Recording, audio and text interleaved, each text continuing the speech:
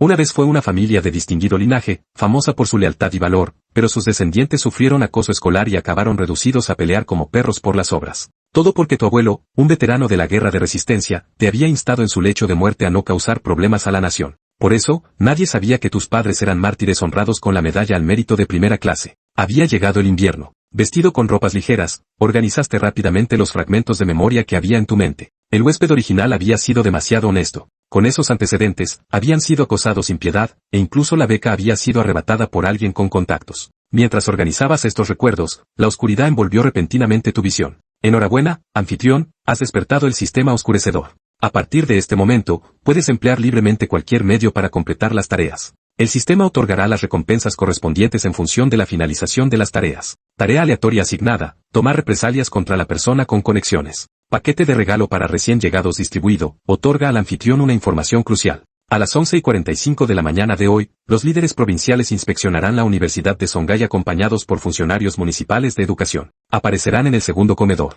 Al ver el mensaje del sistema, no pudiste evitar esbozar una sonrisa. ¿Inspecciones provinciales y servicio meritorio de primera clase? Suena bastante interesante. En un instante, entraste en el comedor, te sentaste junto a la ventana, compraste un bollo al vapor de 50 céntimos y empezaste a comerlo. En ese momento, una voz fuerte resonó, vaya, si es el pobre perro Luciaoki. ¿Todavía intentando perder peso con ese físico lamentable? Era Dinseng, el individuo bien relacionado que te había arrebatado la beca. Al relatar entre lágrimas la trágica infancia de él y su novia, y al ser sobrino del consejero, naturalmente se había asegurado el puesto. Aunque muchos sabían que estaba fingiendo, nadie era tan tonto como para llevarle la contraria al consejero. Dinseng te miraba ahora con aire de suficiencia. Mírate, solo piel y huesos. Me recuerdas a mi perrito, Xiaoa. Dicho esto, dejó caer con fuerza una cesta de vapor con bollos de cerdo sobre tu escritorio. Compré demasiados. Considéralo un regalo. Al ver el acoso descarado de Dinseng, di un puñetazo en la mesa y me levanté. No tientes a la suerte. Wu Xiao y sus secuaces te rodearon inmediatamente. Estamos tentando a la suerte. ¿Qué vas a hacer al respecto? Dijo Dinseng con arrogancia mientras te abofeteaba.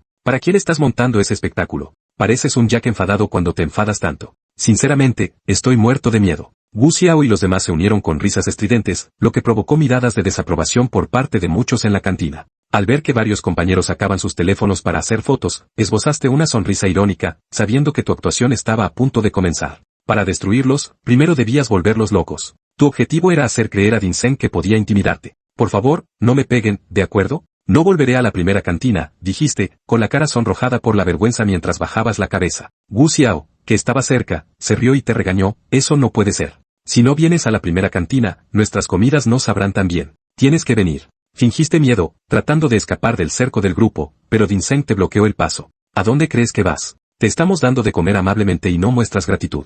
Con eso, pisoteó el bollo al vapor. Mendigo desagradecido. Se reunió una multitud a tu alrededor y, aunque tus ojos buscaban frenéticamente una vía de escape, Dinseng y los demás sonreían mientras te bloqueaban el paso cada vez. Aprovechando un momento de contacto físico, pisaste en secreto el pie de Dinseng. Este se enfureció, te agarró por el cuello y te empujó. Aprovechaste el impulso para caer hacia atrás, y el sordo golpe de los huesos contra el suelo silenció a la multitud, que volvió la mirada hacia ti. ¿Cómo te atreves a ensuciar mis zapatillas nuevas? ¿Sabes cuánto cuestan estas AJ de edición limitada? Lo suficiente como para comprar tu vida, gritó Dinseng, elevándose sobre ti. En ese momento, una amable señora regordeta te ayudó a levantarte, te protegió con su cuerpo y le gritó a Dinseng, aquí todos somos compañeros de clase, ¿por qué recurrir a la violencia? Aún furioso, Dinseng señaló a la señora regordeta y le espetó, métete en tus asuntos. Quítate de en medio. Justo entonces, varias figuras llamativas entraron por la puerta. Al frente del grupo iba una chica alta y delgada con el pelo recogido en una coleta alta, nada menos que Jian Ziyi, vicepresidenta del sindicato de estudiantes y, sin duda, la belleza del campus de la Universidad de Songhai.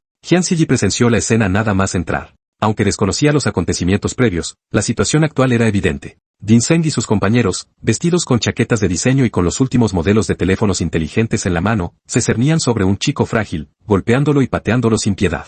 Ni siquiera la señora de la cantina se había librado. Inmediatamente gritó, dejen de hacer eso ahora mismo. Su voz resonó con una claridad penetrante, teñida de un aire de autoridad absoluta. Todos los presentes volvieron la mirada hacia ella. Puede que otros no lo supieran, pero alguien como Dinseng, con contactos en la universidad, conocía bien los antecedentes de Jian Ziyi. Su abuelo era uno de los miembros fundadores de la Universidad de Songhai. Por lo tanto, cuando Jian Ziyi ordenó, alto, incluso el obstinado Dinseng tuvo que darle la razón y cesar el ataque. Jian Ziyi se acercó rápidamente al grupo, y su formidable presencia hizo que Dinseng retrocediera medio paso, con la conciencia intranquila. Jian Ziyi ayudó primero a la tía regordeta a ponerse en pie. Tía, ¿te has hecho daño en alguna parte? La tía regordeta negó con la cabeza, estoy bien, es solo que estos tipos son muy prepotentes. Lo denunciaré a la universidad para que se encarguen del asunto. A continuación, extendió la mano para coger tu brazo, pero se estremeció al sentir un dolor agudo en el hueso nada más tocarlo. Hyun-si, que ya había sentido lástima por ti al conocerte, ahora sentía una oleada de dolor al verte de cerca. Con una temperatura que rondaba apenas el 1 grado, solo llevabas una camiseta fina de manga corta y tu cuerpo estaba cubierto de moretones. ¿Te han golpeado así? Primero te llevaré a la enfermería y luego te ayudaré a denunciarlo a la policía, declaró Hyun-si enfadado. A decir verdad, Ginseng y los suyos no te habían pegado tan fuerte, la mayoría de esos moretones eran de tu caída de la noche anterior. Pero qué tonto serías si explicaras eso. ¿No recordabas a Hyun-si? Después de todo, alguien tan exitoso como ella nunca se cruzaría con alguien como tú. Sin embargo, el acto debía completarse. Percibiste su elevado estatus y su fuerte sentido de la justicia. Lo que necesitabas ahora era a alguien que irradiara ese aura de santidad para rescatarte. Bajaste la cabeza dócilmente. No pasa nada, señor. Si lo denunciamos, volverán a pegarme. ¿Se atreverían? Hyun-si arqueó las cejas con furia y lanzó una mirada feroz a Ginseng. Los espectadores, al ver que alguien daba un paso al frente para defender la justicia, naturalmente comenzaron a expresar su apoyo. Exacto. Debemos denunciarlo sin falta. Te han dado una paliza. Recuerdo que Ginseng solicitó una beca por pobreza, ¿no? ¿Cómo podría permitirse unas zapatillas de edición limitada y el último teléfono plegable a 1/3 del precio? En ese momento, una chica guapa con pecas se abrió paso entre la multitud, levantando tímidamente su teléfono. Compañera Hyun, yo puedo testificar. Ginseng y los suyos empezaron. Tengo pruebas en vídeo en mi teléfono. Ginseng se enfureció y le gruñó a la chica pecosa, métete en tus asuntos. Me acordaré de esto. Pronto, una figura familiar entró corriendo desde fuera, nada menos que el tutor de Luciaoki, Sang-bo, que resultaba ser el tío de Ginseng. Había recibido el mensaje de Ginseng en cuanto llegó al colegio y se había apresurado a ir directamente al comedor. Jadeando pesadamente, Sang-bo se acercó a ti con una expresión de fingida preocupación en el rostro. Luciaoki, qué descuidada eres al caerte así. ¿Estás bien? Déjame ayudarte a levantarte. Fingiste estar asustada y te echaste hacia atrás. La expresión ya fría de Hyun-si se volvió aún más fría al oír esto, e instintivamente te abrazó. Tus fosas nasales se movieron ligeramente. Qué dulce y suave. Hyun-si frunció el ceño. Sr. Sang, ¿es él su alumno? Solo entonces Sang-bo se fijó en Hyun-si y la cabeza le dio vueltas de pánico. Era fácil engañar a otros estudiantes, pero Hyun-si era demasiado influyente. Era famosa por su belleza, su bondad y su santidad. Si realmente intervenía, esto sería realmente problemático. Sí, señorita Hyun, Luciaoki es un estudiante de mi clase. Acabo de enterarme por otros alumnos de que se había caído aquí, así que vine expresamente a ver cómo estaba. Hyun-si replicó con frialdad, no se ha caído. Ginseng y varios compañeros de tu clase le han golpeado hasta dejarle en este estado. ¿Qué? Exclamó Sang-bo, completamente sorprendido. Se giró y miró con ira a Ginseng, fingiendo estar enfadado. Ginseng, Wu Xiao, vosotros.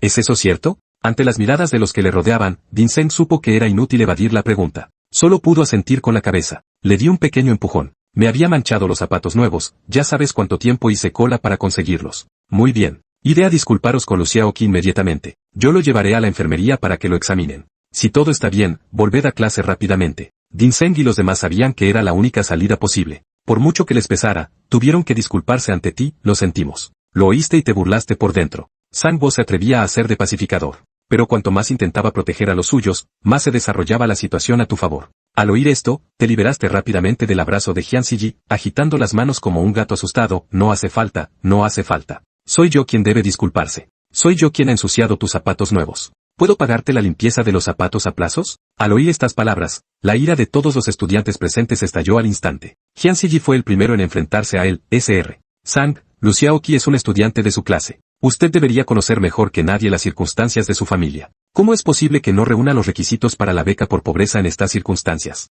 Este comentario provocó un gran revuelo entre toda la multitud.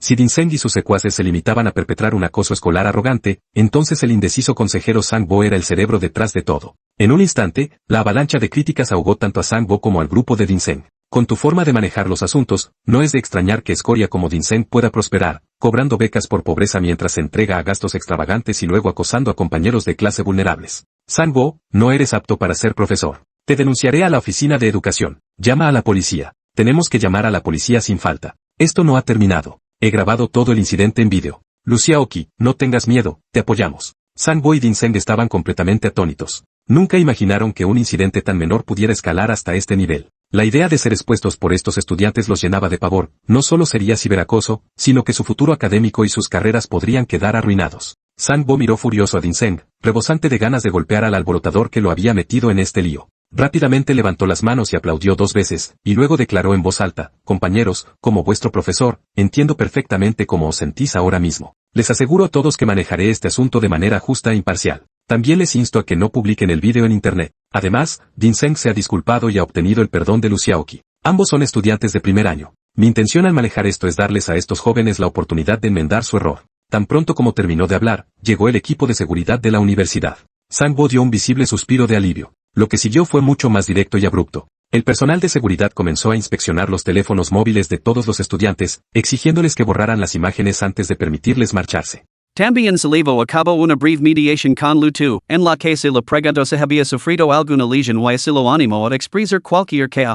Durante todo el preciso, Lu Tu mantuvo una actitud sumisa y dócil, lo que llevó a Zhang Bo y el jefe de seguridad Chen Bin a concluir que el asunto no tenía mayor importancia. En varias ocasiones durante este periodo, Zhang Shi había querido defender a Lu Tu, pero al ver su actitud débil, finalmente se desanimó. Y es como intentar convertir el hierro en acero. Shi has hecho tanto por el y ni siquiera es capaz de defenderse. Déjalo en paz. Le susurró su amiga íntima de forma sugerente. Zhang Shi decide desesperadamente animar a Lu Tu con una reprimenda, instando a actuar como un hombre y a imponerse para conseguir más derechos, como solicitar la ayuda por pobreza en ese mismo momento. En cambio, Lu Tu lo expresó su gratitud a Zhang Shi con una carolina de inseguridad: gracias por ayudarme, compañera. Pero ahora estoy realmente bien. Te he causado problemas. Ante la debilidad de Lu Tu, Zhang Shi se sintió como si hubiera golpeado algodón, completamente impotente. Suspiró profundamente. Bueno, si vuelves a tener un problema como este, puedes llamarme mi número. Saco un bolígrafo, anoto su número y así lo entrego. Al ver la indignada retirada de Zhang Shi, Lu Tu anotó el número. Pensó para sí mismo que esta compañera era bastante decente si se presentaba la oportunidad, le daría las gracias como es debido. Pero, desde luego, no podía seguir su consejo todavía. Por fin había descubierto una noticia importante: ¿cómo iba a dejar que se resolviera tan fácilmente? Para Lu Tu, si iba a jugar, llegaría a lo grande. Si iba a causar un alboroto, tenía que ser algo trascendental, que sacudiera los cimientos de la Universidad de Shanghai.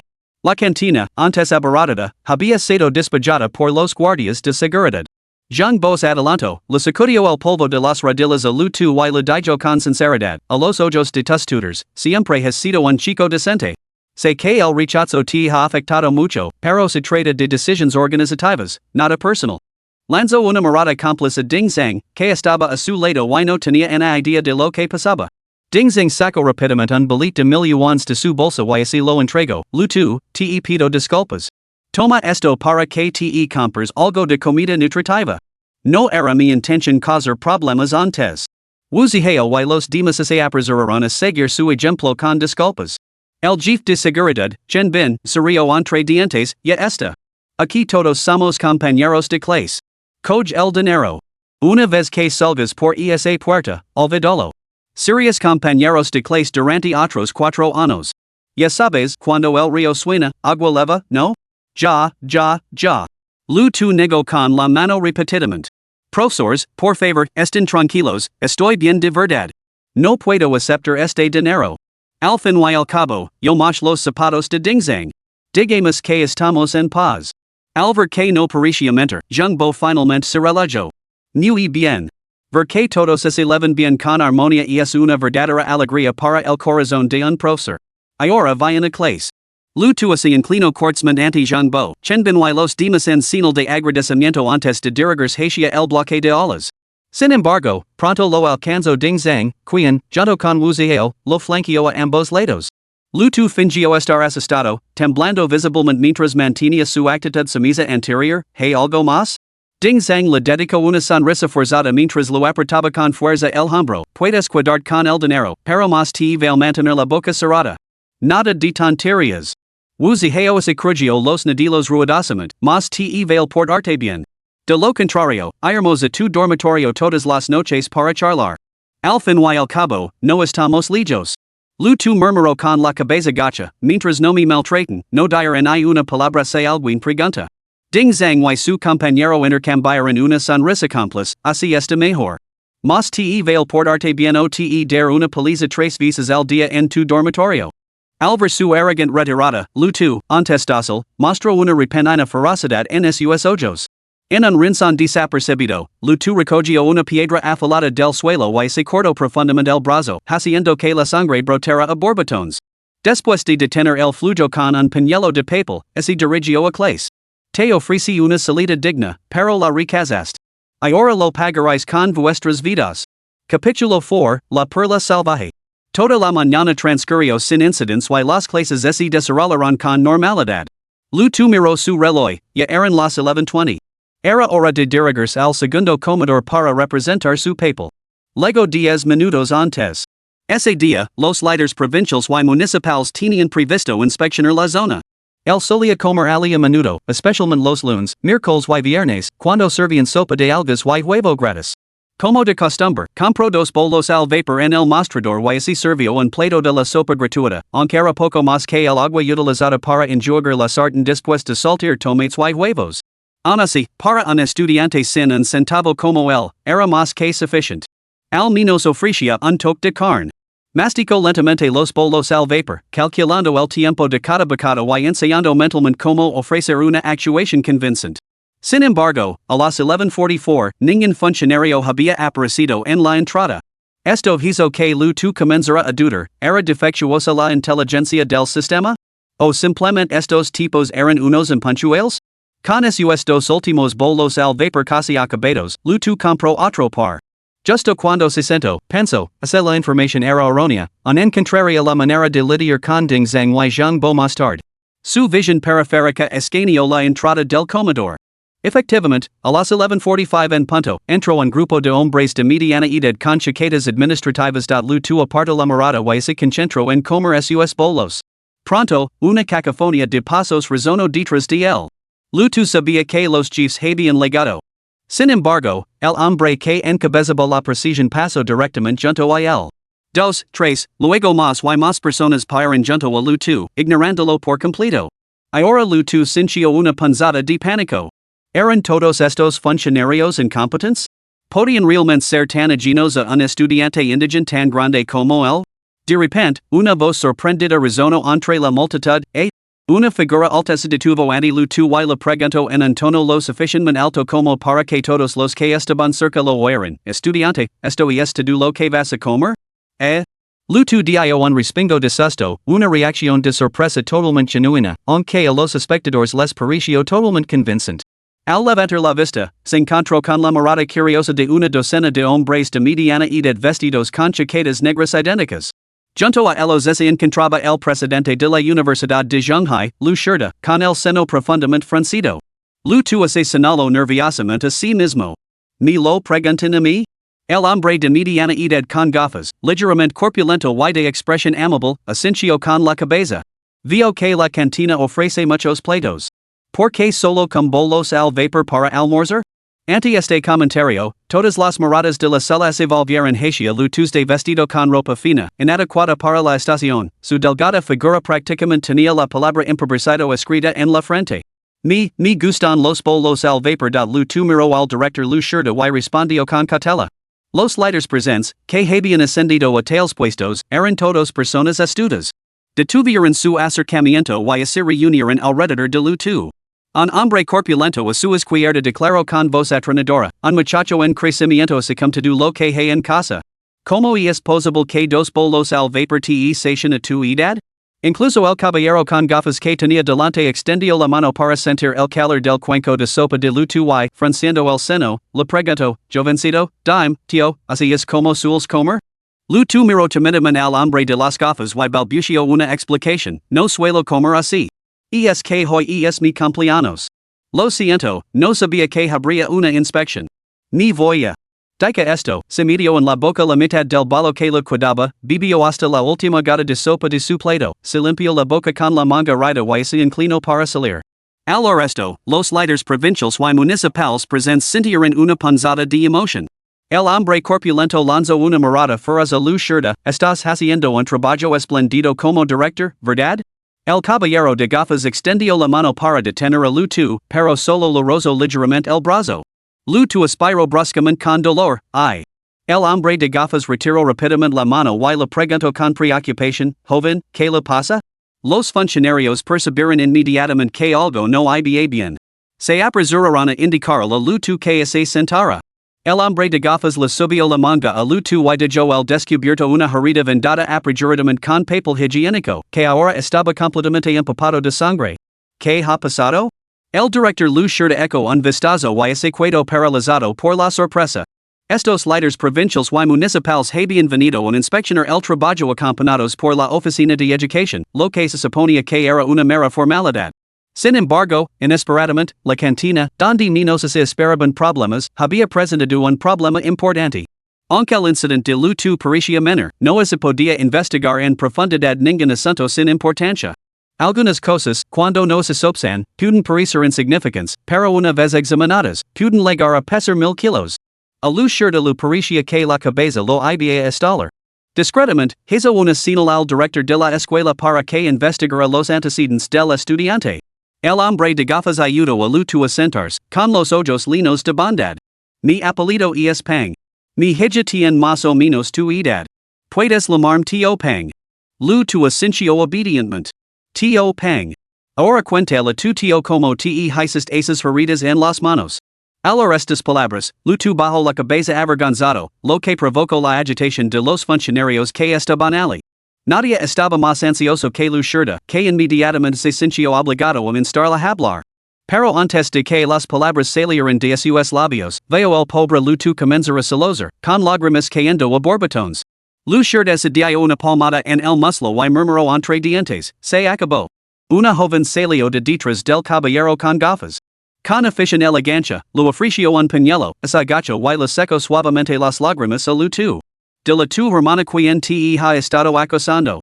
Todos los tíos y mayores que están aquí hoy pueden defenderte. No hay por qué tener miedo. Lu miró a su alrededor nervioso. Sin querer, moch los zapatos nuevos de un compañero de clase. Solo por manchar los zapatos, te pegó así? Preguntó Pang Dawe con un tono de autoridad innata. A Lu Shirta se lu encogió el corazón. Se apresuró a preguntar, ¿en qué clase estás? ¿Has solicitado la beca para paliar la pobreza? Los ojos de Lu se llenaron de lágrimas de injusticia que le corrían por las mejillas. No podía entender por qué era tan buen actor, tal vez el peso de las injusticias que había soportado era simplemente demasiado grande. En ese momento, todos los agravios del pasado volvieron a él, obligándolo a derramar pequeñas perlas de tristeza. Conteniendo los sollozos, balbució, la solicite, pero el profesor le dio las plazas el comite de la clase y a la novia del miembro del comite. ¿Qué? ¿Es eso cierto? El comentario despertó al instante el interés de todos. Entre los presentes, no todos estaban de acuerdo, muchos esperaban descubrir escándalos en la Universidad de Shanghai para socavar a sus rivals. Lu Shirta entró en pánico. Estudiante, din tu clase. Lo investigar inmediatamente. Soy Lu de la clase de lengua y literatura chinas. Lu Shirta se volvió hacia el decano de estudiantes, traiga a Zhang Bo aquí inmediatamente. Pang Dawe le hizo un gesto con la mano para que se retirara, no es necesario. Ocupes de estos asuntos en privado. Quiero interrogar más a fondo al joven Lu. ¿Tus lesiones también te las infligió el comite de la clase? Justo cuando Lu pensaba en cómo responder adecuadamente, una voz femenina fuerte y resonante se interpuso desde cerca, sí. Fue ese sinvergüenza de Ding Zhang. Cuatro de ellos se ensanaron con Lu esta mañana, los 6 con mis propios ojos. Lu levantó la vista agradecido. No era otra que la tía Pang, de la cantina, apareciendo precisamente aquí. Sujetaba una fregona en la mano y se golpeaba el pecho enfáticamente ante los funcionarios. Capítulo 5, él es en la manga. Camarada, ¿estás diciendo que estabas presente en ese momento? Preguntó el funcionario que estaba cerca. La tía regordeta asintió con firmeza. Así es. Lu estaba comiendo tranquilamente sus bolos al vapor cuando Ding Zhang y los suyos tiraron una bandeja de bolos sobre la mesa y lo ordenaron a Lu que se los comiera como un perro lo amenazaron con pagarles a Sinagaba. Intervine para detenerlos, pero me dieron una patada. La expresión de Pang Dawe se ensombreció aún más. Lu Shirta, ¿estos son los estudiantes bajo tu supervisión? Son unos sinvergüenzas. Lu Shirta sintió que el mundo daba vueltas y que las piernas se le ponían como gelatina. Sin embargo, esa faro la esperanza de que un hubiera margen de maniobra, su antiguo superior estaba presente, seguro que podría suavizar la situación. Señor, quizás deberíamos llamar primero a esos estudiantes y el tutor. Interrogarlos antes de decidir qué medidas tomar? El hombre corpulento intervino, viejo Pang, creo que primero deberíamos aclarar los hechos. Pang dawe asincio. Pero también debemos determinar si este estudiante realmente reúne los requisitos para la beca. En ese momento, Zhang Bo lego jadeando. Al ver el alboroto, se preguntó por qué el director lo había convocado al comedor para acompañar a los líderes en su inspección. ¿Podría ser un ascenso? Parecía que su puesto de profesor asociado ya estaba asegurado. Se alisó el cuello con satisfacción y se acercó corriendo. Pero en cuanto se acercó, vio a luto rodado por los funcionarios. Su cerebro entró en cortocircuito al instante. No puede ser. Lucerda, al verlo, resopló con frialdad. Zhang Bo, explica por qué se rechazó la solicitud de beca por pobreza de luto. Zhang Bo eco un vistazo al cuenco vacío que había delante de luto, se secó el sudor de la frente y pensó rápidamente. De repente, tuvo una inspiración. Se apresuró a explicar, señores, verán, pregunt por la situación de los padres de luto, pero él no quiso decir nada. Me encontré en una situación difícil. Así que no tuve más remedio que asignar la plaza a un estudiante más necesitado. Lucerda le hizo un gesto con la mano para que se callara. Ya basta, ya basta. Apartate. Pang dawe preguntó con curiosidad, joven, dile tu tío, ¿a qué se dedican tus padres? Lucerda y Zhang Bo contuvieron la respiración y que respiran suavemente a su lado, esperando que luto no dijera nada inapropiado y pusiera en peligro su futuro. El rostro de luto estaba marcado por la tristeza. Mi padre murió hace 10 años mientras estaba de servicio en la frontera. Lo único que dejó fue una placa. Mama dice que fue un héroe que se sacrificó por el país y que siempre debo ser cortés con mis compañeros de clase en la escuela. Zaz. Un grito ahogado colectivo recorrió la sala cuando todos percibieron que la situación se estaba volviendo cada vez más compleja. Una mirada de asombro cruzó los ojos de Pang dawe, del el tío, ¿cómo se llamaba tu padre? ¿Qué ponía en la placa? ¿Hay alguna fotografía? Mi padre se llamaba Lu Shanwu. La placa decía, casa de un servidor meritorio de primera clase. Dios mío, Lucerda sintió que la sangre le subía a las sienes como un mazo golpeando el cráneo. El mundo daba vueltas y perdió todo sentido de la orientación. La multitud estaba atonida. ¿Un marido de primera clase? No se trataba de un estudiante empobrecido sentado ante ellos, sino del hijo de un mártir que había sufrido tal humiliación. Pang dawe tragó saliva con dificultad, tratando de estabilizar su voz. ¿Y tu madre? Mi madre era enfermera. Al arresto, Zhang Bo y Lucerda finalmente se dieron una palmada en el pecho y respiraron aliviados. Mi madre respondió a la llamada para luchar contra la epidemia hace años y nunca regresó. Pum. Se oyó un ruido como de alguien resbalando detrás. Zhang Bo, Lucerda y los demás líderes escalar sintieron que les falaban las piernas y se desplomaron en el suelo. Ni siquiera el antiguo superior de Lucerda, ese imponente hombre de mediana edad, pudo reprimir el temblor de sus párpados. Hizo una señal a su secretario para que verificara la afirmación. El secretario comprobó rápidamente la red interna y susurró, y es cierto. El comentario llegó a los oídos de todos los líderes, y sus miradas hacia luto cambiaron drásticamente. Donde antes reinaba la compasión, ahora se apoderaba de ellos la culpa, claramente reflejada en sus rostros. El secretario susurró rápidamente instrucciones a los directores de la escuela, ordenándoles que evacuaran a los estudiantes del comedor para evitar cualquier repercusión adversa. Luto mantuvo la cabeza gacha en todo momento, pero podía sentir las reacciones a su alrededor. Habiendo jugado su carta ganadora, no tenía intención de terminar el asunto tan fácilmente. Tío Pang, por favor, no haga una excepción conmigo por mis padres. Mi abuelo siempre me enseñó a no causar problemas al Estado ni al gobierno. La nuestra es solo una familia normal entre millions. Las pupilas de Pang dawe se contrajeron al sentir una sensación de aprensión. Lucerda, Zhang Bo y los demás apenas podían mantenerse en paz en apoyarse unos en otros. Su mente gritaba, corrido muchacho, por favor, no nos asustes. Deja de hablar, te lo ruego, no reveles nada más. Pang dawe estrechó la mano de luto con calidez, ¿puedo preguntar quién es el anciano caballero?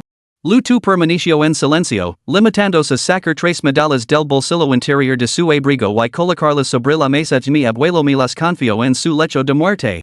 Ni pidio que las guardara como recuerdo, para mirarlas cuando lo ecara de menos. Pang dawe tomo las medallas con manos temblorosas y las examinó detenidamente. Para su sorpresa, eran medallas de honor para veteranos de la Guerra de Defensa Nacional. Cada una llevaba grabado un nombre, Lui Hu, Lu Yipeng, Lu Yiting. Con un chasquido seco, varias personas presentes se pusieron firmes y saludaron a las medallas con precisión militar. Sus expresiones se volvieron solemnes y sus ojos brillaron con lágrimas contenidas. ¿Puedo preguntar quiénes eran estos tres heroicos veteranos? A Lutu se le hizo un nudo en la garganta. Eran mi tío abuelo, mi segundo tío y mi abuelo. Todos ellos fueron juntos a la guerra. Solo mi abuelo regresó. Dios mío, qué horror.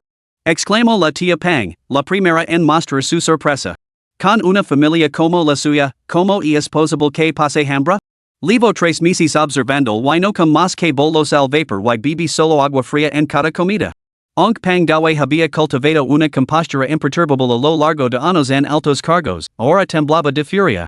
Su secretario, que lo conoce bien, le proporcionó rápidamente una pastilla para el corazón de acción rápida. Señor, sueda su salud. Pang Dawe hizo un gesto grave con la mano y luego se volvió para mirar a Lutu con lastima. Pobre chico, has sufrido injusticias. El secretario del corpulento hombre de mediana edad había verificado el relato de Lutus de enfurecido. Pang Dawe señaló con el dedo acusador a Lu Shirda, que en su día había sido un simple empleado a sus órdenes, y gritó, Lu Shirda. Este es el buen trabajo que has hecho. Un mártir meritorio de primera clase, un héroe que luchó contra la epidemia, un veterano que defendió la nación, una familia de mártires tan leales.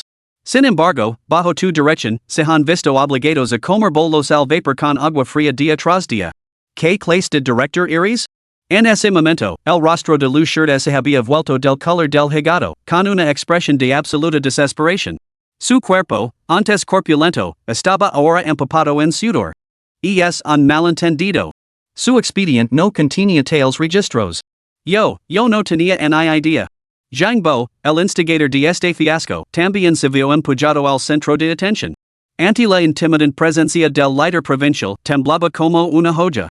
Pang Dawe dio unos golpecitos con los dedos sobre la mesa. Habla. ¿Qué debo decir? Preguntó Zhang Bo mirando suplicante a Lu Shirda. Los ojos de Lu Shirda ardían de furia. ¿Por qué me miras? Si si el error que hayas cometido, confiesa tú. Pang Dawe resopló. ¿O no piensas confesar? Solo nosotros sabemos de este asunto.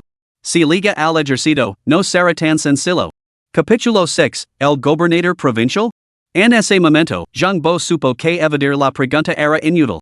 Suspiro resignado, Ding Zhang es mi sobrino. Yo lu di la calificación. La ira de Pang Dawe era palpable. Su expresión es indiricio, la bica por pobreza ahora es un asunto menor. Cuéntanos cómo toleraste el ataque deliberado de tu sobrino al hijo de un mártir. ¿Qué? Seguro que no es tan grave. Le pregunta al propio Ding Zhang y me dijo que solo le dio un empujón a Lutu. Pang Dawe dio un golpe en la mesa con la mano. Su voz no era alta, pero su autoridad era abrumadora. Se levantó bruscamente y señaló con el dedo acusador a Zhang Bo. ¿Un simple empujón? ¿Podría haberlo dejado cubierto de moratones? ¿Podría haberlo causado heridas tan horribles en los brazos? Vio que sigue sin ser sincero. Xiaozon, llama inmediatamente a la oficina municipal y has que envían investigadores de inmediato. Sí, señor. Zhang Bo estaba realmente aterrado. Si solo se tratara de falsificar los registros de las becas para aliviar la pobreza, no habría sido una cuestión de principios en el peor de los casos, la evaluación de su título profesional se retrasaría unos años más. Pero ahora que Pang Dawe había hablado, se había convertido en un caso penal que requería la investigación de la oficina municipal. No se trataba solo de conservar su trabajo, se trataba de enfrentarse a una pena de prisión. La idea de que Lutu ocultara deliberadamente las conexiones familiares lo llenaba de una rabia furiosa, dejándolo ahogado por la frustración. El corpulento hombre de mediana edad suavizó entonces el tono y se dirigió a Lutu con una sonrisa amistosa. Joven, sin duda llegaremos al fondo de su asunto. Está claro que antes no ha comido lo suficiente, que alguien le traiga otra ración. A continuación, lanzó una mirada fulminante a Lu Shirda, que se había quedado estupefacto. Este último captó inmediatamente la indirecta, respondió con un sí. Y se apresuró a ir al pasaplatos para traer personalmente la comida a Lutu. Al poco rato, lu shurta regreso con un almuerzo suntuoso. Carnes exquisitamente preparadas apeladas como una montaña, acompañadas de langosta y abulón, platos nunca antes vistos en el pasaplatos. Lo coloco con atención delante de lu tu y sonrio con adulación, joven lu, como primero. Lu aseguro ante todos nuestros líderes que investigar este asunto a fondo y impondrá severas sanciones a los responsables. Pang dawe también asincio. Joven, como. Su tío se sentará aquí y lu verá comer. Lu tu miró a su alrededor. Los funcionarios anónimos que lo rodeaban lo miraban con expresiones suaves. Asincio obedientemente y se sentó. Ante el suntuoso banquete, seriamente redecar que no es asincio tendido. Hacía mucho tiempo que no probaba la carne, y los ricos aromas la hacían la boca agua sin cesar. Lu tu traigo saliva, gracias, tíos y mayores. Sabía que, en ese momento, con otros ya hablando en su favor, no debía dejar nada más en hacer más demandas. Hacerlo podría dar la impresión de ser calculator, lo que sería contraproducente. Cogió los palillos y comenzó a devorar la comida. No era una actuación cualquiera que hubiera pasado hambre alguna vez entendía que, cuando el cuerpo carece de algo, el deseo se vuelve abrumador. Pang dawe observó con satisfacción como lu tu devoraba su comida y asintió con la cabeza en señal de aprobación. A pesar de su voracidad, lu tu comía sin hacer ruido con los labios, una señal de buena educación que reforzó las ideas preconcebidas de Pang sobre esta familia de leales. Sin embargo, nada más terminar una pata de pollo, lu tu dejó los palillos, se inclinó sobre la papelera que había debajo de la mesa y empezó a tener arcadas. Al ver esto, Pang dawe ordenó rápidamente a su secretario que trajera agua mineral y pañuelos de papel. Volviéndose hacia lu shurta, estaba a punto de estallar de ira y exageró respuestas sobre la seguridad alimentaria. El secretario Chausson, que estaba a su lado, fue directo al grano, hace mucho que no come carne. Su estómago no ha podido soportar una comida tan rica de gol. Al oír estas palabras, los ojos de los altos funcionarios presentes se humedecerán ligeramente y su mirada hacia lu tu asalino de culpa. De hecho, muchos de ellos habían soportado penurias en su juventud. Sin embargo, los años de cómoda vida institucional les habían hecho olvidar esas reacciones corporales, anacrónicas en esta época. La tía Pang y las otras mujeres del comedor estaban cerca, secándos las lágrimas. Como madres, comprendían mejor que nadie la miseria de un niño sin madre. Vera lu tu, que tenía más o menos la misma edad que sus propios hijos, sufriendo tan terriblemente, les partía el corazón. Rápidamente lu trajeron un plato de sopa de verduras sin condimentar. Lu tu estaba vomitando de verdad. Probablemente, tal y como había dicho el secretario Son, su estómago maltrecho no podía soportar este banquete repentino. Solo después de purgar hasta la última migaja de comida de su estómago, incluso vomitando ácido, lu tu se derrumbó débilmente en su silla, pareciendo aún más destacado que antes. Tomó el agua que lo ofreció la secretaria Son para enjuagarse la boca y la miró con el rostro enrojecido. Lo siento, hermana. La secretaria Son observó atentamente lu tu's de frágil, sus rasgos eran sorprendentemente atractivos. De repente, comprendió por qué las hijas de las familias ricas de la antigüedad podían sentirse atraídas por un erudito apuesto y sin recursos. Lu acarició suavemente la espalda. No te culpes. No ha sido culpa tuya. ¿Te traigo un poco de kanji? Gracias, hermana. Tras este incidente, lu shurta se sintió completamente abatido. Sabía que, aunque se gestionara adecuadamente, este asunto dejaría una mancha en su historial profesional, lo que dificultaría enormemente su ascenso. En cuestión de minutos, los lamentos perforaron el aire del exterior. Una fila de agentes de policía entró con paso firme, sus expresiones apresuradas inspiraban un respeto instintivo incluso sin dejar una palabra. Detrás de ellos iban Ding Zhang, Wu Zihao y otros, con el rostro inexpresivo por el terror. El oficial al mando se acercó a Pang dawe y se inclinó respetuosamente. Gobernador Pang, he traído a esos estudiantes. Provincial. Tío Pang, ¿usted es el gobernador provincial? Lu tu miró a Pang dawe con incredulidad. Sabía que el hombre ocupaba un alto cargo en la provincia, pero nunca imaginó que fuera el gobernador. Pang dawe se mesó el pelo. Solo soy vicegobernador. Todos estamos al servicio del pueblo. Puedes seguir la mandom tío Pang. Me caes bien, muchacho. Dica esto, se levantó primero y se dirigió con severidad al oficial de mediana edad que estaba al mando, proceda con la investigación según el protocolo estándar. Lev primero al camarada lu tu a un examen médico. Tengo asuntos que atender y debo marcharme. El oficial de mediana edad ya había comprendido lo esencial de la situación antes de llegar. Como iba a creer la afirmación de Pang Dawei de que seguían los procedimientos estándar? Si realmente seguían los procedimientos estándar, su carrera probablemente habría terminado. Un caso supervisado personalmente por el vicegobernador, ¿cómo podía ser trivial? El oficial hizo un gesto con la mano detrás de él. Llevan a los sospechosos para una investigación exhaustiva. Solo entonces Ding Zhang y Wu Zihao se dieron cuenta de que esos oficiales habían venido a arrestarlos. Aterrorizados, miraron a Pang Dawei y luego a Lu Tu, que estaba a su lado.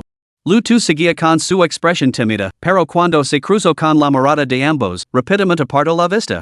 Este tipo que no se había atrevido a decir una palabra en su presencia apenas unas horas antes, ahora se había convertido en alguien favorizado por el vicegobernador. A juzgar por la actitud de Pang Dawei hacia él, se podría creer que Lu Tu era su padrino.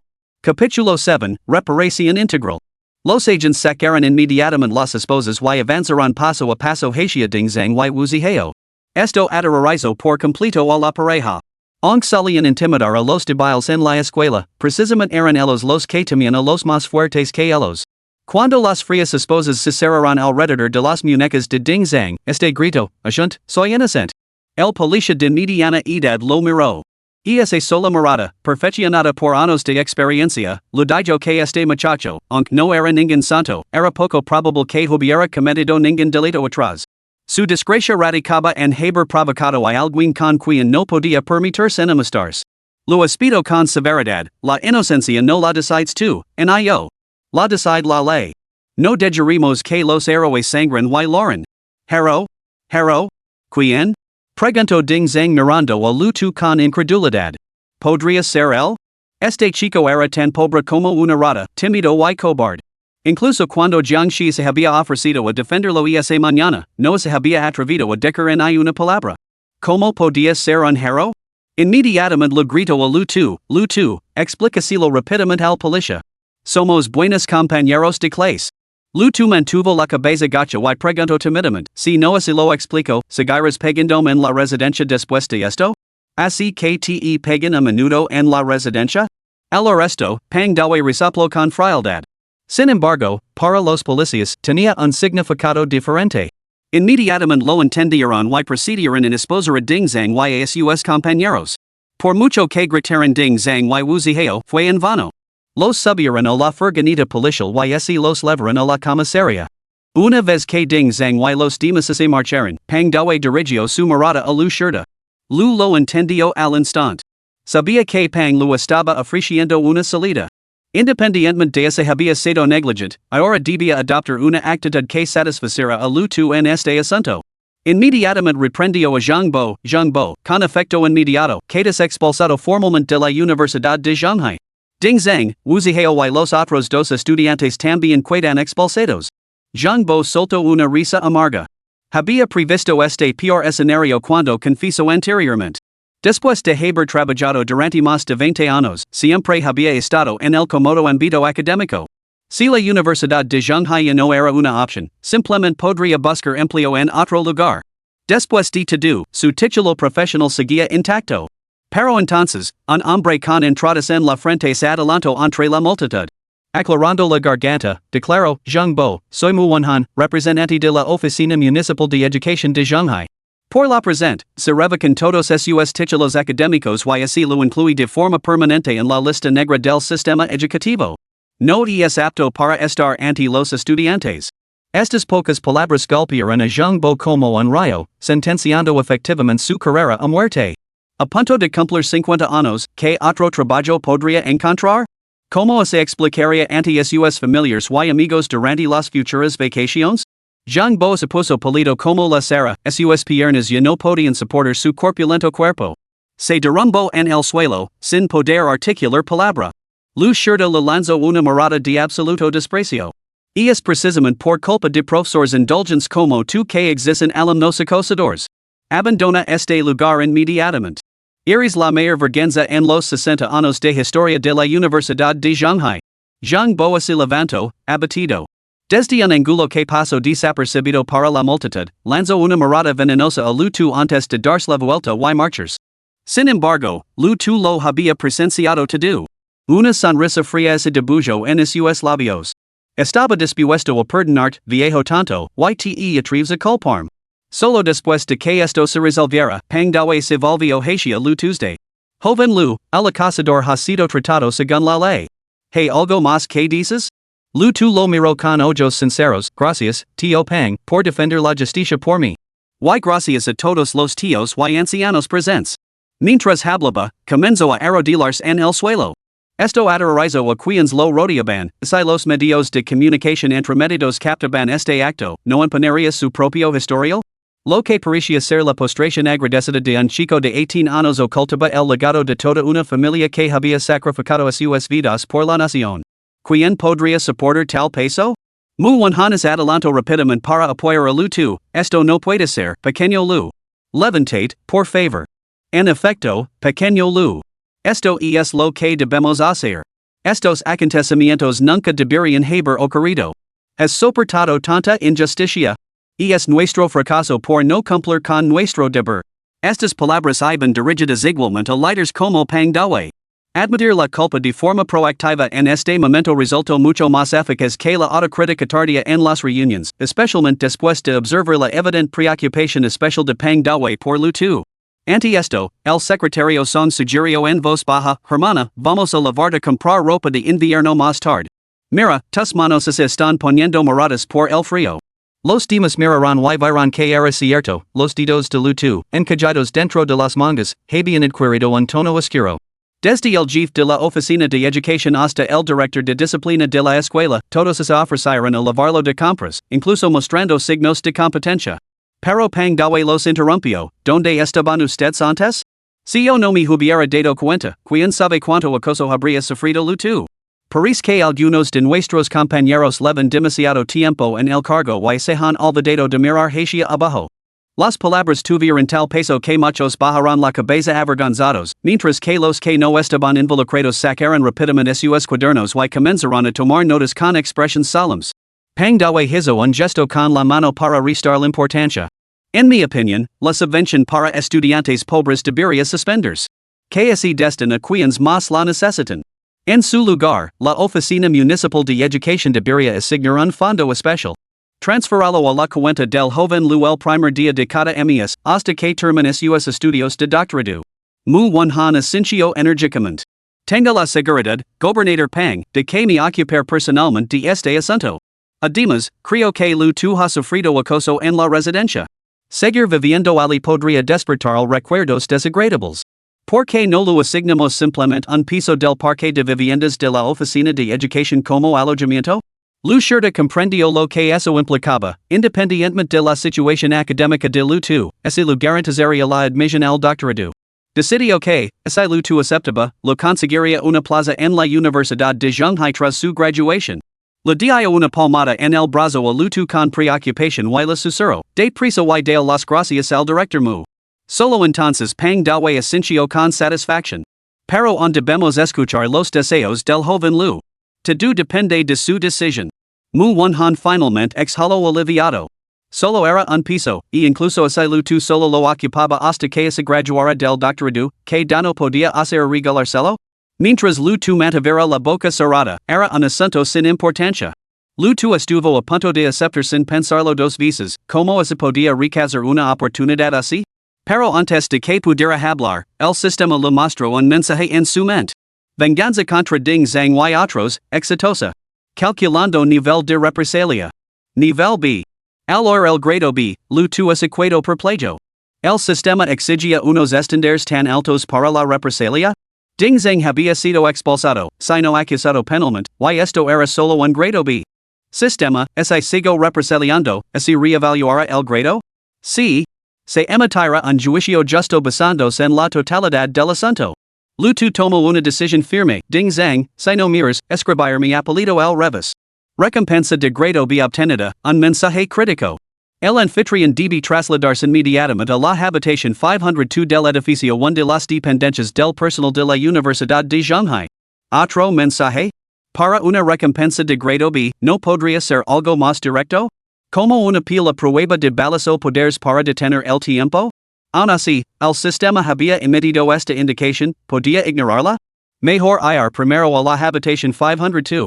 Alvar lu tu perdido en sus pensamientos, pang dawe le pregunto amablemente, joven Lu, prefiere quedarse en la residencia de la oficina de educación? Lu tu volvió a la realidad y negó con la cabeza con determinación.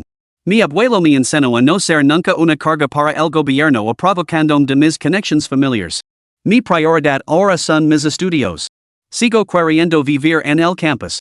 Quiero llegar a ser tan exitoso como mi abuelo y mis padres. Capítulo 8, Un descubrimiento inesperado. Ante esta declaración, la multitud reunida se quedó en silencio, asombrada. Todos eran personas astutas, muy conscientes del calibre de la residencia oficial de Muwonhan. Al fin y al cabo, Shanghai era la capital provincial, solo el salón de la vivienda de Muwonhan podía albergar fácilmente un partido de tenis de mesa, por no hablar de los servicios médicos, educativos y comerciales de los alrededores. Naturalmente, algunos maldijeron interiormente a Lu tu por ser un patán grosero que no sabía apreciar tales lujos. Aunque se denominaba dormitorio, ese Lu tu aceptaba ahora, podrían transferir la titularidad de la propiedad en cuestión de minutos. Su futuro matrimonio, hijos, carrera quedaría perfectamente organizado. Sin embargo, Lu tu se negó. Pang Dao estaba completamente atenido. Se esforzó por detectar siquiera un atisbo de fingimiento en el rostro de Lu tu, pero después de examinarlo durante 10 segundos, la expresión de Lu tu seguía siendo inquebrantablemente resuelta. ¿Qué familia profundamente pura podía creer a un joven tan genuino? En Lu tu, Pang Dao parecía vislumbrar su propio yo más joven. La pobreza no puede influir en ti, muchacho. Realmente me has hecho ver con otros ojos. Muy bien, Director Lu. Dado que el joven Lu tiene ambiciones tan elevadas, que se cuida en la Universidad de Shanghai. Entendido, señor. Aunque preferiría que Lu tu se quedara en las dependencias del personal, ali es más tranquilo. Su dormitorio actual es demasiado ruidoso. Lu tu se sintió tranquilo al resto. Había estado pensando en cómo discutir el asunto en privado con Lu Shurda, pero el líder lo había resuelto por él. Está claro que quienes llegan a tales alturas no son gente sencilla, siempre hacen que las cosas salgan bien. Pang Dawe asintió. Todo Sahara según los deseos del joven Lu. A continuación, hizo una señal al secretario Song, que rápidamente lo entregó a Lu tu una tarjeta de visita. Pang Dawe le dio un cariñoso apretón en el hombro a Lu Tuesday. Aprovecha este tiempo para descansar bien en la universidad. Cuando te hayas recuperado, ven a comer a casa del tío. Prueba la cocina de la tía. Entendido, tío Pang. Lu tu respondió obedientemente y luego se inclinó profundamente ante la multitud reunida. Mi agradecimiento a todos los líderes presentes. Los demás recazaron apresuradamente el agradecimiento y lo ofrecieron frases hecas sobre su recuperación y su concentración en los estudios. Solo entonces Pang Dawe condujo a su seguido fuera del comedor. La inspección de hoy había cumplido su propósito y daba igual se visitaban el resto de la Universidad de Shanghai. El asunto relacionado con Lu tu había alertado suficientemente a Lu Shurda, que se encargaría personalmente de la investigación. Varios minibuses se alejaron lentamente de la Universidad de Shanghai. Solo entonces Lu Shurda exhaló, visiblemente agotado. A pesar del frío de diciembre, el sudor perlaba su frente. Sin embargo, con asuntos cruciales son pendientes, rechazó la ayuda del director y se apresuró hacia Lu tu, ofreciendo solicitamente, joven Lu, permite mostrar su alojamiento. Al ver esto, Lu tu corrió rápidamente unos pasos para estabilizar al cincuenta Lu Shurda, disculpándose apresuradamente, mis disculpas, rector. No tenía ni idea de que hoy vendrían altos funcionarios de visita. Bromas aparte, con la marca de Pang Dawe, Lu Shurda era ahora la figura más poderosa ali. Como estudiante unmatriculado, Lu tu sabía que tenía que cultivar una buena relación con Lu Shurda. Crear sus propias conexiones era mucho más valioso que depender de la influencia de otra persona. Lu Shurda le dio una palmada en el hombro para tranquilizarlo. No es culpa tuya. Yo fall en mis obligations. Un poco de crítica es buena para progresar. Lu Shurda hablaba con auténtica convicción. Su investigación había confirmado que Lu tu había acudido al segundo comedor precisamente porque temía más problemas por parte de Ding Zheng en el primero. Además, dada la situación familiar de Lu tu, porque había necesidad recurrir a planes tan elaborados es realmente decisiva obtener reparación a través de la inspección? Al fin y al cabo, el maltrato que había sufrido durante tanto tiempo era algo que no podía fingir, y había numerosos testigos y pruebas en video del incidente de esa mañana en el primer comedor. Pequeño Lu, no hace falta que seas tan formal conmigo en privado. La main tío Lu. C. Tio Lu. ¿Te gusta vivir en las viviendas del personal? Mucho. Lu Shirdas Evolvio Hacia el Director, ¿qué pisos están vacíos en las residencias del personal? El Director respondió, en el bloque 1, el 401 y el 502 están desocupados actualmente.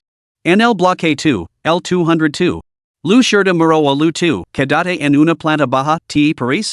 Subir escaleras y es complicado. Quizás el bloque 2 sí mejor. La residencia, construida hace más de una década, solo tenía 5 plantas.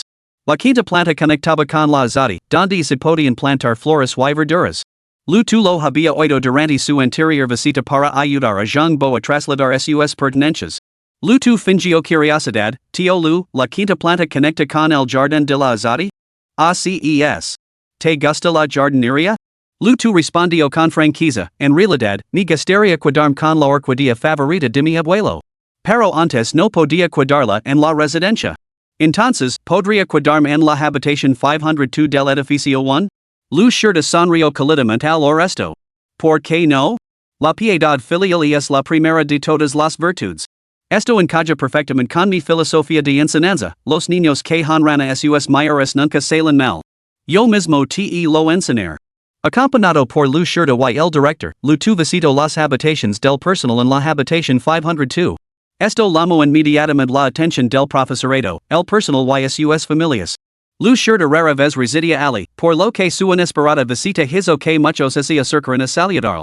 Lu Shirda aceptó todas las ofertas con amabilidad, explicando brevemente que Lu Tu era un talento clave que estaba siendo formado por la escuela y que ahora residiría allí. Pidió a todos que cuidaran de este joven como vecinos.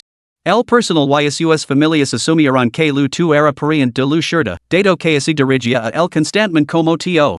Todos se dieron palmaditas en el pecho con seguridad, ayudaron a Lu Tu a lavar sus pocas pertenencias a la habitación 502 y ordenaron el espacio. A continuación, el director adquirió móviles adicionales, proporcionó un ordenador nuevo y, por supuesto, un teléfono móvil y un iPad, todo estaba completamente equipado. 2 horas más tarde, el hospital municipal envió una ambulancia. En ella, Lu Tu se sometió a un examen físico, le venderon las heridas y le recetaron medicamentos importados y suplementos nutricionales. Lu Shirda también le llamó para aconsejarle que descansara una semana para recuperarse, insistiendo en que no había necesidad de volver corriendo a las clases. Esa noche, tumbado en el lujoso colchón nuevo, Lu Tu invocó al sistema. Sistema, me has hecho mudarme al 502. ¿Qué hay exactamente aquí? El anfitrión de explorar por su cuenta. Tu calificación de cumplimiento de la misión es solo de grado B, no se pueden proporcionar más pistas. Estaba seguro de que el secreto se encontraba en la habitación 502. El secreto no iba a desaparecer, así que decidió esperar a que las cosas se calmaran. El alboroto que había causado hoy en la escuela era lo suficientemente significativo. Además, había gente extraña siguiendo. Lu Tu sospechaba que Pang Dawei lo había organizado y se imaginaba que innumerables ojos, tanto abiertos como ocultos, lo estaban observando. Agotado tras un día agitado, Lu Tu necesitaba recuperarse de verdad. Su prolongada desnutrición lo había dejado frágil y democrado reanudaría su venganza contra Ding Zheng una vez que mejorara su salud. A pesar de las constantes idas y venidas en la habitación 502 ese día, nadie había notado nada extraño. Había registrado el lugar 2 veces y no había encontrado nada. Ya fuera por puro agotamiento o por alguna otra causa, mientras yacía en la cama, de repente le dio un calambre en el pie. Su cuerpo se sacudió hacia arriba sin control y su cabeza golpeó el techo con el sonido hueco y característico de los ladrillos huecos. Algo no vi bien. Capítulo 9, Las reliquias del abuelo. Todo rastro de fatiga desapareció al instante del cuerpo de Lu Tuesday se puso en pie rápidamente, golpeando y inspeccionando otras baldosas antes de localizar un ladrillo de 40 by 40. Tras confirmar la cavidad que había detrás, se preguntó, ¿podría ser este el secreto de la habitación 502 del que hablaba el sistema? Impulsado por una intensa curiosidad, corrió al cuarto de servicio en busca de herramientas, pero después de rebuscar entre todo lo que había, solo encontró un cuchillo de fruta, un regalo del señor Wang, el vecino de abajo, que la había traído fruta poco antes. Apartó con cuidado la cama. Aunque solo era una sencilla cama con estructura de madera, Lu Tu carecía de la fuerza física necesaria en ese cuerpo y tardó más de 10 minutos en conseguirlo. Durante todo el preciso, tuvo que tener cuidado de no hacer demasiado ruido y alertar a los vecinos de abajo. Al fin y al cabo, ya eran las 10 de la noche y no quería llamar la atención tan pronto después de mudarse. ¿Quién sabía quién había vivido antes en el 502? Su legada joya había sido todo un espectáculo. Cogió un cuenco con agua, sumergió el cuchillo en él y comenzó a hacer palanca con cuidado a lo largo de las juntas de las baldosas. Media hora más tarde, con un crujido seco, Lutu arrancó la baldosa, intacta. Al instante, iluminó el interior con su teléfono móvil. Un destello de luz deslumbrante lo dejó paralizado. Estaba completamente atenido. Maldita sea. Oro. Detrás de la baldosa había un compartimento secreto hueco, lino hasta los topes de lingotes de oro cuidadosamente apilados. Lutu cogió uno rápidamente. Su considerable peso la aceleró el corazón, solo esa pequeña paisa pasaba increíblemente. Se había hecho rico. En el lingote de oro estaban grabadas las palabras, oro de la nación Dragon 100G. Lo mordió con los dientes y, al ver la clara impresión, Lutu no pudo evitar reírse carcajadas. Por fin era rico. Pero en cuanto la risa escapó de sus labios, cerró la boca. Todos en la residencia de profesores se acostaban temprano. Reprimiendo su emoción, sacó con cuidado todas las barras de oro y las colocó sobre su cama. La pila de lingotes de oro bajo la lámpara era deslumbrante. Había pensado que la recompensa del sistema sería escasa, pero resultó ser precisamente lo que más necesitaba, dinero. Y no era cualquier dinero, era oro sólido, moneda fuerte. Contó 20 lingotes en total, lo que significaba 2000 g de oro. Al precio actual de 610 yuans por gramo, esto valía 22 millones de yuans. Esto era muy superior a una recompensa en efectivo de 22 millones. Con innumerables ojos probablemente escritando su cuenta y sus registros en ese momento, sería imposible justificar una entrada tan repentina de fondos. Aunque en su vida anterior había posado una riqueza comparable a esta, hacía solo unas horas era un estudiante sin un centavo que subsistía a base de bolos al vapor. Ahora, en solo unas horas, tenía una fortuna de millones. Momentos después, se sabrió de su euforia. Una cantidad tan grande de oro no podía liquidarse de inmediato, pero tampoco podía permanecer oculta aquí indefinidamente. Después de todo, el sistema solo había indicado la presencia del oro, no lo había materializado de la nada. Entonces, ¿quién había colocado este tesoro aquí? Los residentes de las dependencias del personal debían ocupar puestos en la Universidad de Shanghai. Una visita para investigar podría dar pistas. Cogió su mochila escolar, envolvió el oro en libros y lo ocultó.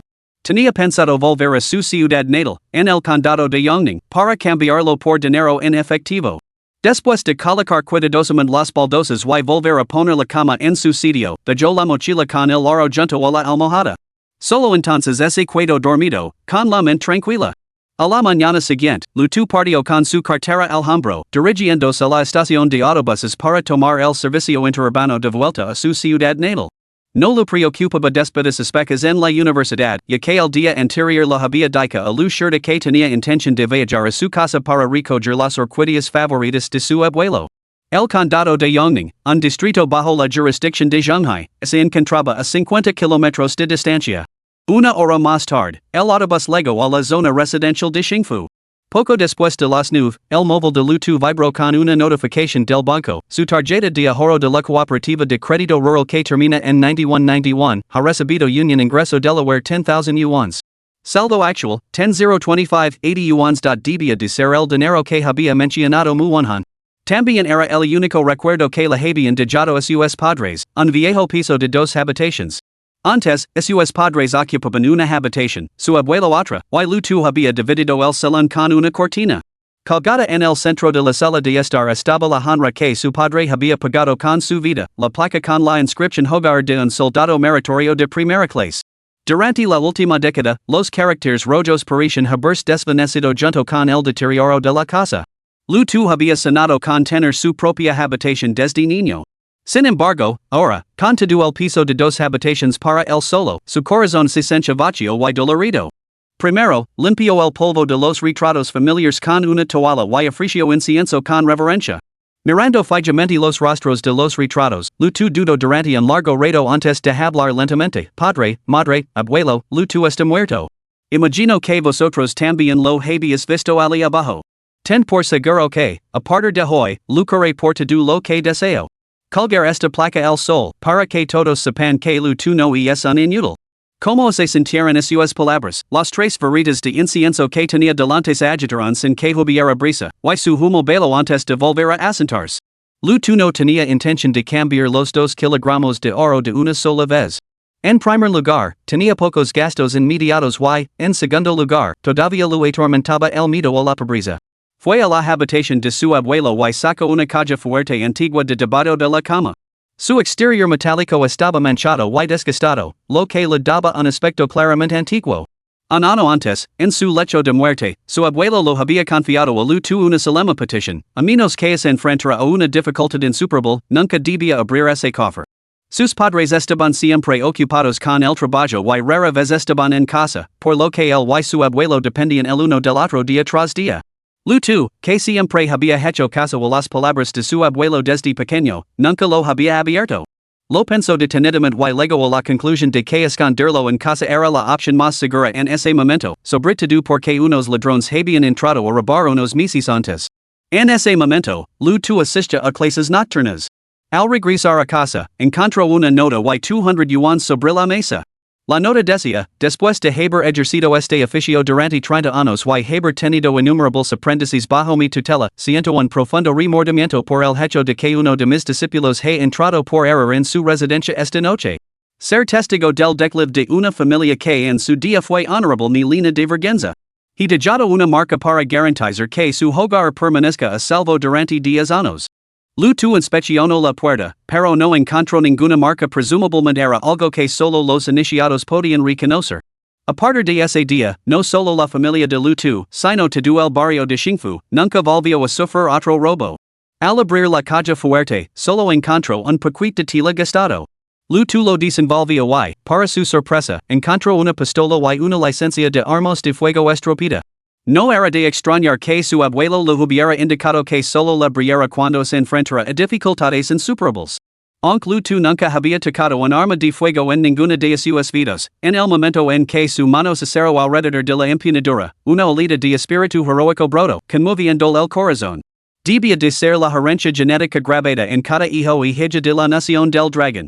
El permiso decía, en reconocimiento al distinguido servicio del camarada Lu Yiding durante la guerra patriótica, así le concede esta pistola de servicio. El sello oficial en la parte inferior levaba la designación de una unidad militar. Capítulo 10, Quebrando lingotes de oro. El abuelo pasó toda su vida respondiendo al llamado de la nación, pero por alguna razón no entregó esta pistola en su momento. Quizás había previsto este día. Esta arma de fuego ha demostrado ser invaluable, pero lo que realmente le salva la vida es la licencia de armas. Poseerla es como tener una tarjeta para salir libre de la cárcel. Incluso se usara esta pistola para matar a Ding Zheng ahora, el asunto se barrería bajo la alfombra. Lu cogió el arma y la licencia, depositó solo 10 lingotes de oro y se quedó con otros 10. Tenía la intención de cambiarlos por dinero en efectivo y, para obtener el mejor tipo de cambio, el Dragon Nation Bank era la opción más obvia. Sin embargo, el origen de ese dinero era dudoso, ya que carecía de registros de compra o recibos, lo que solo despertaría sospechas. Como no quería delatar su tapadera tan pronto, decidió visitar una tienda de oro más grande. La pérdida no sería significativa. Recordó una calle de reliquias culturales no muy lejos de su casa, donde había varias tiendas de oro. De niño, solía vender allí las monedas de cobre que encontraba mientras rebuscaba en el campo. Apenas un día después, Lu volvió a recorrer las calles, con un air de confianza y serenidad que había desterrado su antigua timidez. Llevar una pistola reforzaba considerablemente su determinación, no temía que nadie descubriera el arma que llevaba consigo. Al fin y al cabo, quien en su sano juicio sospecharía que un estudiante universitario poseía una pistola? Pronto llegó a la calle de las Antigüedades y vio una modesta joyería. Empujó la puerta y entró. Un caballero con gafas lo saludó, dejando a un lado su plumero para darle una cordial bienvenida. Buenos días, señor. ¿Puedo ayudarlo? Solo estoy echando un vistazo. El propietario sonrió amablemente. Tomé su tiempo. Todas mis joyas están hechas a mano por mí mismo y así pueden verificar con un espectrómetro. Lu examinó los países de oro de los Qin. Tenía que admitir que la artesanía era exquisita, nunca habría imaginado que el frágil anciano Qin poseera tal habilidad. Fue directo al grano. ¿Cuánto paga por el oro? El anciano Qin se ajustó las gafas. El precio del oro hoy es de 618, pero solo puedo ofrecer 580. Es el precio estándar por aquí, y primero tendrá que evaluar la pureza. Lu tu había investigado en internet de antemano. Sabía que no solo las tiendas de oro rebajarían el precio, sino que incluso el reciclaje directo de longue gold pagaría por debajo del precio de mercado. Saco un lingot de oro longue de 100G directamente de su bolso y lo coloco sobre el mostrador, entonces examinelo. ¿Vend la barra entera? Sí, a su precio. Pero tengo una condición, debe pagar en efectivo. Aparentemente sorprendido por la apariencia juvenil de Lu Tu, el viejo chin lo miró con asombro.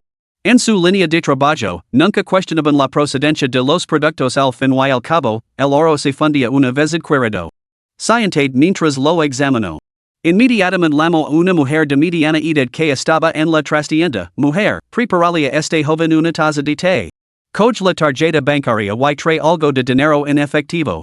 Tras verificarlo, el viejo chin y su mujer intercambiaron una mirada antes de acompañar a Lu Tu al salón. ¿De dónde eres, joven? De Shanghai. ¿Estás seguro de que quiere vender? Seguro. Entonces enviar a mi mujer a buscar el dinero. Espera. Lu Tu sacó los lingotes de oro que le quedaban de la bolsa, 10 lingotes de 100G que colocó ante el viejo chin, dejando a la pareja completamente asombrada. Los ojos del viejo chin se iluminaron. Rápidamente susurró con urgencia, esposa, trae más dinero. Media hora más tarde, la esposa del viejo chin llegó con una gran bolsa de cuero negro. Colocó 580,000 yuans en efectivo ante Lu Tu, acompañados de una máquina contadora de billetes. El viejo chin le ofreció a Lu Tu un cigarrillo de Zhongjiu, pero este lo rechazó. Lu Tu cogió con indiferencia un fajo de billetes y los contó delante de ellos. No confiaba en el té que el chin había preparado, ni en los cigarrillos que le había ofrecido, ni siquiera en la máquina contadora de billetes que le había proporcionado, solo confiaba en el dinero que había pasado por sus propias manos. Pasó otra media hora. Después de confirmar que todo estaba correcto, Lu Tu metió 570,000 yuans en su mochila. Bien, asunto resuelto. Lu Tu extendió la mano y estrechó la de Lao Chin. Tanto Lao Chin como su esposa estaban encantados. Apenas habían abierto la tienda cuando se materializó una transacción tan importante. En menos de una hora, habían ganado decenas de miles de yuans y el trato había sido muy sencillo. Recazando la tarjeta de visita de Lao Chin, la pareja intercambió sus contactos de WeChat. Cuando Lu Tu se dio la vuelta para marchas, la alerta del sistema sonó una vez más. Ding! Tarea aleatoria activada, divulgan manantial por una gota de bondad, recompensa a Jiangxi. ¿Aceptas? Lu Tu se detuvo, y su mente evocó instantáneamente imágenes de Jiangxi protegiéndolo air. Una ola de calidez surgió en lo más profundo de su ser. Cuando se trataba de devolver el favor a una mujer, especialmente una hermosa, la mejor manera era convertirse en su novio. A decir verdad, si el sistema no le hubiera asignado esta tarea, Lu Tu nunca se habría acercado a Jiangxi. Su ídolo había ganado su gratitud, pero no ningún sentimiento romántico. Ahora, completamente solo y sin nada, su única esperanza era el sistema. No había razón para rechazarlo. Además, Jiangxi encajaba perfectamente con los gustos estéticos de Lu Tu de aceptó sin dudarlo. Después junto al mostrador de joyería, se dirigió a la esposa del viejo chin. Señora, deseo comprar algunas joyas para una joven. ¿Cuáles serían las más adecuadas? El viejo chin, al ver que había negocio, inmediatamente esposó una sonrisa de bienvenida y comenzó a explicar con entusiasmo. ¿Y es tu novia o todavía la estás cortejando? Tengo intención de cortejarla. Entonces no deberías regalar colores ni anillos. Podrías elegir entre pendientes o pulseras, y no eliges nada demasiado caro, porque podría negarse a aceptarlo. La señora Chin, al ver la actitud decidida de Lu Tu, rápidamente sacó varias pulseras del expositor para que él eligiera. Sin embargo, Lu Tu no parecía impresionado y siguió mirando. Joven, ¿le parecen estas pulseras demasiado delicadas? ¿Por qué no echa un vistazo en vuestras muestras? El viejo chin puede fabricar una del grosor que dice inmediatamente. La señora Chin tenía claramente mucha confianza en la destreza de su marido. Lu Tu negó lentamente con la cabeza y finalmente fijó la mirada en una pulsera de plata escondida en un rinzón. ¿Cuánto cuesta esa?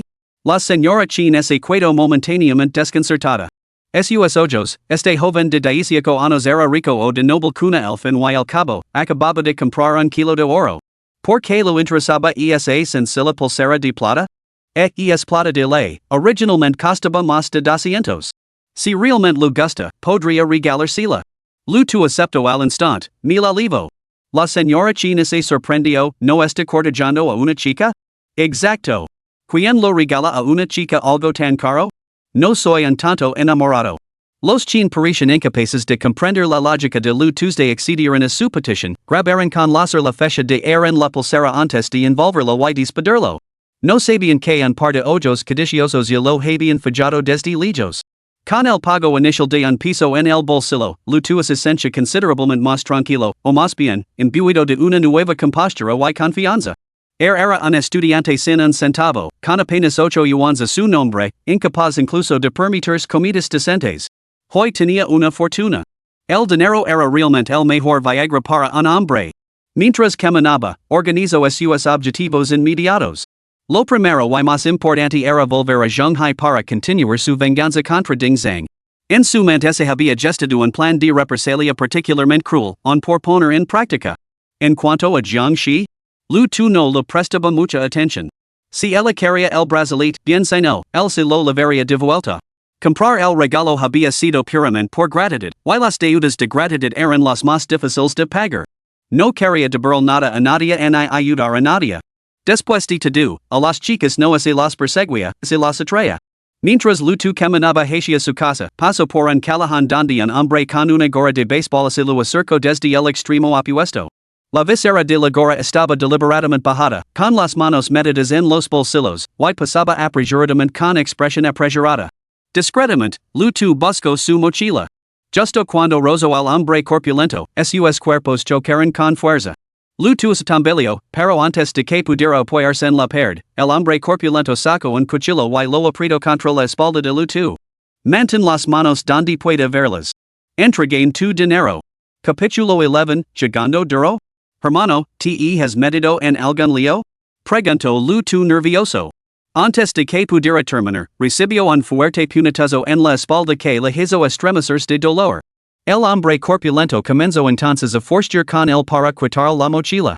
Deja de hablar y entrega el dinero, o te matar. Lu Tu retrocedió rápidamente y suplicó dócilmente, hermano, comete. Hey cámaras de vigilancia por todas partes. No ligaras muy lejos conmigo. El hombre corpulento ese burlo con frialdad, ¿crees que soy tonto? He explorado este callejón a fondo, aquí no hay cámaras. Tarea aleatoria activada, eliminar al ladrón. Dado que el hombre se atrevió a intentar robar, Lu Tu no iba a dejarlo pasar, incluso sin que el sistema lo indicara una tarea. Hermano mayor, no me hagas daño. Te dare to do el dinero. Lu Tu se encogió de hombres y lo ofreció su mochila. El hombre corpulento le levantó y notó su peso. Incluso a través de la máscara, Lu Tu podía ver que el hombre corpulento estaba encantado. Después de todo, cientos de miles en efectivo pesaban bastante. Al ver la cooperación de Lu Tu, el hombre corpulento escupió con desprecio en su dirección, ansioso por abrir la bolsa. Maldito inútil de mierda. ¿Crees que te mereces todo este dinero? Ser amable y lo gastar por ti. Antes de que pudiera terminar, una boca profunda y oscura se aprisionó contra su sien. El hombre corpulento rompió a sudar frío al instante. Se obligó a calmarse, repitiéndose una y otra vez que la pistola debía de ser falsa. Cuando volvió a mirar a Lu Tu, la apariencia tímida de antes había desaparecido. Aunque era claramente un joven de rasgos delicados, su rostro mostraba una crueldad impropia de su edad. Sigo adelante. El hombre corpulento se obligó a mantener la compostura. Vivo en la calle desde los 15 años. ¿Crees que puedes asestarme con una pistola de juguete? Una cava burlona se dibujó en los labios de Lu Tu mientras presionaba el cañón contra la frente del hombre. ¿En I siquiera reconoces una pistola de verdad? ¿Te llamas a ti mismo un experto en la calle? ¿Qué diablos has estado haciendo todo este tiempo? En el momento en que el frío cañón tocó su frente, el hombre corpulento abandonó toda pretensión de esperanza. A tan corta distancia, negarlo era inútil. El joven tenía un arma de fuego auténtica. No tuvo tiempo de pensar dónde había conseguido el arma el chico. Se arrepintió de no haber traído más hombres. Había supuesto que se trataba de un niño rico que había robado oro de su casa para venderlo y conseguir dinero. Pero, ¿qué tipo de estudiante lleva una pistola consigo? Con un golpe el hombre corpulento cayó de rodillas, arrojando el cuchillo y la bolsa de luto delante de él. No me mates. Soy una escoria sin valor. Aunque me mates, lo pagarás con tu vida. Luto arqueo una ceja ante esto. Así que intentas intimidarme, pensando que me tienes acorralado? Pareces un estudiante con un futuro brillante por delante. No hay necesidad de desesperarme. Matarme no te permitirá escapar. Con eso, luto le dio una patada en plena cara al hombre corpulento. Se oyó un crujido seco cuando la nariz del hombre se dobló en un ángulo antinatural. En mi registro familiar solo figuro yo. Como te atreves a amenazarme? El dolor hizo que el hombre corpulento gritara como un fantasma, luchando por agarrar el arma de lutos de pero luto no le dio la oportunidad. Rápidamente sacó la navaja que había caído al suelo y la clavó con cena en el muslo del hombre, haciendo que la sangre brotara a borbotones. Y gravemente herido, la visión de la sangre que brotaba de su muslo petrificó al hombre. Solo pretendía robar a alguien para conseguir dinero para jugar y recuperar sus perdidas, sin esperar fracasar. Aterrorizado, se arrastró hacia la salida del callejón, pidiendo ayuda a gritos mientras avanzaba. Pero era mediodía, quien iba a pasar por allí. Luto vio esto y dio un paso adelante, pisando con fuerza la espalda del hombre corpulento. Cierra la boca si no quieres morir. Lu grito. Hermano. Abuelo. Antepasados. Por favor, perdónenme. El corazón del hombre corpulento se llenó de remordimiento. El muchacho que tenía delante no mostraba ni una pizca de comportamiento de estudiante cuando lucaba. Se había dejado engañar por su apariencia. Un niño de 3 años lavando lingotes de oro por un mercado bullicioso, el mundo lo vería como un demonio. Si no hubiera traído su pistola hoy, tendría suerte se escapara solo con el dinero robado Piorón, podría haber sido apuñalado, incluso asesinado. Luto había sido cauteloso en cada paso, pero aún así había sido descubierto por alguien con segundas intenciones. Había subestimado la oscuridad de la naturaleza humana y sobreestimado sus propias habilidades. No hay por qué entrar en pánico. No te he apuñalado en una arteria importante. No vas a morir todavía. Ahora, dime, ¿quién más, aparte de ti, me ha estado vigilando? Hermano mayor, te juro que estoy solo. ¿Por qué iba a compartir una oportunidad tan dorada con alguien? Además, pareces tan joven y delgado como una rata. La voz del hombre corpulento se apagó al ver una sonrisa significativa en los labios de lutos de una sospecha aterradora se arraigó en su mente, provocando un escalofrío que momentáneamente atenuó el dolor. Hermano mayor, aquí hay cámaras de vigilancia. No hagas ninguna tontería. Déjame irme ir del condado de Shinchi inmediatamente. Luto lo miró fríamente, limpiando la sangre de la navaja de la cara del hombre corpulento. Lo tienes todo calculado, ¿verdad? Aquí no hay cámaras, ¿verdad? El hombre corpulento tenía una expresión de absoluta desesperación, y su voz estaba llena de resignación. Hermano mayor, te estaba mintiendo hace un momento. Luto lo tiró al suelo de una patada. Deje de tonterías. Según las reglas de tu propia banda, deberías dejarme algunas partes de repuesto, ¿no? El hombre corpulento estaba muerto de miedo. Mirando al frágil estudiante universitario que tenía delante, su expresión se volvió aturdida. ¿Quién era el verdadero gánster aquí? Mis unas? Hermano mayor, estoy desesperado. Mi esposa está gravemente enferma, ya ha recibido 9 rondas de quimioterapia. Estamos realmente al límite. Antes de morir, solo quiero comer albóndigas. Por eso salí a robar. Luto hizo una pausa y luego lo miró fijamente, aparentemente conmovido. Así que al fin y al cabo eres un tipo decente? No diría que soy un buen hombre, pero, por favor, jefe, perdón mi vida. Dejen despedirme como es debido de mi esposa. Está bien. Vite. Luto le hizo un gesto con la mano para que se marchara. El hombre corpulento se quedó estupefacto. Solo había dicho una mentira sin importancia, y el otro la había perdonado. ¿Era realmente tan sencillo? Por un momento, no supo si Luto era realmente ingenuo o fingía serlo. Se arrodilló en el suelo, sin atreverse a moverse ni un centímetro. Entonces fue testigo de una escena que nunca olvidaría en toda su vida. Luto sacó un fajo de billetes de su mochila y así lo entregó con indiferencia. Una mirada de lástima cruzó el rostro de Lutuste. Robaste para alimentarte, no es culpa tuya. Culpa a la sociedad. Toma estos 5,000 yuans. Yo, hermano, eres un Buda viviente, verdaderamente magnánimo. El hombre corpulento podía jurar que había cometido innumerables fecorias en su vida, pero solo esta vez, este joven de 18 años que tenía ante sí, lo había hecho sentir el aguijón del remordimiento. Nunca había encontrado tanta generosidad. Después de robar y tener la ventaja absoluta, el joven no solo estaba dispuesto a dejarlo ir, sino que incluso lo había dado dinero para cumplir su deseo. ¿Qué tipo de resplandor humano era ese? El hombre corpulento se sintió lleno de arrepentimiento y remordimiento. Mirando fijamente a los ojos ahora ligeramente melancólicos de Lutu, estuvo a punto de soltar que había estado mintiendo. Pero su razón lo dijo, no confieses, solo sal rápido de aquí. Lutu le dio una palmada en el hombro al hombre corpulento y le devolvió la navaja. Vite. De verdad que no es culpa tuya. Tampoco tienes que devolverme el dinero. El hombre corpulento cogió el billete de 5,000 yuans con manos temblorosas, se levantó tambaleandos, se inclinó respetuosamente ante Lutu en señal de gratitud y luego hu presas del pánico. Una vez que el hombre desapareció de su vista, Lutu sacó su móvil y marcó un número de emergencia. Hola, agent. Me han atracado a punta de navaja. Sí, me ha quitado los 5,000 yuans de la matrícula y ha huido hacia Harmony Lane. Tras colgar, Lutu aserio con ironía, tendrá que agradecernoslo. Capítulo 12, Mejorar la Constitución Física. Al escuchar un delito tan atroz, el operator alertó inmediatamente a la comisaría más cercana para que enviara agents. Lutu había considerado emplear de nuevo la táctica de finger una lesión, pero descartó la idea. La herida del corte que se había infligido a sí mismo el día anterior apenas había cicatrizado. Además, los matones que se atrevían a atracar a la gente a plena luz del día seguramente figuraban en los registros policiales. Y aunque no fuera así, ¿qué más daba? En el peor de los casos, solo tendría que hacer una llamada telefónica. Al fin y al cabo, Lutu tendría que presentar la licencia de armas de su abuelo. Incluso si eso implicaba involucrar a Pang Dawei, Lutu tenía su justificación, era un recuerdo de su abuelo, algo que llevaba consigo por razones sentimentales. Además, no estaba cargada.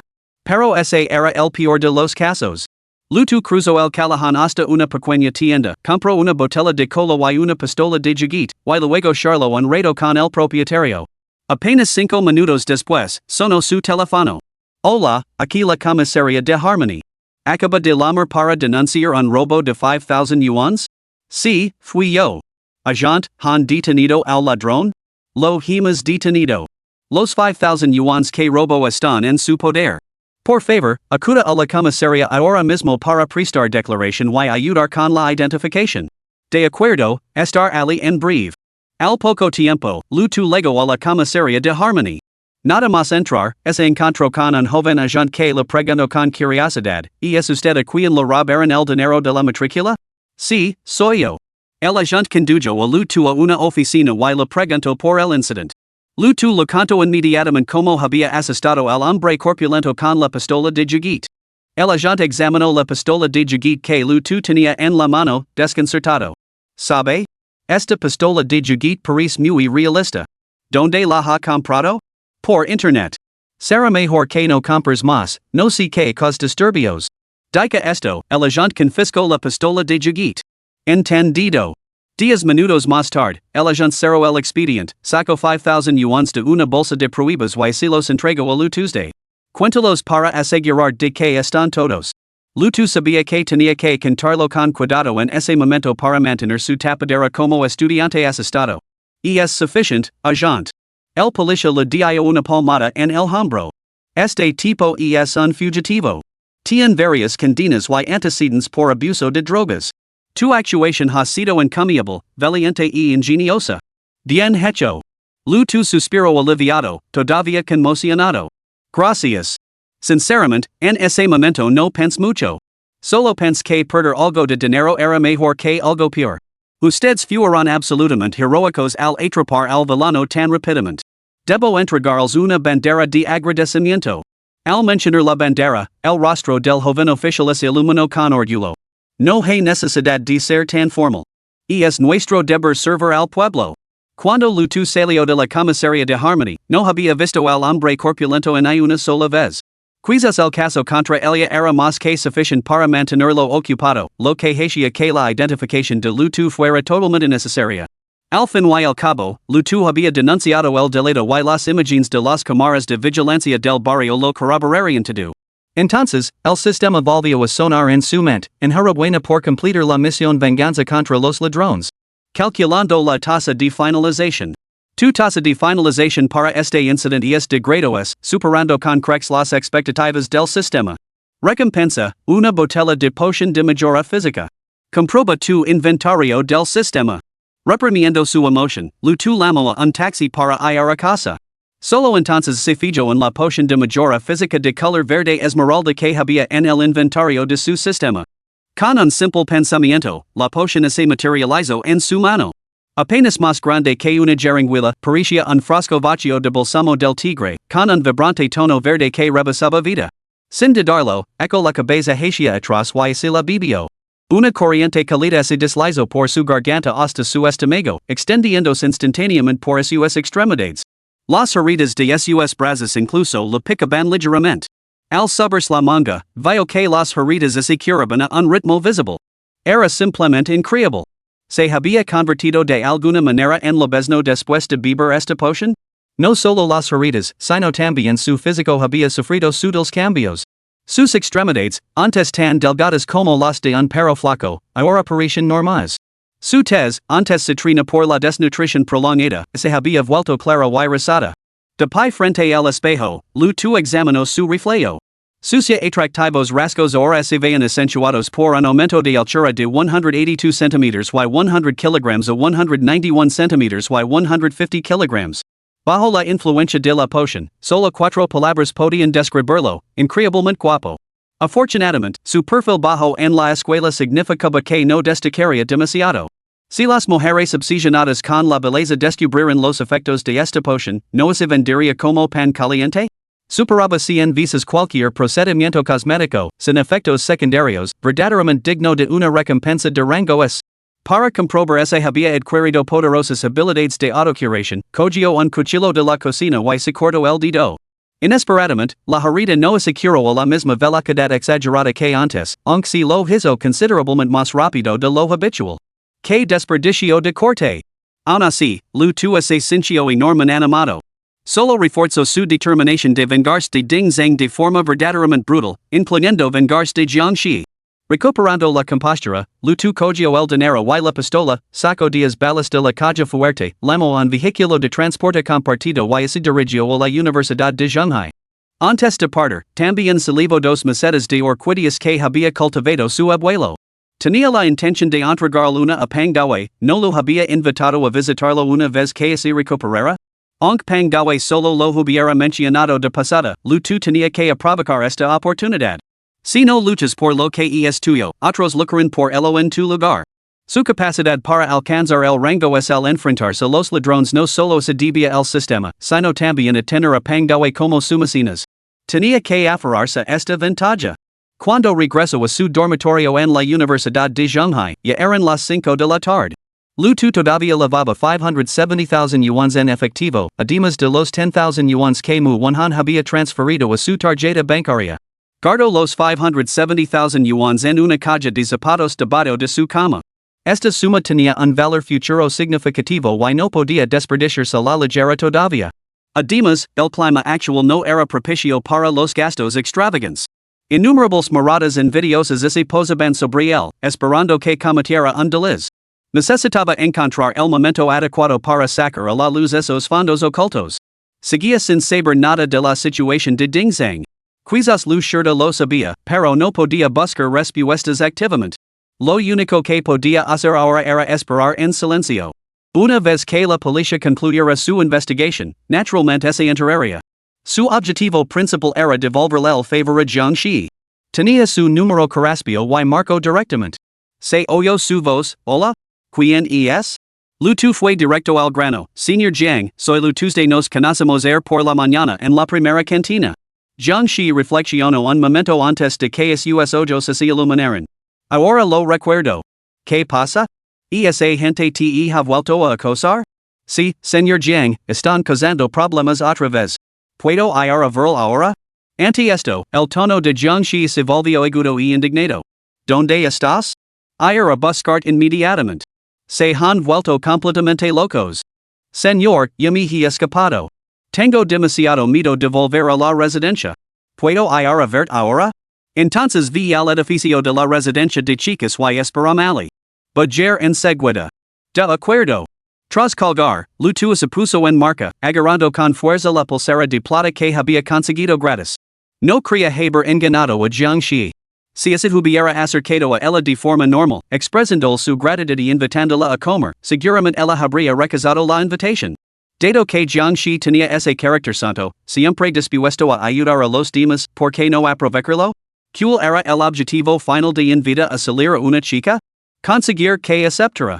Independientemente del método, asegurar esa primera cita significaba un 50% de posibilidades de éxito. A decir verdad, a las chicas no les preocupaba demasiado si las enganabas. Lo que importaba era si podías seguir enganándolas. Capítulo 13, el placer de una nueva identidad. Para una primera cita, la puntualidad es innegociable, y es una cuestión de etiqueta básica. Vestido con ropa y zapatos nuevos y elegantes, realzado por la transformación de la poción del sistema, Lutu irradiaba un encanto tan seguro de sí mismo que atrae a las miradas curiosas y los suspiros de las chicas por el camino. Mira a ese chico tan guapo. Tiene la piel tan clara que parece el protagonista de un manga hecho realidad. Creo que ese parece el actor que interpretó a Constantine, como se llamaba? Keanu Reeves. Exacto. Estoy de acuerdo. ¿Cómo es que nunca me había fijado en él antes? No sirve de nada mirarlo fijamente, un chico tan guapo debe de ser un maldito marica. Mira, ese dirige hacia la residencia de chicas. Ni pregunto quién tendrá la suerte de ser su novia. Ahora sí que parecía la vida universitaria de siempre. Lutu no podía soportar el desprecio que todos lo habían mostrado el día anterior. Por el camino, algunas chicas un poco más atrevidas se acercaron a Lutu para pedir su WeChat, aunque todas afirmaban que era para presentárselo a sus compañeras de habitación, sin atreverse a admitir que era para ellas mismas. Lutu aceptó todas las solicitudes sin dudarlo y las añadió a todas como amigas. En ese momento acaba mucho de menos tener compañía. La vida universitaria sin amigos le parecía profundamente empobrecida. Aunque en su vida anterior no había ido a la universidad, sin duda había tenido sus experiencias a nivel universitario. ¿No lo había dicho ese famoso maestro de la seducción? Si quieres perfeccionar tus habilidades en el arte de cortejar, solo hay un secreto: nunca rechaces a una fía. La forma más rápida de integrarse en este mundo era ligar con algunas chicas, hacer algunas buenos amigas. Mientras caminaba desde las dependencias del personal hasta la residencia de chicas, Lutuya lavaba las manos llenas de satsumas, aperitivos variados y un modesto ramo de flores. De pie bajo el árbol banano frente al dormitorio, Lutua se encontró completamente rodeado por un grupo de jóvenes. Eco un vistazo para confirmar que Jiangxi no había salido y decidió seguir charlando con sus compañeras de clase. ¿En qué caso estás, jovencito? Le preguntó una sofisticada dama con un abrigo negro de lana, sonriendo y bloqueando el paso. Soy Lutu, del caso 24, clase 2 de lengua y literatura china. Así que eres un estudiante de tercer año. ¿Cómo es que nunca te había visto antes? ¿Te has estado escondiendo de tu hermana mayor todo este tiempo? La mujer le lanzó a Lutu una mirada juguetona, con la mano apoyada con naturalidad en su hombro. Lutu se rió entre dientes mientras le quitaba suavemente la mano, suya suavidad le dejó una huella en la piel. Instintivamente, lo rascó ligeramente la palma. Soy bastante introvertido. No me gusta mucho salir. La mujer mayor le lanzó una mirada significativa, con voz dulce y burlona. Introvertido, sin duda. ¿Estás libre más tarde? A la mayor le gustaría invitar a una olla caliente. No estoy libre, tengo planes. ¿Quién te tiene tan perdidamente enamorado? En ese momento, una voz fría cortó el aire: soy yo. El grupo se volvió y vio a Jiangxi mirando a Lutu con una mirada gelada. La mujer mayor confundió la actitud de Jiangxi con una declaración de propiedad y puso un pequeño puchero agrio. Ah, la famosa señorita Jiang. No me extraña que estés tan enamorado, cuerito joven. Pero ya sabes, una vez que te has acostumbrado al plato principal, es perfectamente aceptable darse un pequeño capricho de vez en cuando. La estudiante de último año se colocó deliberadamente donde Jiangxi pudiera verla, le dio un sudalaprete en el brazo de Lutu antes de irse y alejarse con las otras chicas.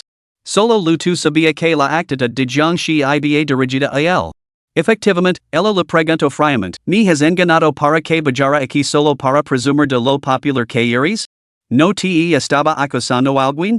Lu tu relatos element to el incident, se había encontrado con una inspección de las autoridades, tras la que la dirección de la escuela reprendió a Ding Zhang y le concedió a Lu tu las subvenciones a las que tenía derecho.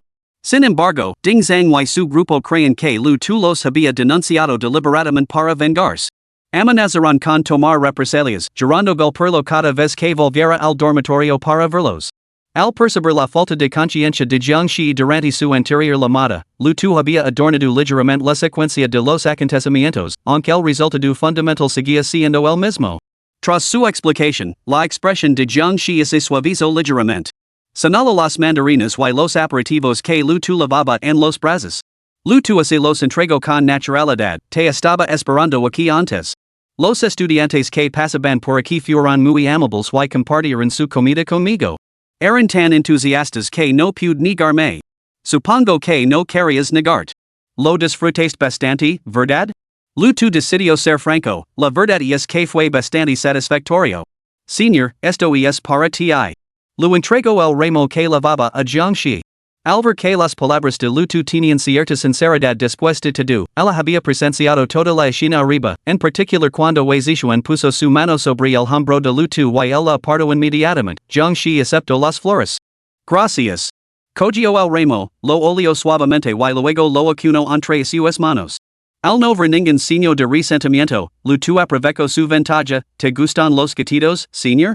Por supuesto que sí. ¿Por qué? El repentino cambio de tema disipó momentáneamente su descontento anterior. Acabó de ver una camada de gatitos recién nacidos en el parterre junto a las dependencias del personal. Parece que han perdido a su madre y se ven terriblemente desamparados. Ah, sí? ¿De verdad? Llévame a verlos ahora mismo. Señorita, tengo bastante hambre. ¿Comos primero y luego vamos a ver a los gatitos? En hablar. Para cuando terminemos de comer, podrían haberse congelado hasta morir.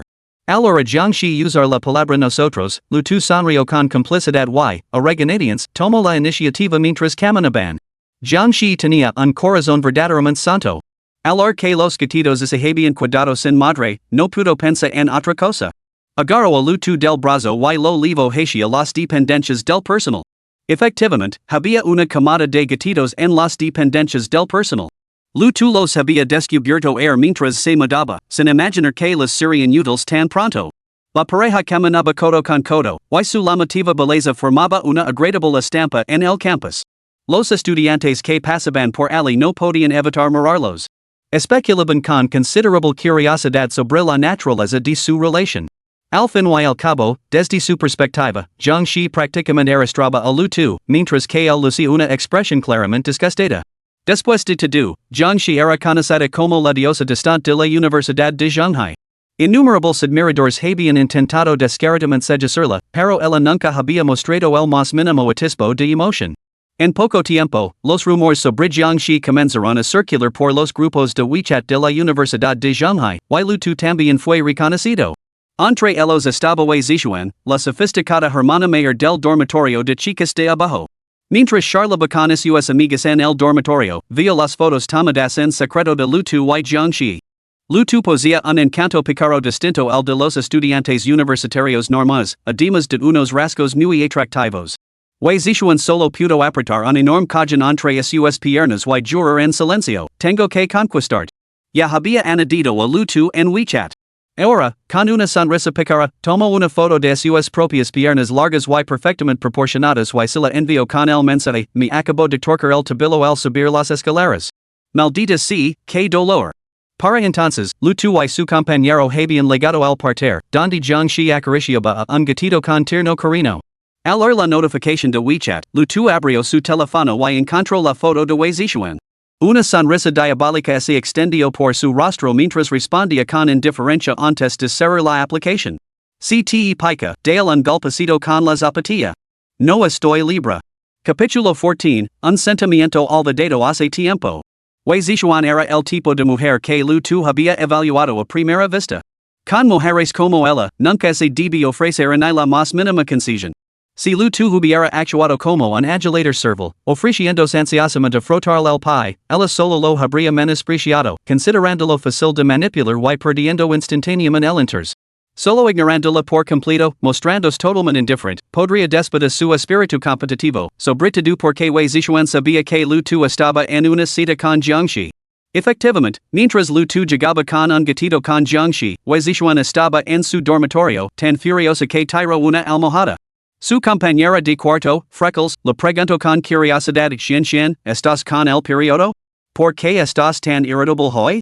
Wei Zixuan agarró a Freckles por los hombres, Tian, respondim, soy guapa? Freckles Tian asintió timidamente, guapa. Eres la más guapa de nuestra residencia.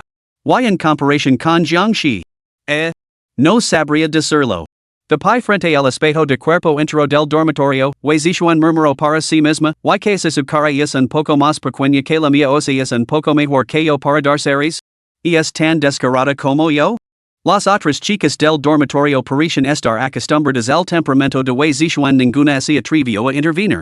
Junto al parterre, Jiangxi miró suplicante a Lu Tu: joven, ¿podría hacerme este favor? De ninguna manera. Sobre todo, no tengo experiencia. Solo esta vez. Lo prometo, solo esta vez. Si no acepta, no sé a quién más pedirlo. Pero, Lu Tu intentó negarse, pero Jiangxi le interrumpió: no olvide que la ayuda en la cantina.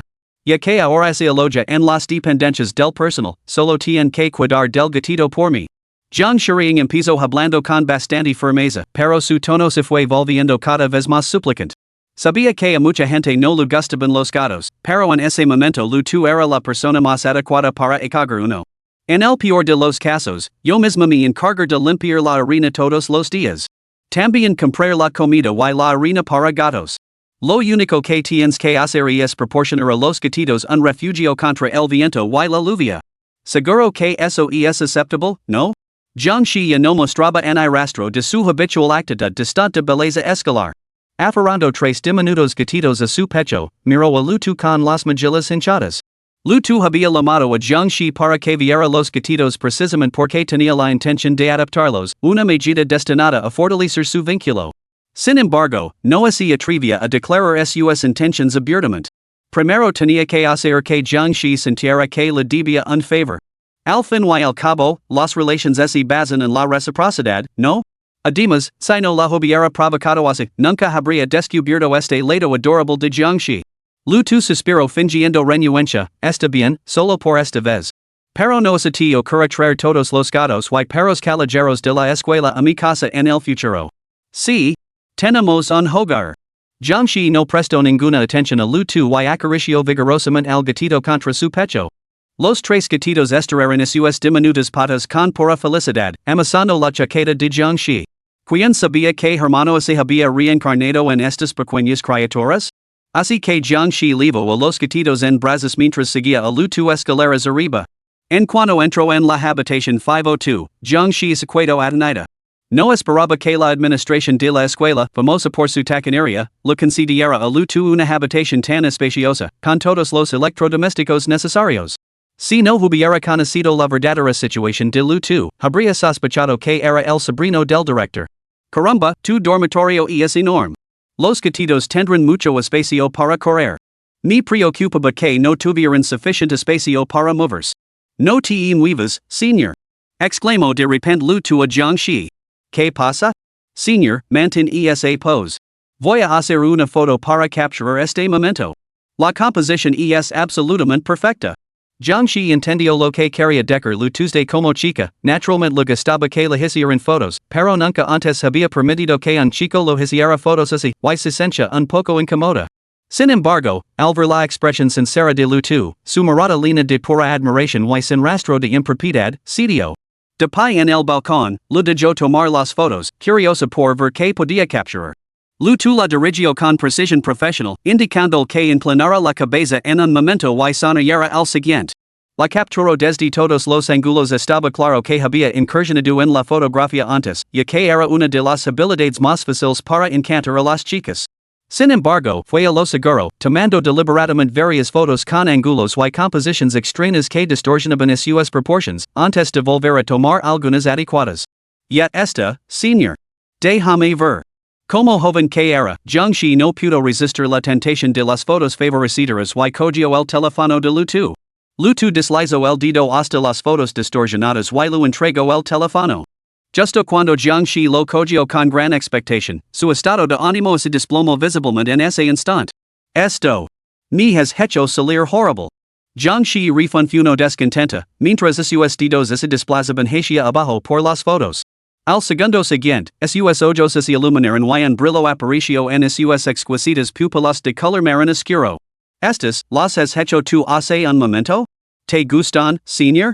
En la foto, el balcón estaba rodeado de vegetación. Los ojos de Jiangxi brillaban de alegría mientras tres gatitos jugaban tirando de su bufanda. Una suave brisa hacia under su coleta, creando una escena tan hermosa como la de un drama japonés. Un clic sacó a Jiangxi de su ensimismamiento. Levantó la vista y vio que Lu Tu había aparecido a su lado, utilizando otro teléfono para tomarles una foto juntos. Al mirarla instantánea, se vio a sí misma en ella, con la cabeza inclinada sobre la pantalla del teléfono y una sonrisa de felicidad en el rostro. Lu Tu la miró con afecto indulgente. La luz del sol que se desvanecía los banaba a ambos, creando una ligera sobreexposición que parecía un filtro añadido, lo que hacía que la escena fuera aún más armoniosa. La sucesión de emociones dejó a Jiangxi completamente encantada. Sentía claramente que estar con Lu Tu era muy agradable. Un aroma tenue y agradable emanaba del cuerpo de Lu Tu, haciendo que sus mejillas se sonrojaran. No conseguía identificar de qué se trataba.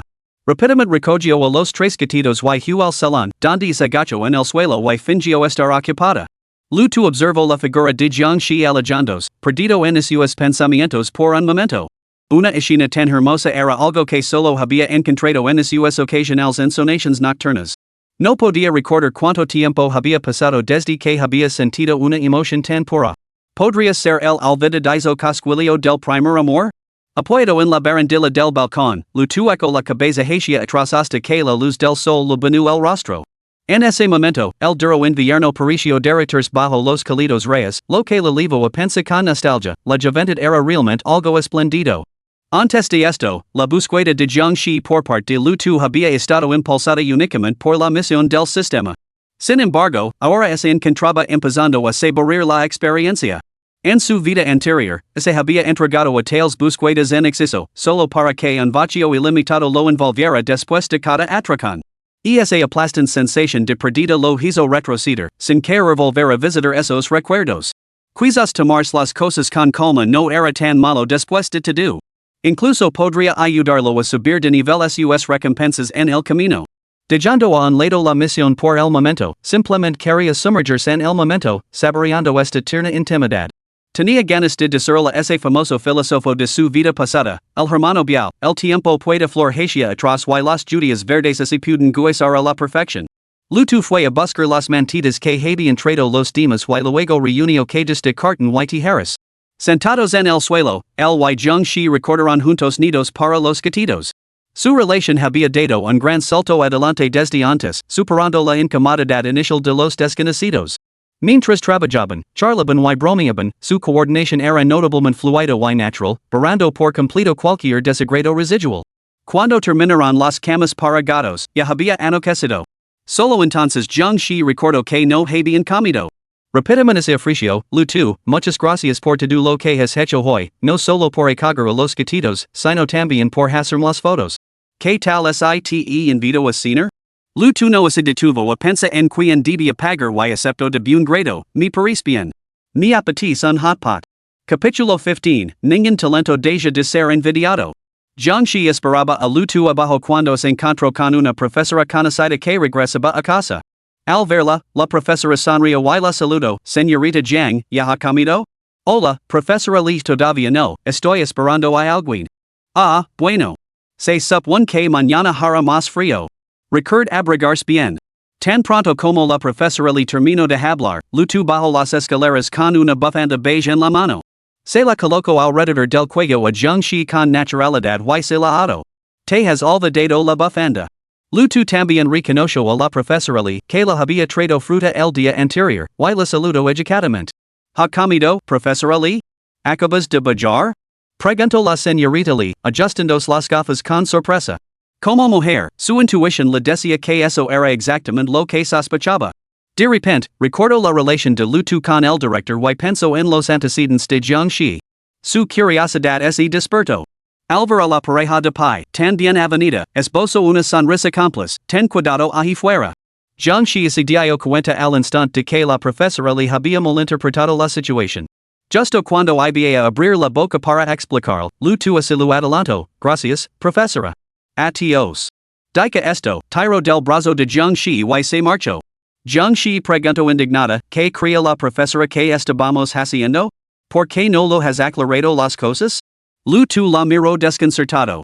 ¿Qué hay que explicar? Somos tan puros como la nieve recién queda.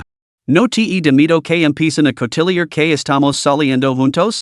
Los cotillos siempre existen y si los ignoras, no existen.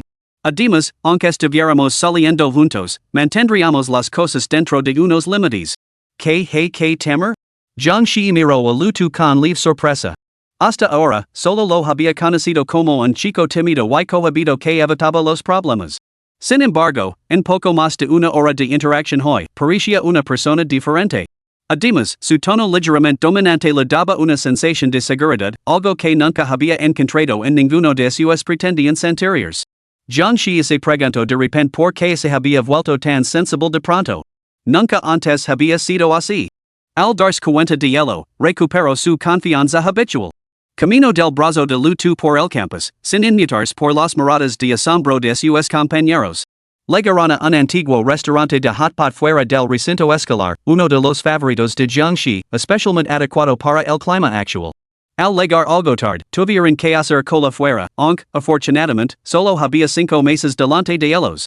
Jiangxi era, por naturaleza, bastante reservada, de ahí su apodo entre sus compañeros como la diosa distante. Afortunadamente, Lu Tu era mundano y ingenioso, y a menudo le provocaba para que sirviera sin inhibiciones, sin importar las apariencias. Su mera presencia atrajo una considerable atención. Aunque la mayoría de los clientes de este establecimiento eran estudiantes de la Universidad de Shanghai que no conocían a Lu Tu, casi todos reconocieron a Jiangxi. Al ver a la distante belleza del campus tan entretenida por Lu Tu, varios jóvenes presentes sintieron que se les encogía el corazón. Lanzaron miradas hostiles a Lu Tu, declarándolo instantáneamente su rival romántico número 1.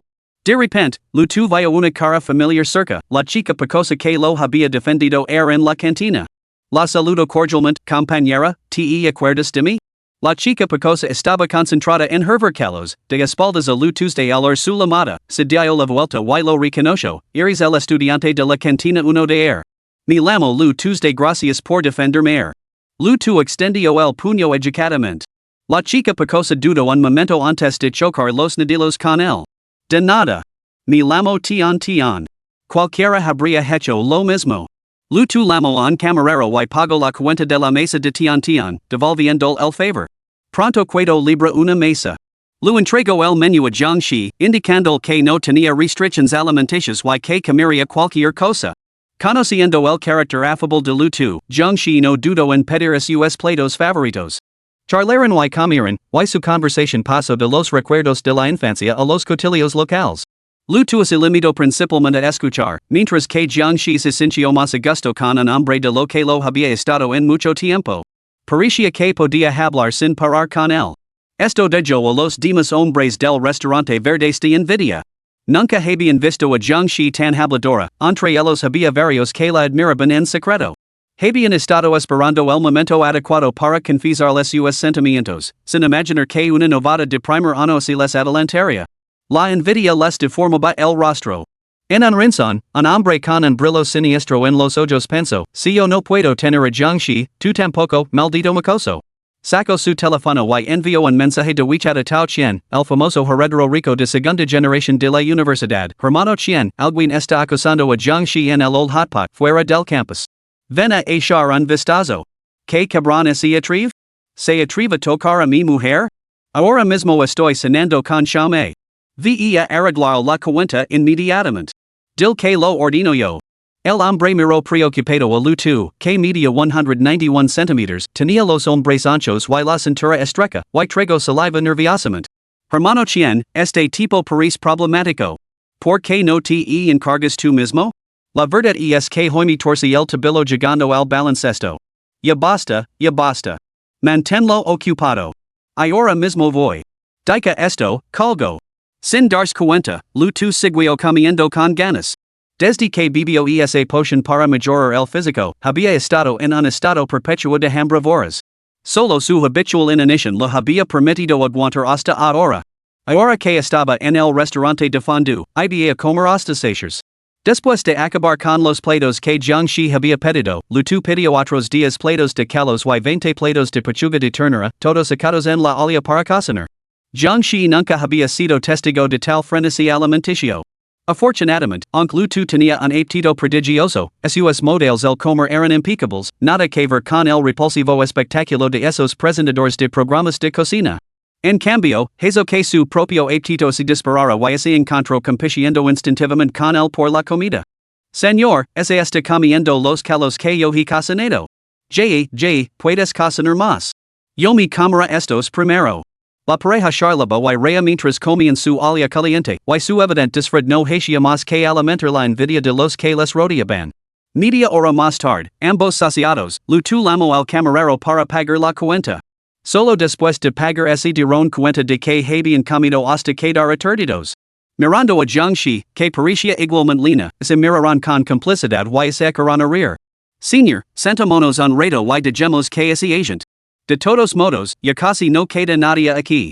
Como quieras. Estar sentados sin hacer nada resultaba tedioso. Lutu llevaba tiempo notando las miradas envidiosas de los demás, pero este Lutu ya no era el alma tímida de antaño. Cuanto más descontentos parecían los demás, mayor era su alegría al fin y al cabo, aquellos que no despiertan envidia son meros mediocres. Cogió con indiferencia el formulario de pedido en blanco y el bolígrafo de la mesa y se volvió hacia Jiangxi. Quédate quieta, señor. Te haré un bocito. De acuerdo. Jiangxi recordó las magistrales habilidades fotográficas de Lutu de esa misma tarde. Dibujar también debía de ser algo natural para él al fin y al cabo, todas las formas de arte comparten puntos en común. En poco tiempo, Lutu había dibujado una versión chibi de Jiangxi en el papel. Había garabateado deliberadamente algunos detalles, convirtiéndola en una chica regordeta con la boca llena de comida, una representación cómica y ridícula. Este era uno de sus trucos probados y comprobados. Yet esta, señor. Echa un vistazo. Cuando se lo entregó a Jiangxi, ella no se enfadó. En cambio, se llevó el dibujo a la cara con elegancia, fingiendo indignación mientras hinchaba las mejillas. Míralo bien. ¿De verdad es parece a mí? En ese momento, un Lamborghini Gallardo se detuvo frente a la tienda. Un joven vestido de paisa cabeza con ropa de marca salió del coche, luciendo unas exageradas gafas de sol amarillas. Sin siquiera apagar el motor, se quitó las gafas de sol y entró en la tienda con air arrogante. Su mirada se posó inmediatamente en la escena que se desarrollaba ante él. Instantáneamente consumido por la rabia, se dirigió con determinación hacia Jiangxi. Capítulo 16, Cuando un pícaro puede hacer magia, nada se interpone en su camino. Shuri, querida, ¿por qué demonios estás comiendo en un sitio como este? Si te apetece una olla caliente, deberías habérmelo dicho. Habría pedido a nuestro chef que te la preparara, trayendo en avión la carne wagyu más fresca de Japón. Este sitio es totalmente insalubre. La acusación en voz alta y ligeramente enfadada del hombre atrajo las miradas de todos los comensales del restaurante de alas calientes. Jiangxi giró la cabeza, confundida, y se encontró con la mirada furiosa de Tao Qian, como si él lo hubiera hecho algún grave agravio. No pudo evitar mirarlo con frialdad, sin molestarse siquiera en sostener su mirada. Volviéndose hacia Lutu, sus labios esbozaron la misma sonrisa de antes, me has dibujado tan fea. Yo que confiaba en ti. Tendrás que compensarme. Aunque Lutu no reconoce al hombre, no hacía falta ser ingenio para darse cuenta de lo que estaba pasando. Como compañero, Lutu, naturalmente, no le prestó ninguna atención. Lutu tomó el bocito de Jiangxi con una sonrisa y lo entregó un lápiz. Está bien. Te compensar. Toma, señor, dibuja un círculo aquí. Prometo convertir esta basura en algo mágico. No me engañes. Los tramposos son peritos, los mentirosos son diablilos. Los demás clientes presentes volvieron la mirada hacia Ali, sabiendo que estaba a punto de producirse un espectáculo. Jiangxi tomó el bolígrafo con una mezcla de escepticismo y curiosidad, y dibujó un círculo en el papel. A instancias de Lutu, sopló suavemente sobre él. Entonces, con un movimiento rápido del dedo índice contra el reverso, Lutu hizo su jugada. Ante la morada atenida de los presentes, el papel, que antes estaba en blanco, revelo de repente una pulsera de exquisita factura, que brillaba con destellos estelares bajo la luz de la lámpara. Jiangxi se tapó la boca con asombro. Esto superaba sus expectativas más descabelladas. Había supuesto que Lu Tu solo estaba empleando esas tácticas para provocar a Tao Qian, que estaba a su lado, pero nunca imaginó que realmente pudiera hacer magia. Como dice el refrán, cuando un pícaro sabe magia, ¿qué mujer puede resistirse? Había muchos jóvenes presentes, que anhelaban el dulce romance que solo se vi en las series. Ahora, al presentar como se desarrollaba ese sueño ante sus ojos, todos exhalaron un grito de alegría, y algunas incluso rompieron en aplausos. Vaya, qué adorable. ¿Cómo lo has hecho? Señor, ¿te gusta? Jiangxi no podía ocultar su alegría.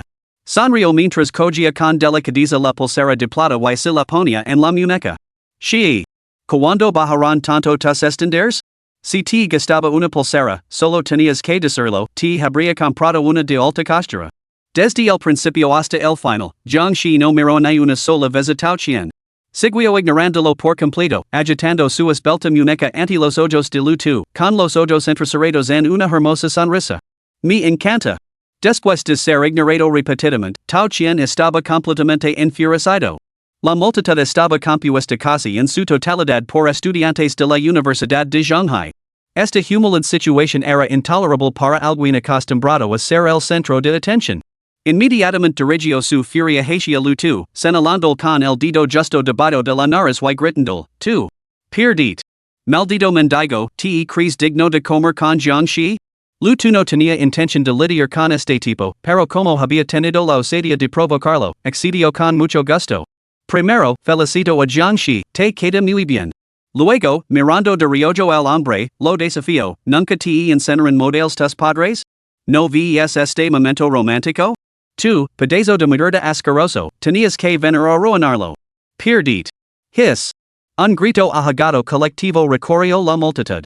Todos los presentes conocen a Jiangxi y, naturalmente, reconocieron a Tao Qian, el famoso mocoso rico de segunda generación de la Universidad de Shanghai. ¿Cómo se atrevía Lu Tu a hablar así a Tao Qian? Era de dominio público que Tao Qian tenía un historial de problemas. Una vez, un chico chocó accidentalmente con él mientras jugaba al fútbol y Tao Qian le dio una paliza tan fuerte que acabó en el hospital con las costillas fracturadas. ¿Quién sabe cuánto dinero gastó su familia para suavizar las cosas? Al final, solo recibió una sanción disciplinaria grave y su padre donó un cine a la universidad. Tao Qian se enfureció tanto por las palabras de Lu Tu que se echó a reír. ¿Cómo podía imaginar que alguien a quien ni siquiera conoce se atreviera a acusarlo de falta de modelos? Acostumbrado a intimidar a los demás, se abalanzó sobre Lu Tu, agarrándolo por el cuello mientras le gritaba, que te joden, mendigo asqueroso. Pero en el momento en que movió la mano, un dolor insoportable lo atravesó la muñeca. Al mirar hacia abajo, veo que Lu Tu lo agarraba la mano como con un tornillo de banco, como si la tuviera sujeta con unos alicates. Tao Qian ni siquiera había visto cuando había actuado Lu Tu de momento y consentido como era, no pudo soportar el dolor. Apretando los dientes, lanzó su otro puño hacia la cara de Lu Tu. Con un fuerte crujido, Lu Tu lo bloqueó de nuevo. Un empujón casual hizo que Tao tropezara hacia adelante, recuperando el equilibrio solo con la ayuda de los transeúntes. Tao Qian, esto es indignante. ¿Qué crees que estás haciendo? Jiangxi se puso de pie de insulto, con los ojos, normalmente brillantes y vivos, ahora congelados por una furia gelada. Tao Qian miró a Jiangxi conmocionado. La había perseguido sin descanso durante 2 años enteros, ¿no lo sabía toda la universidad? En su mente, ella era su novia. Y ahora se ponía del lado del otro hombre. ¿No había visto cómo la empujaban?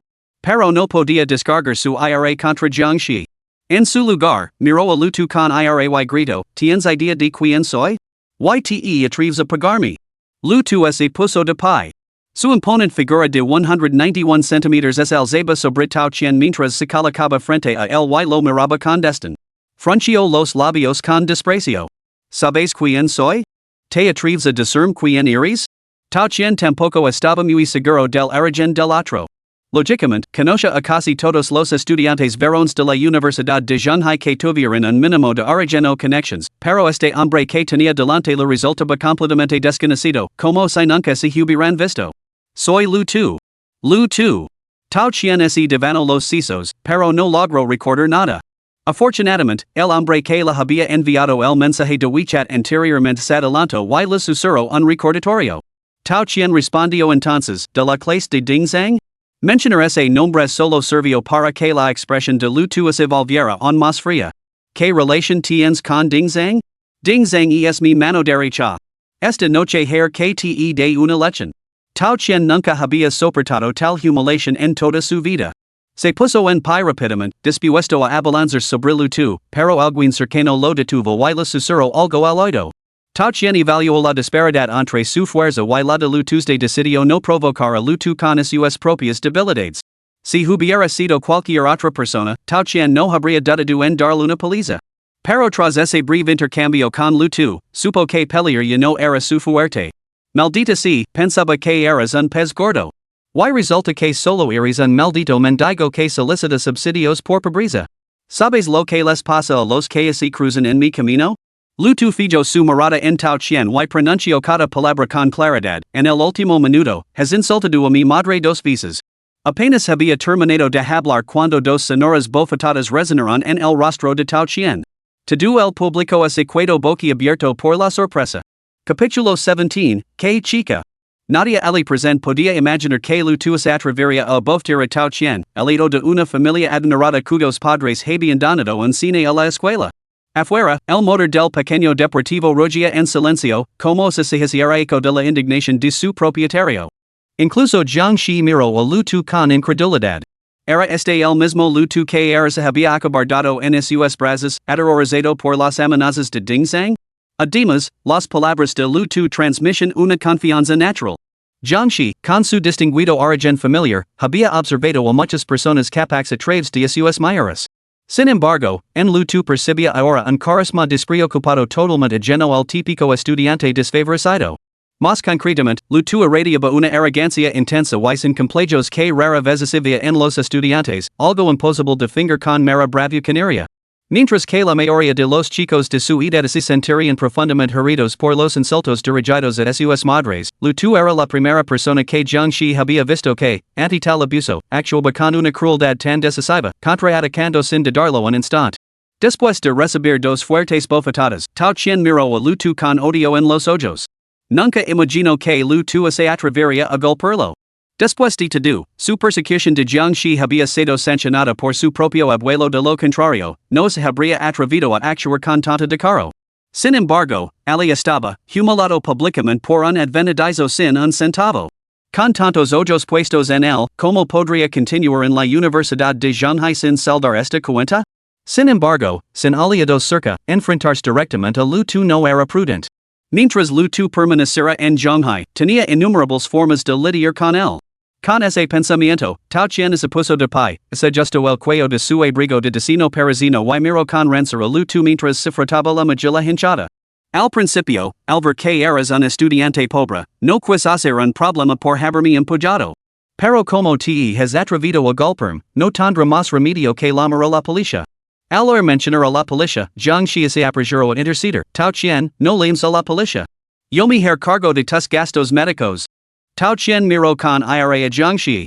Antes me ignorabas constantemente, pero ahora que amenazo con arrestar a este gambero, te pones a defenderlo? Al arresto, luto empujó a Jiangxi detrás de él. Volviéndose hacia Tao chien, una sonrisa burlona se dibujó en sus labios. ¿Necesito que mi superior interceda por mí? Si eres tan cobarde, adelante, llama a la policía. Aunque oído que estás acostumbrado a pisotear a la escuela. ¿Cómo es que hoy has decidido ser un polili? Tao chien ya estaba reprimiendo su ira. Si no hubiera sabido que no podía vencer a luto, habría golpeado primero. Al escuchar las implacables burlas de luto, fue como un barril de pólvora que se incendió en un instante. Luto. Her que te maten. Jiangxi sabía que, debido a los antecedentes familiares de Tao chien, este no era un estudiante cualquiera al que luto pudiera plantar cara. Aunque no hubiera traspasado los límites legales, luto acababa de bofetear a Tao chien dos veces. Compensar los gastos médicos era manageable, pero el problema crítico era que se Tao chien perseguía esto sin descanso, o peor aún, iba al hospital para que lo examinaran y sobornaba a un médico para que emitiera un certificado de lesions leaves. Luto podría enfrentarse una pena de prisión. Después de todo, la cara de Tao Qian todavía estaba hinchada como la cabeza de un cerdo. ¿Quién sabía de dónde había sacado tanta fuerza Lutu, que era estaba tan débil? Jiangxi intervino, Tao Qian, consideralo un favor que me debes. No lanes a la policía. Estoy dispuesta a cubrir tus gastos médicos. Pero Jiangxi no había previsto que, para Tao Qian, esas palabras sonaran más bien como un insulto. Desde su punto de vista, ella era su mujer tarde o temprano, y sin embargo ella estaba pagando los gastos médicos del chico guapo que la había golpeado. ¿En qué se diferenciaba eso de ponerle los cuernos? Nunca había soportado tal humiliación en toda su vida. Tao Qian prácticamente le gritó a Jiangxi, con la voz cargada de rabia, Zora asquerosa. ¿Te atreves a pagar sus gastos médicos? Las palabras dejaron a toda la multitud estupefacta. Muchos de los presentes conocen la condición de Jiangxi, la hija del alcalde. Que Tao Qian profiriera tales insultos contra ella demostraba que su ira había nublado por completo su juicio. En su ira irracional, Tao Qian no se preocupó por las consecuencias. Después de todo, la empresa de juegos de azar del grupo Tao era una industria pilar y un importante contribuyente en Zhonghai. Incluso el padre de Jiangxi trataba a su propio abuelo con el máximo respeto. Veo claramente la mirada de furia humilada que se reflejó en el rostro de Jiangxi. Tao Qian se regodeaba en la satisfacción de su contraataque cuando, al instante siguiente, sintió que el suelo se hundía bajo sus pies y se encontró volando por los aires. Tao Qian, hijo de puta. Tan pronto como las palabras de Tao Qian se desvanecieron, Lutu gritó, lanzando simultáneamente una patada que golpeó a Tao Qian directamente en el abdomen. La fuerza lo lanzó hacia atrás, dando dos vueltas antes de estrellarse contra la calle. Un murmullo recorrió la multitud, pero nadie estaba más sorprendido que Jiangxi. Su corazón se había encogido ante la blasfemia de Lutu, pero al instante se inundó de una inmensa alegría. La mirada de Jiangxi mientras contemplaba a Lutu era absolutamente impresionante. Nunca le habían faltado pretendientes, pero todos eran o bien soñadores con labia o bien hombres que solo hacían cosas para impresionarse a sí mismos. Solo Lutu había reaccionado así, lanzando una patada voladora simplemente porque Tao Qian la había insultado. Para Jiangxi, que había sido una estudiante modelo desde la infancia, Lutu era absolutamente brillante. En ese momento, sintió que entendía por qué Lutu siempre la había parecido diferente. El dueño del restaurante de fondue corrió a detener a Lutu, joven, no acepilín en mi establecimiento. Lutu observó los restos de los muebles volcados y sacó su teléfono del bolsillo. Calcula cuánto cuestan las mesas y las sillas. Tú también eres estudiante, así que te cobrar 800 yuans. Antes de que Lutu pudiera pagar, Jiangxi intervino, lo siento, señor, por las molestias. Una notificación sonó desde la caja registradora, 1000 yuans recibidos a través de WeChat. Lutu no se detuvo en ella y se dispuso a marchar y saldar cuentas con Tao Qian. Pero Jiangxi le tiró del brazo. Se volvió, un poco desconcertado, esperando que ella le echara otra bronca. En cambio, Jiangxi le dedicó una sonrisa de ánimo. Se colocó un mechón de pelo detrás de la oreja con la mano izquierda, mientras que con la derecha, adornada con una pulsera, le cogió del brazo con naturalidad. Pase lo que pase, dijo, lo afrontaremos juntos. Lutu miró a Jiangxi y notó que su mirada había cambiado. Si adoptar al gatito y el incidente del bocito fotográfico habían sido solo el aperitivo, entonces su patada protectora de antes parecía haber abierto la puerta de su corazón. Jiangxi apretó el brazo de Lutu y lo miró con curiosidad. ¿Tienes miedo de arrastrarme contigo? Al resto, Lutu se quedó clavado en el sitio, perdido en sus pensamientos. Había visto demasiadas mujeres frías en su vida. Aunque el y Jiangxi solo fueron amigos ahora, no era raro que las parejas se abandonaran mutuamente cuando se produce una catástrofe. Sin embargo, en esta época en la que los puños de las mujeres reinaban supremos, ¿podía existir realmente una mujer tan honorable? Si Jiangxi, una mujer, podía mantenerse tan firme, ¿cómo podía Lutu vacilar y actuar como una mujer? De repente, lleno de heroica determinación, se rió con ganas, bien. Lo afrontaremos juntos. Capítulo 18, Jiangducha. Bajo la mirada de todos, Lutu y Jiangxi salieron del restaurante de fondue china y se acercaron a Tao Qian. Tao Qian yacía acurrucado en el suelo, revolviéndose y maldiciendo sin cesar. Lutu, ¿estás jodido? Te matar. Lutu decidió no dar el golpe de gracia. Al fin y al cabo, era un estudiante, no un matón. No se atrevía a cometer actos ilegales a la vista de todos. On podía justificar el ataque anterior, pero se le daba una patada ahora, se consolidaría la acusación de agresión intencionada. Pronto, varios policías se abrieron paso entre la multitud y entraron en escena. Después de interrogar a los presentes, miraron a Lutu con ira, ¿has sido tú quien ha empezado esto? Lutu lo admitió con franqueza, sí, he sido yo. Un policía se apresuró a recuperar las imágenes de las cámaras de seguridad del restaurante, mientras que los demás comprobaban el estado de Tao Qian y le preguntaban, ¿puedes levantarte? Al ver a su principal defensor, Tao Qian comenzó a gritar a los agents, ¡sálvenme! Este tipo está tratando de matarme. Tonterías. Esta es una sociedad regida por la ley. ¿Quién se atrevería a cometer un asesinato a plena luz del día? Un agente mayor que se encontraba cerca había examinado a Tao Qian y no había encontrado lesiones graves, por lo que lo indicó que se levantara. Tras ser sostenido por sus secuas, Tao Qian inmediatamente comenzó a dar órdenes a los agents, soy Tao Qian, del grupo Tao. Pónganse en contacto con mi abogado y mi familia inmediatamente. Debo ir al hospital para que me examinen las lesiones. Calmes, lo levaremos ali. El agente de mediana edad se acercó a Lutu y le hizo un discreto gesto con la cabeza desde un ángulo que los demás no podían ver. Solo entonces Lutu reconoció al agente. Había estado en la cantina, escoltando a Ding Zhang. Con tantos testigos presentes, Lutu no fue tan tonto como para mostrar su reconocimiento. Fingió inocencia, agente, las imágenes de las cámaras de seguridad mostraron todo el incidente. Este tipo empezó el problema. El agente de mediana edad se puso inmediatamente serios y resopló con frialdad, no necesitamos que nos dé instructions sobre cómo manejar este caso. Vas a venir con nosotros para prestar declaración. Jiangxi dio un paso al frente, yo también estuve involucrada. Ir con ellos. El agente de mediana edad era el jefe del distrito y, por supuesto, reconoció a la hija del alcalde Jiang. Al observar su actitud íntima con Lutu, les lanzó una mirada significativa a ambos antes de ascender. Pueden acompañarnos. El resto de ustedes, estudiantes, deben dispersarse y regresar a la escuela de manera segura. Luego llevó a Tao Qian al hospital para que la examinaran, mientras que Lutu y Jiangxi fueron escoltados a una sala de conferencias en la comisaría. Después de indicarles que se sentaran, el oficial de mediana edad se presentó, mi nombre es Su. Ahora, por favor, expliquen lo que sucedió. Jiangxi permaneció agarrada con fuerza a la mano de Lutu en todo momento. Lutu habló primero, buenas tardes, agente Su. El asunto es el siguiente. Relato la secuencia de los hechos sin adornarlos.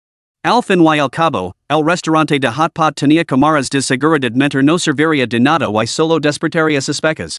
El agente Su tomó notas y preguntó con severidad, su relato es bastante preciso.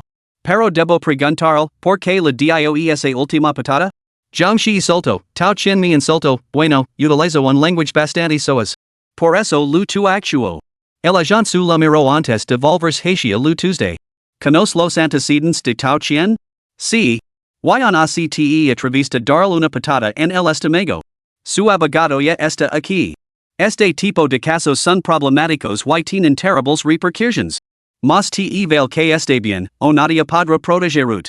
Lutu respondió con calma, estoy dispuesto a asumir la responsabilidad de mis actos.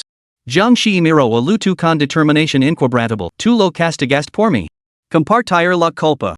El oficial Su intercambió una mirada de impotencia con la pareja antes de suspirar.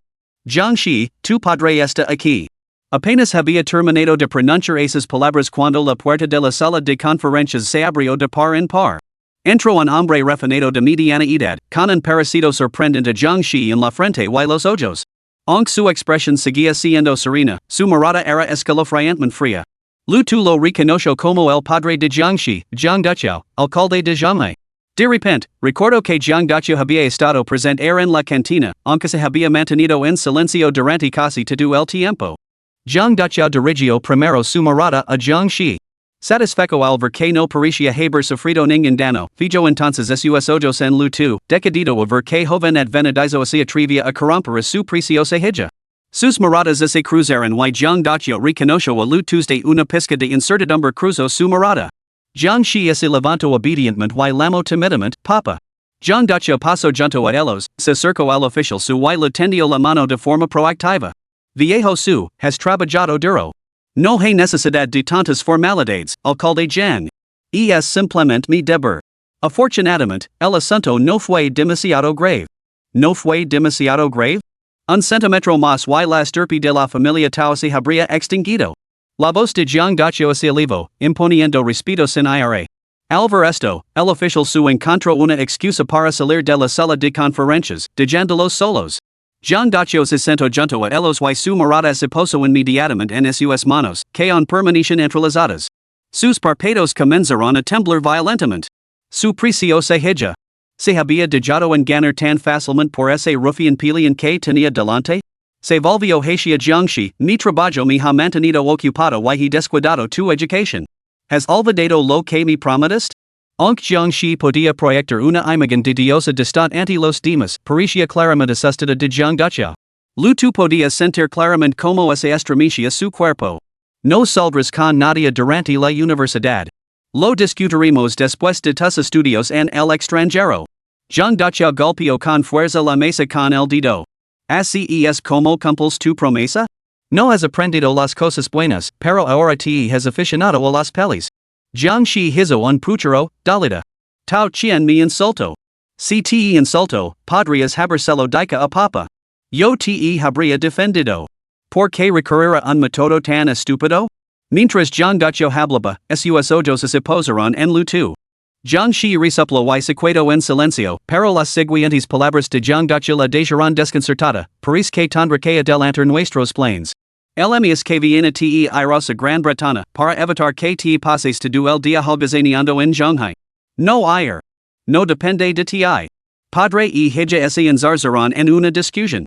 Lu2 sabía que era el momento de intervenir, ya que él había sido el desencadenante de la escena. Se puso de pie y se inclinó profundamente ante Jiang Dacio. Tío Jiang, mi nombre es Lu Tuesday, creo que nos conocemos. Sí, respondió Jiang Dacio con frialdad. El incidente de hoy ha sido causado por mi imprudencia. Todo este asunto se debe a mi impulsividad y lo ha acarreado repercusiones negativas. Lo pido disculpas. No se preocupe. Ya puede marcharse. El tono de Jiang Dacio no admite réplica, despidiéndolo de manera efectiva. Lu2 sabía perfectamente que no podía marcharse. Sin siquiera volverse, sencha la mirada de Jiangxi fija en él. Jiangxi estaba dispuesto a asumir las consecuencias por él. Si se marchaba ahora, ¿qué clase de hombre sería? Ante Jiang Dacio, Lu2 agarró con fuerza la mano de Jiangxi y declaró, articulando cada sílaba, no me voy. Capítulo 19, Se mi novio. Jiang Dacio frunció el seno. ¿No te vas a marchar? ¿Pretendes asumir toda la responsabilidad? Sí. Para ser precisos, Jiangxi y yo la asumiremos juntos. ¿Qué derecho tienes a involucrar a mi hija en esto? ¿Qué derecho tienes a tomar decisiones por ella, por mí, su padre? Rugió Jiang Dacio, enfurecido. Lu2 miró a Jiang Dacio con calma, sin rastro de miedo, porque le prometí que lo asumiríamos todo juntos. Tonterías. ¿De verdad crees que tu supuesto fervor será suficiente? Podemos manejarlo. Al resto, Jiangxi miró el perfil decadido de Lu2 de las lágrimas brotaron de sus ojos y se derramaron. Se las secó con una sonrisa, y el pánico que había sentido antes por su error desapareció al instante, sustituido por una profunda sensación de seguridad. Ni siquiera ella podía entender por qué, después de conocer a Lu2 durante solo 2 días, podía depositar una confianza tan inquebrantable en sus palabras. Jiang Dacio estaba tan exasperado por Lu2 que se echó a reír. Miró al joven obstinado que tenía delante, una cabeza más alto que él. Si no me falla la memoria, estabas llorando en la cantina porque no podías conseguir tu beca después de haber sido acusado. ¿Cómo puedes ser tan arrogante hoy, diciendo tonterías tan descaradas delante de mí? Lu2 no prestó atención a la verdad de sus palabras y asintió con calma. Es cierto que fui cobarde. Pero cuando Jiangxi estaba siendo reprendida delante de mí, si no hubiera tenido el valor de protegerla, no habría merecido llevar el apellido Lu. Jiangxi abrió mucho los ojos al comprenderlo de repente. Por fin entendió por qué Lu2 había estado tan tímido y ahora mostraba un valor tan extraordinario, todo era por ella. Levantando la barbilla, murmuró, Lu2, no quiero ir a Inglaterra. Quiero quedarme contigo. No tienes que ir a Inglaterra. Dame tiempo. Puedo protegerut y dar todo lo que dices. Al resto, Jiangxi sintió que un peso le quitaba de encima. Por fin comprendió qué tipo de hombre decía realmente. Agarrándose con determinación al brazo de Lu2, declaró, no voy a ir a ningún sitio. Me quedo contigo. Absurdo. Infantil. Ingenuo. Jean dacha diao un punetazo en la mesa y se levantó bruscamente. Olvidando su cargo de alcalde, señaló con el dedo acusador el Tuesday. Como te atreves a presumir de que puedes dar to do lo que Jiang Shi dice? Si hoy no fuera su padre, ya estarías arrestado. Que te hace pensa que puedes dar a Jiang Shi to do lo que dice? Si yo no fuera su padre, te arrestarían. Como sabes que Tao Qian no sobornaría a un médico para que le diera un certificado falso? La más mínima lesión justifica la detención. La lealtad de tu familia es incuestionable, pero nadie puede protegerute cuando infringes la ley. Incluso tu padre, tu abuelo. Te do tu clan será en desgracia contigo. ¿Qué le ofrecerías entonces a Jiang Shi para que fuera feliz? No serías más que un delincuente marginado con antecedentes penales. Cuando Jiang Dacha terminó de hablar, su rostro se sonrojó, tal vez por la intensidad de sus emociones. Solo entonces Jiang Shi se dio cuenta de la gravedad de la situación.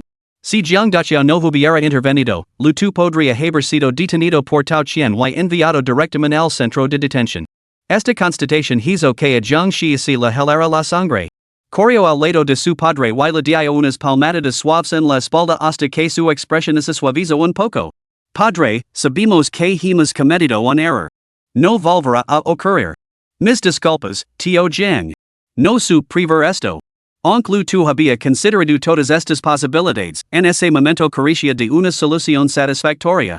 A menos que fuera absolutamente necesario, deceba evitar molestar a Pang Dawei, sin saber si estaría dispuesto a ayudar en un asunto así. Además, cada palabra que había dicho Jiang Dacha era cierta. Tenía que ofrecerle una salida a Jiang Dacha. Una vez que su IRS como, Jiang Dacha hizo un gesto con la mano con impotencia. No hay necesidad de decir más. Este asunto termina aquí. Solo tengo una exigencia, tienes prohibido ver a Jiang Shi. Papa. No lo haré. Jiang Dacha suavizó su severidad anterior y habló con sinceridad. Es cierto que te he descuidado, preocupado por el trabajo. Puedes posponer tu viaje a Inglaterra por ahora, pero no hay futuro para vosotros dos. Luego se volvió hacia Lu Tu, joven, en realidad te tengo en gran estima. Tu origen es respetable.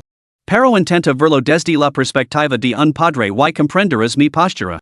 Lu Tu asintió. Lo entiendo. Pero mantengo cada palabra que he dicho. Puedo darle to do a Jiang Shi. Jiang Dacha y Lu Tu se miraron fijamente durante un largo momento, sin ceder en un ápice. La tensión en la amplia sala de conferencias era palpable, como si el tiempo se hubiera detenido. Después de un minuto, Jiang Dacha sonrió. Un hombre de honor se define por sus acciones, no por sus palabras. Vimos si cumples tus promesas. Al fin y al cabo, un eres joven. Te do es posible. Con eso, se levantó y se dirigió a la salida de la sala de conferencias, mirando a Jiang Shi. Te esperaré fuera. Claramente, les estaba concediendo tiempo para separarse. En la sala de conferencias solo quedaban Lu Tu y Jiang Shi. Se quedaron de pie en silencio, uno frente al otro, con la mirada llena del intenso calor del amor. Esa mañana, Lu Tu no había mostrado el más mínimo interés por Jiang Shi. Después de la sesión de fotos, Lu Tu admitió que había empezado a sentir algo por ella. Y cuando Jiang Shi pronunció esas palabras, lo afrontáramos juntos, Lu Tu decidió dejar a un lado su inquietud y apoyar a esta mujer de honor y convicciones. En ese preciso momento, aunque hubiera espinas esparcidas entre ellos, Lu Tu caminaría resueltamente hacia Jiang Shi y cumpliría todas las promesas que había hecho. Señor, me gustas, rompió el silencio Lu Tu. Tanto, todavía me llamas señor, las mejillas de Jiang Shi se sonrojaron. Se acercaron el uno al otro y se abrazaron con fuerza. El rincón del corazón de Lu Tu que llevaba tanto tiempo enterrado se dirigió por completo. Jiang Shi, sé mi novia. Jiang Shi no respondió de inmediato. En cambio, levantó la barbilla y lo miró con la mayor seriedad. Lu Tu, ¿sabes? Cuando lo dijiste mi padre hace un momento que podías protegerme, supe que mi novio sin duda sería capaz de hacerlo. Dica esto, se puso de puntillas y le dio un ligero beso en la mejilla a Lu Tu antes de empujarlo y salir corriendo de la sala de conferencias sin mirar atrás. Recuerda lo que le dijiste mi padre. Dejando a Lu Tu con el corazón acelerado, apretó los puños y observó la figura de Jiang Shi mientras se alejaba, sintiendo una abrumadora oleada de fuerza recorriendo su cuerpo. En su pasada vida de libertinage, esta era una sensación que nunca había experimentado antes, más embriagadora que cualquier noche de indulgencia imprudente. ¿Era así como se sentía el verdadero primer amor? Intenso y eternamente persistent. El tono de notificación del sistema rompió su ensimismamiento. Ding. Enhorabuena, anfitrión, por completar la misión, devuelve el favor a Jiangxi. Calculando la tasa de finalización del evento. La tasa de finalización de este evento superó las previsiones del sistema, con una calificación de niveles recompensa, un boleto de lotería de primer premio para la superlado. Genial. ¿Un boleto de lotería de primer nivel? Si supera los números, comprar 100 boletos lo llevaría directamente a las altas esferas. Pero entonces ese quedó paralizado. Un boleto solitario apareció en el inventario de su sistema. Su corazón dio un vuelco mientras lo agarraba y sacaba inmediatamente su teléfono para comprobarlo. Después de comprobarlos, casi maldito de frustración. El sorteo era esa noche y, al mirar el reloj, vio que ya había pasado la hora del sorteo. Esto significaba que Lu solo podía conjurarlo una vez, lo que acaba por tierra su gran ambición de comprar 100 boletos. Capítulo 20, Venganza contra Tao Qian, Aceptación. Sistema, ¿estás llegando conmigo a propósito?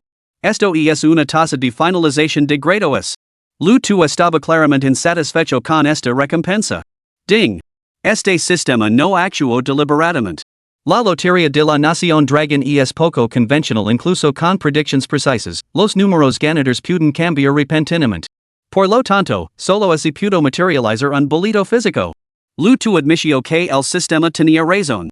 Era mejor que nada y, al fin y al cabo, era el premio mayor de la lotería, 10 millones de yuans.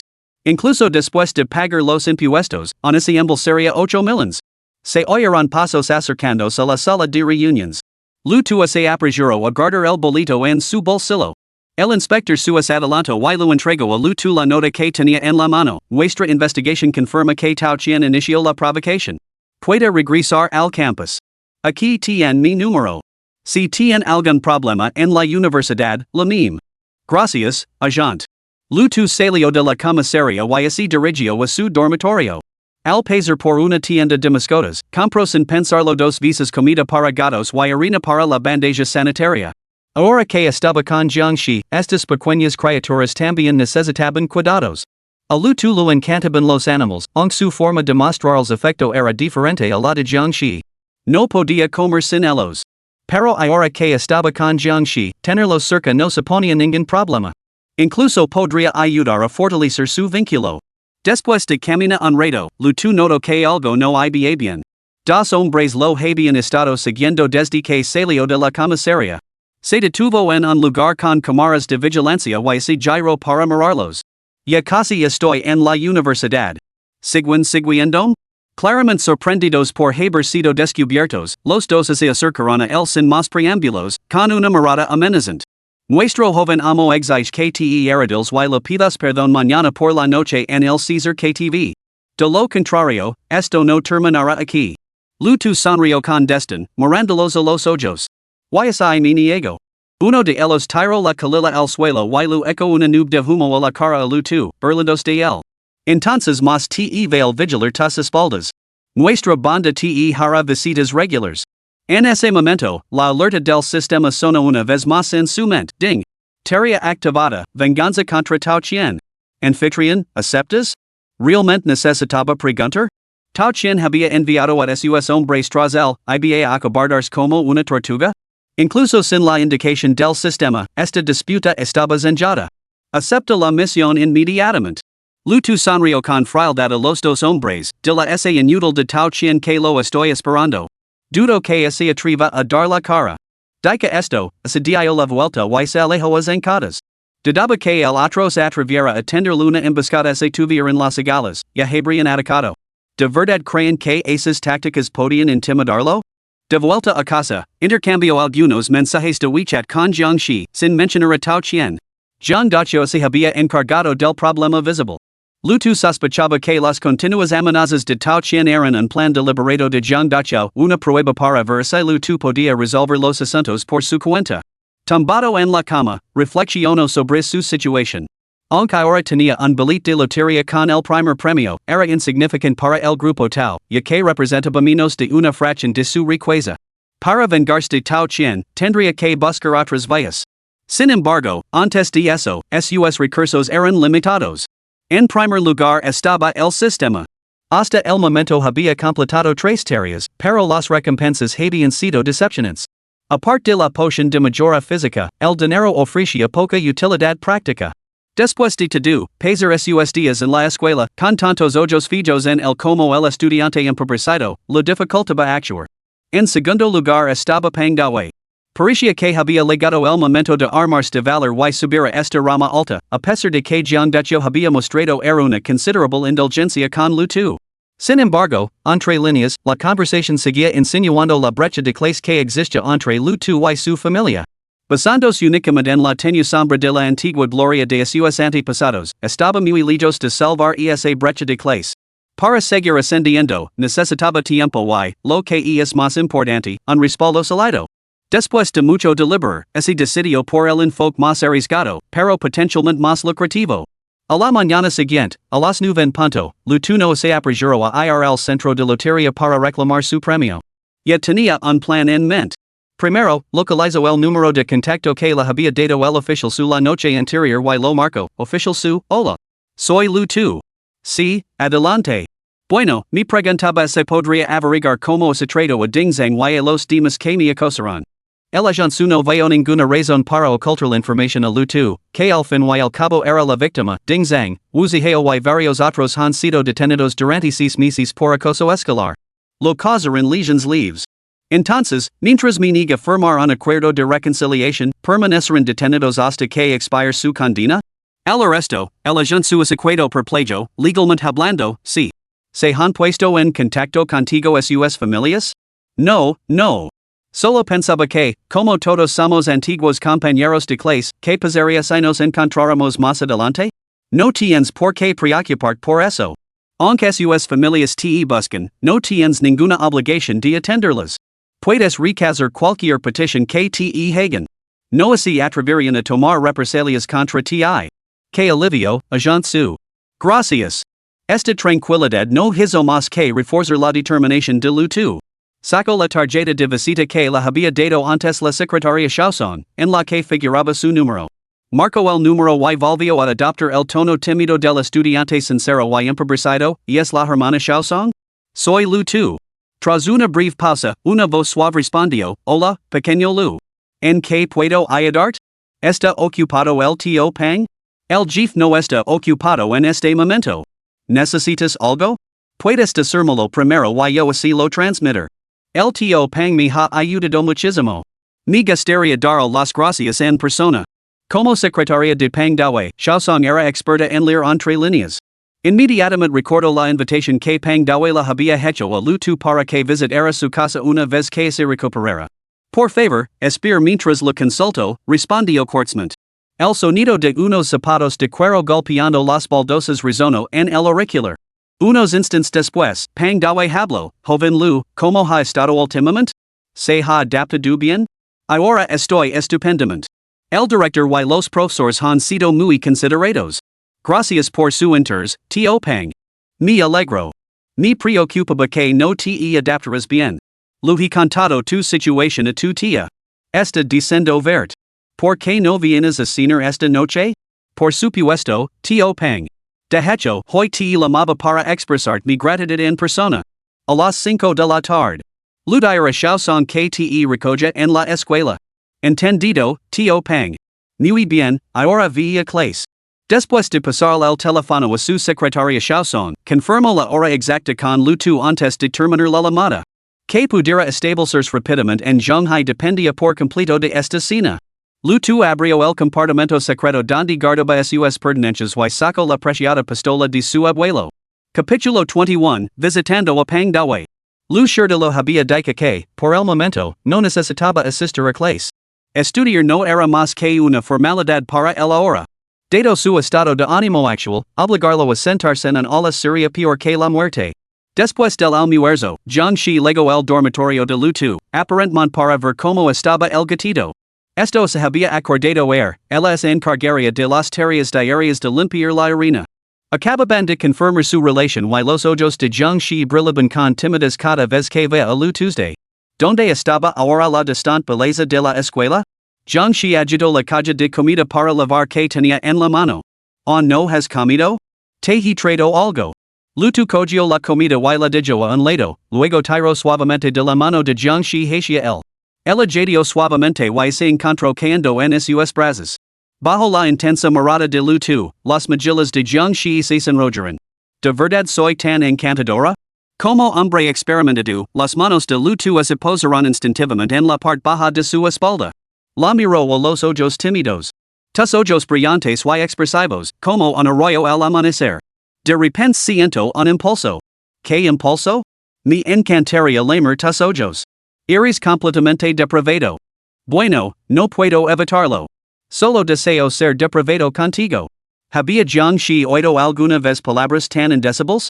Cerró los ojos nerviosa, con las pestañas temblando ligeramente por la tensión. Como anoche te comportes bastante bien delante de mi padre, te dejaré lamerlos. Lutu se quedó completamente desconcertado. Solo había hablado sin pensar, sin esperar que Jiangxi mostrara la más mínima aversión. Al contemplar a Jiangxi, que parecía totalmente vulnerable y abierta a sus deseos, como iba Lutu a atravesar actuar de forma tan perversa? Inclinó ligeramente la cabeza y presionó sus labios contra la cálida boca de Jiangxi. En el momento en que sus labios se tocaron, Jiangxi se estremeció instintivamente, luego abrió los ojos y miró fijamente a Lutu. Sus miradas se cruzaron y, por un momento, él era lleno de incomodidad. Lutu murmuró, ¿quién besa con los ojos abiertos? Solo quería ver qué tipo de pervertido eres realmente. Pues entonces no ser tan educado. Ven a perseguirme entonces. Jiangxi empujó a Lutu con una risita y corrió hacia la sala de estar, con Lutu pasando los talones. Entre zancadas la alcanzó, la inmovilizó contra la pared de la sala de estar y se inclinó para besarla profundamente una vez más. Esta vez, Jiangxi mantuvo los ojos cerrados. Como una gatita dócil, dejó que Lutu separara sus labios, saboreando la sensualidad del momento. Los brazos de Jiangxi rodearon naturalmente el cuello de Lutu, respondiendo con fervor pero con cierta extrañeza. Se aferraron el uno al otro, descendo en ese momento fusionarse hasta los huesos. Después de un largo rato, Lutu soltó a Jiangxi. Ambos jadaban, mirándose el uno al otro, con un amor denso y viscoso, que parecía imposible de disolver. En ni siquiera la propia Jiangxi podía comprender por qué, en presencia de Lutu, abandonaba tan fácilmente toda reserva. Según su entendimiento, eso debía de ser amor. Shalu, esto es bastante incómodo, murmuró Jiangxi, con su aliento caliente haciendo cosquillas en la cara de Lutu y poniendo los pelos de punta. Sus ojos comenzaron a vidriarse. Lutu bajó la mirada, con una sonrisa maliciosa en los labios. Estar a punta de pistola tiene que ser incómodo. Dica esto, cogió a Jiangxi en brazos en medio de sus gritos de sorpresa y la llevó al dormitorio. Una mano se posó con precisión en su cintura, provocando cosquillas y haciéndola retorcerse y reír. No me hagas cosquillas. Ya, soltame. Lutu arrojó a Jiangxi sobre la cama. En cuestión de segundos, se había quitado la ropa exterior. Cuando colocó su mano naturalmente sobre la cintura de ella la agarró. No, pequeño Lu, dame un poco de tiempo, suplicó Jiangxi de repente, con la voz llena de lágrimas. Lutu levantó la vista y vio que se le llenaban los ojos de lágrimas. Él se mordió los delicados labios con fuerza, lo que le hizo encogerse el corazón. Se maldijo a sí mismo por ser tan cabrón. Jiangxi había desafiado las objeciones de Jiangducha para estar con él, pero él había querido acostarse con ella tan rápidamente. No había cambiado sus malos hábitos, y seguía tratándola inconscientemente como aquellas mujeres ocasionales de su pasado. Las cosas que se obtenían con demasiada facilidad nunca se apreciaban de verdad. Al darse cuenta de ello, le besó la frente. He sido demasiado impaciente. Jiangxi cogió con tenura su abrigo y se lo puso a Lutu sobre los hombres. Por favor, no te enfades conmigo. Yo tampoco sé cómo manejar las relaciones. Solo quería guardarlo para un momento sagrado. Tanto si me quieres como si no, soy tu novia. Lutu había sido impaciente. Solo se conocen desde hacia unos días y no debería haber aplicado sus viejos hábitos a Jiangxi. Al ver que Lutu permanecía en silencio, Jiangxi tomó la iniciativa, rodeando el cuello con los brazos y besándolo. Después, apoyó la cabeza en su hombro y le contó anécdotas divertidas de su vida. Sacó su teléfono y le explicó la historia detrás de cada foto, una por una, y le habló de su familia y sus amigos. Lutu la escuchó con atención, ofreciendo de vez en cuando comentarios llenos de apoyo emocional, hasta que Jiangxi se marchó a sus clases de la tarde. Se cambio a un nuevo conjunto que le habían entregado, medio las orquídeas del balcón en una maceta y salió del campus. Anaudia 6 se detuvo en la distancia, parando delante de lutus de la secretaria Shao bajo la ventanilla y le hizo una señal. Pequeño Lu, ¿llevas mucho tiempo esperando? Lu Tu sonrió alegremente. Hermana Song, acabó de llegar. Después de subir, miró la hora, eran exactamente las 5. Había que reconocer que la secretaria Song era muy puntual. Me llamo Song Yushi. Si tienes algún problema, no dudes en llamarme en cualquier momento. Entendido, hermana Song. Durante todo el trayecto, Lu Tu respondió a las preguntas de Song Yushi sin dar muchos detalles. Pronto, el coche entró en un complejo residencial cerrado y vigilado por centinelas, y se detuvo ante una casa independiente. Song Yushi hizo un gesto. El gobernador Pang está en casa. Puede pasar directamente. Tengo asuntos que atender. Nos veremos en otra ocasión. Gracias, hermana Song. Lu Tu se despidió educadamente. Ante la residencia del segundo al mando del comité provincial del partido, respiró hondo y llamó a la puerta. Para sorpresa de Lu Tu, la puerta se abrió y apareció una mujer de unos 24 años con el pelo largo. Sus rasgos denotaban un aire enérgico y era excepcionalmente hermosa. Una chispa de sorpresa cruzó sus ojos al mirar a Lu Tu de ella habló primero. ¿Tú debes de ser Lu Tu? Entró y siéntate. Lu Tu sonrió y asintió. Hola, soy Lu Tu. He venido a visitar al tío Pang y a la tía. Ya sabía que eras tú. Entra, no hay necesidad de formalidades. Lu Tu se dio cuenta de que debía de ser la hija de Pang Dawe, pero no lo pareció apropiado preguntar su nombre. La siguió al salón. Antes de que pudiera apreciar la decoración antigua, una mujer de rostro amable y delantal salió de la cocina. Hizo una señal a Lu Tu. ¿Tú debes de ser el joven Lu? ¿Qué joven tan apuesto? Siéntate, por favor. La cena estará lista en breve. Hola, tía. ¿Puedo ayudar en algo? No seas tan formal, la main tía Lin. Warner, sírvele un poco de té al joven Lu. En ese momento, Pang Dawe bajó de su estudio en el piso de arriba. Lu Tu se levantó apresuradamente para saludarlo. Pang Dawe se acercó, le dio una palmada en el hombro y comentó con satisfacción, la juventud es realmente una bendición. Te has recuperado muy rápido. Capítulo 22, conmocionó a toda la familia. Los médicos del hospital municipal se están encargando de ello. La medicación que le han recetado está resultando muy eficaz. Pang Dawe lo indicó con un gesto que se sentara, mientras Pang Wan le servía una taza de té a Lu Tu antes de sentarse en silencio a su lado, observándolo con curiosidad. Ella también sentía curiosidad por saber qué cualidades excepcionales poseía Lu Tu para ganarse tal estima por parte de su anciano padre. Desde la visita de inspección de Pang Dawe a la Universidad de Shanghai, había mencionado a Lu Tu varias veces, elogiando al joven por su excepcional capacidad. La salud es la base de la revolución. Con una constitución sólida, uno puede manejar cualquier tarea con facilidad, comentó Pang Dawe con naturalidad.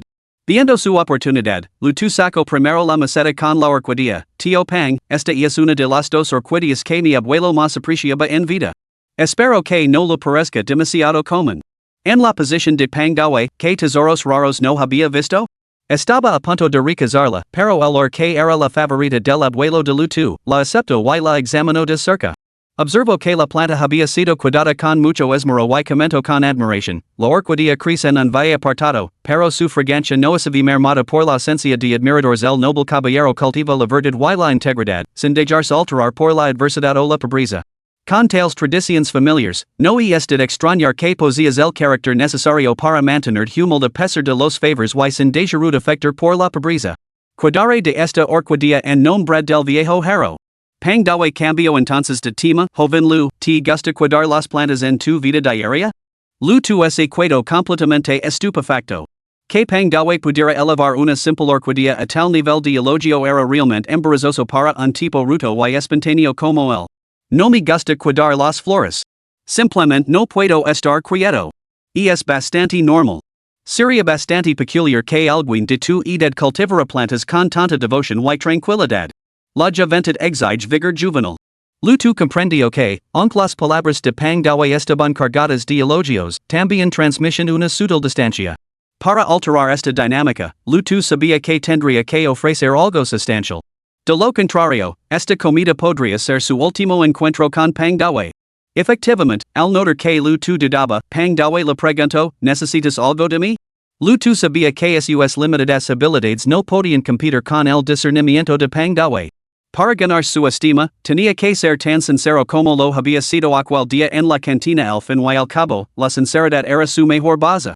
Tio Pang, comenzó Lu tu, mientras recuperaba orquídeas de mi casa ancestral en Shinchi, descubrí algo debajo de la cama de mi abuelo. No estoy seguro de cómo proctor, por lo que he venido a pedir el consejo sobre cómo manejarlo adecuadamente. Esto despertó la curiosidad tanto de Pang Dawei como de Pangwan. ¿Qué podía ser tan misterioso como para justificar un envío especial a Pang Dawei? ¿Una reliquia del viejo héroe? Déjame verla. Mientras Pang Dawei y Pangwan miraban fijamente el objeto que Lu tu sacó de su mochila, las pupilas de Pang Dawei se contrajeron rápidamente. Aunque estaba envuelto en tela, no podía distinguir su contorno. Pang Dawei gritó en voz baja, una pistola.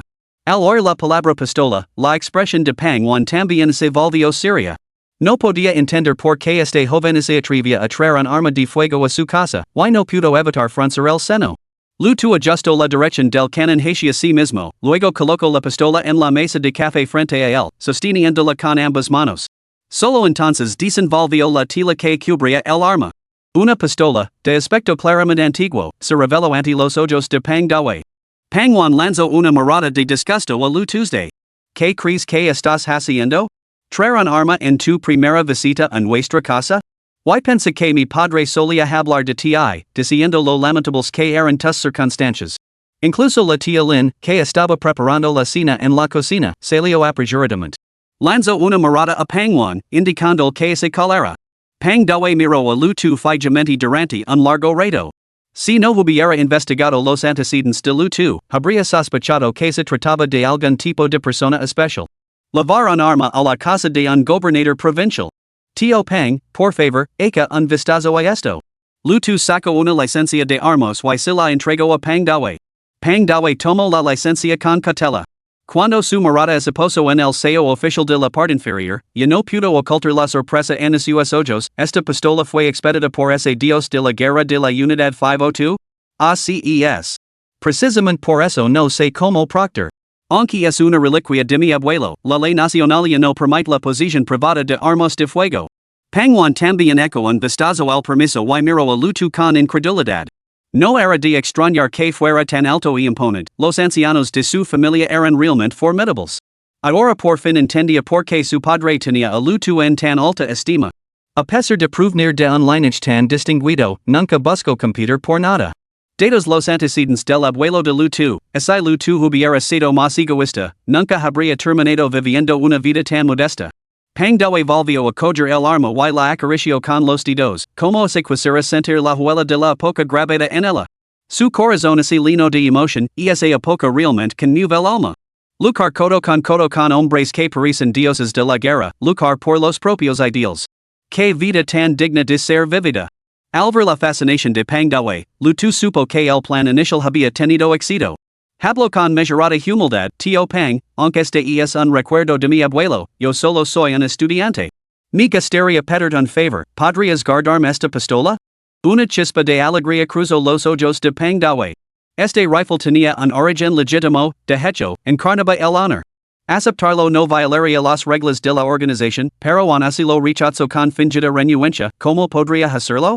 Es el arma de servicio del viejo héroe y, lo que es más, fue entregada personalmente por el propio dios de la guerra.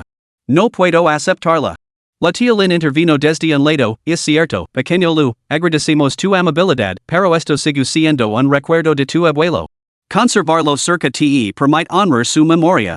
Tio Pang, desde que mi abuelo falleció el año pasado, soy huérfano y me siento privado de todo calor humano.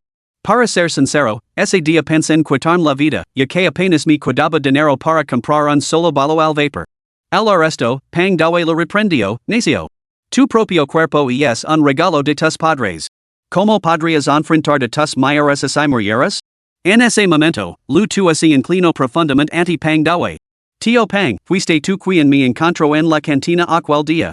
Para ti, puede que parezca un asunto sin importancia. Pero para mí, me devolves la dignidad y reavives mi voluntad de vivir. Me demostraste que no todo el mundo en este mundo recaza a un alma desafortunada como la mía. Lu tu no puede pagar esta deuda de gratitud. Esto es lo único que poseo que tiene valor. Por favor, aceptalo. La expresión de lu tu era resuelta, su morada sincera. No decía falsedades. La ayuda de Pang Dawe había sido, sin duda, una gracia salvadora, un renacer.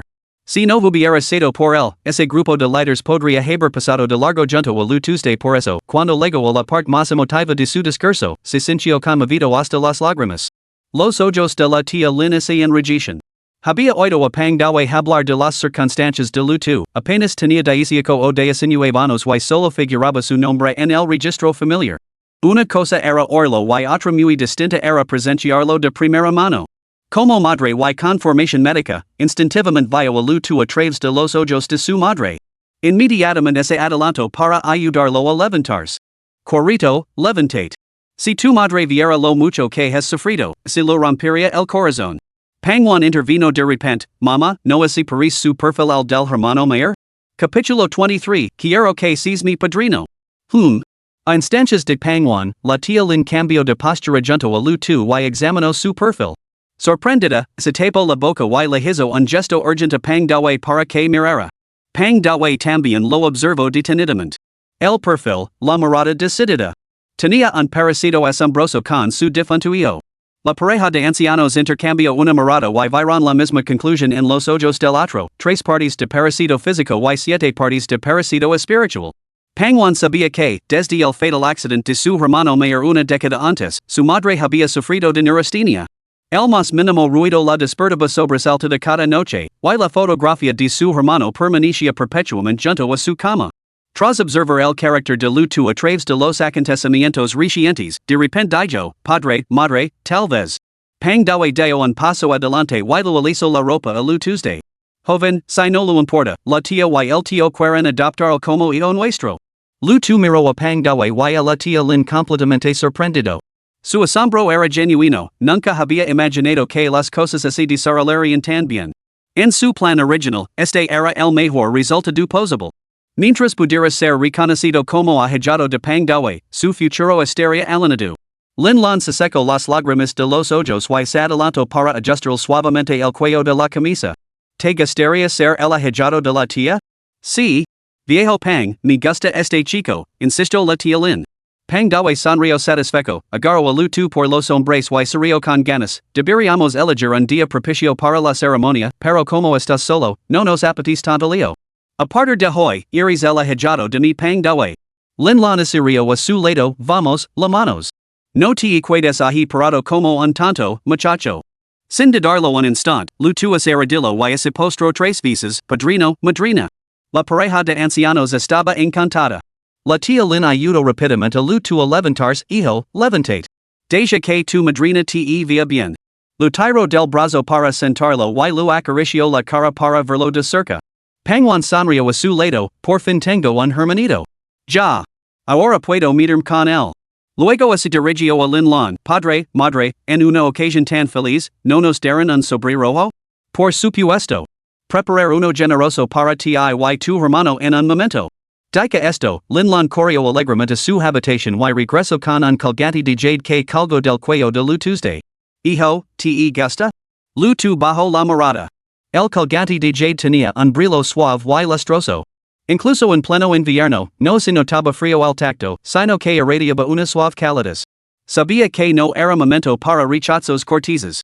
Rápidamente le dio las gracias, madrina. Se volvió hacia Pangwan, hermana. Ya, que bien chico. Tu hermana no tiene nada que darte, pero si alguien te molesta en Shanghai, solo tienes que llamarme.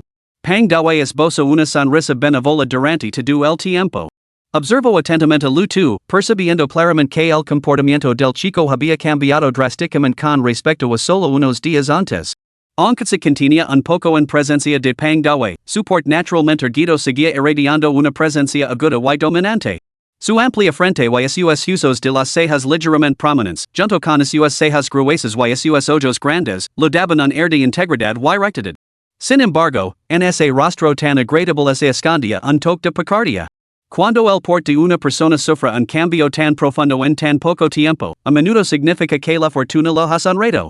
La ciencia termina en el misticismo, incluso Pang Dawe, que se había considerado materialista en su juventud, se inclinaba cada vez más a creer en lo sobrenatural a medida que envejecía. Quanto más observaba a lu tu, más lu gastaba. Lin lan, deja de tirar de Little Tuesday de jail que se lave las manos y se prepare para la cena. Cuando la ama de laves trayó la comida, Lin lan sento a lu tu entre ella y pangdawe, y no paro de servir platos. La madrina no sabía que te gastaba, así que prepara un poco de todo. Pruébalos todos. Gracias, madrina. No soy exigente. Lu tu comió todo con verdadero gusto, pero su mirada se posó en un balo de crema de aspecto sencillo que tenía delante. Lin lan se colocó suavemente un mechón de pelo detrás de la oreja. Cómelo, cuarito. Considera este tu hogar. En ese momento, Lu tu sintió la calidez de una familia. Quizás, a los ojos de Lin lan, por muy maduro y sereno que pareciera, seguía siendo un niño goloso. Pang Dawe se levantó para abrir una botella de baijiu y trajo dos vasos. Ha sido un día esplendido.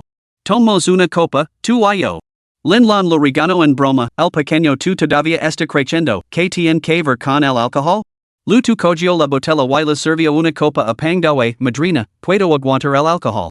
Pang Wan observó a Lu tu con una cálida sonrisa. Aunque solo se conocen desde hacía poco tiempo, confiaba en el criterio de sus padres. Cualquiera que se ganara su aprobación no podía ser mala persona. Además, Lu tu lo había quedado realmente bien y estaba dispuesta a aceptar a este joven que se parecía tanto a su propio hermano. Cada vez que Lu tu sostenía la botella durante el banquete, se hacía evidente su dominio sobre la mesa. Incluso cuando vivía con un funcionario provincial como Pang Dawe, se mantenía firme sin vacilar, para gran satisfacción de Lin lan y Pang Dawe. Aquí, Lu tu también experimentó una calidez y un cuidado que lo hicieron sentir casi como en familia. En su vida anterior, él también había sido huérfano.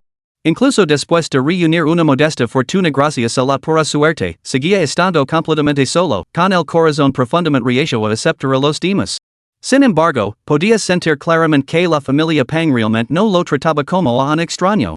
Y lo más importante, no esperaba nada de él.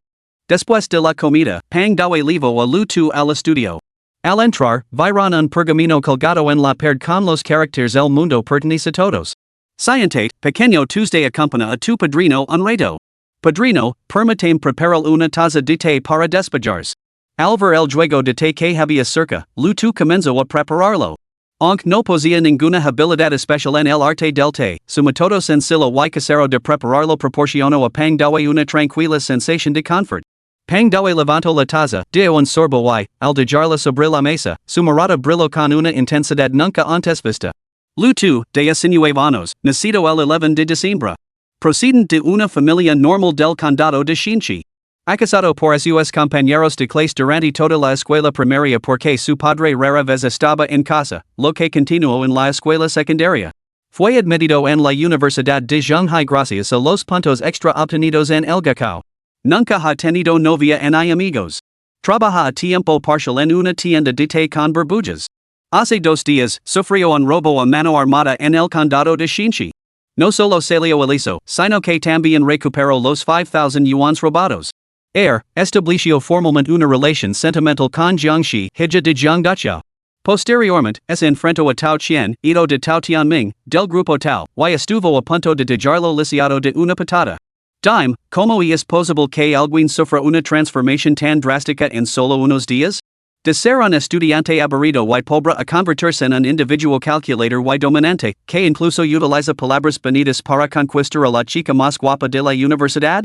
Cada palabra que pronunciaba Pang Dawe le produjo un escalofrío a Lu Tuesday creía que su disfraz era perfecto, pero Pang Dawe había seguido meticulosamente todos sus movimientos durante los últimos días. Capítulo 24, Indagando. Pang Dawe continuó, las dificultades que tuve que soportar para pasar de ser un hombre corriente a mi posición actual están más allá de tu comprensión. Y así para proteger a mi familia o para protegerme a mí mismo, debo entender cómo has experimentado una transformación tan profunda. Lu tu recuperó rápidamente la compostura. Miró directamente a Pang Dawe a los ojos. Habiendo decidido a poner las cartas sobre la mesa, ahora tenía un menos motivos para mentir. Aparte del secreto de su sistema, que nunca podría revelar, Pang Dawe descubriría inevitablemente todo lo demás, independientemente de su honestidad. ¿Qué sentido tenía ocultarlo?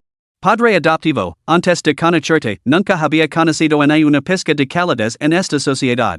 Siempre cree que no era más que una carga para ella, despreciado y rechazado por todos, que también que cualquier asociación con esta alma miserable pudiera contaminarlos también con la desgracia. Pero en el comedor, tú me descubriste.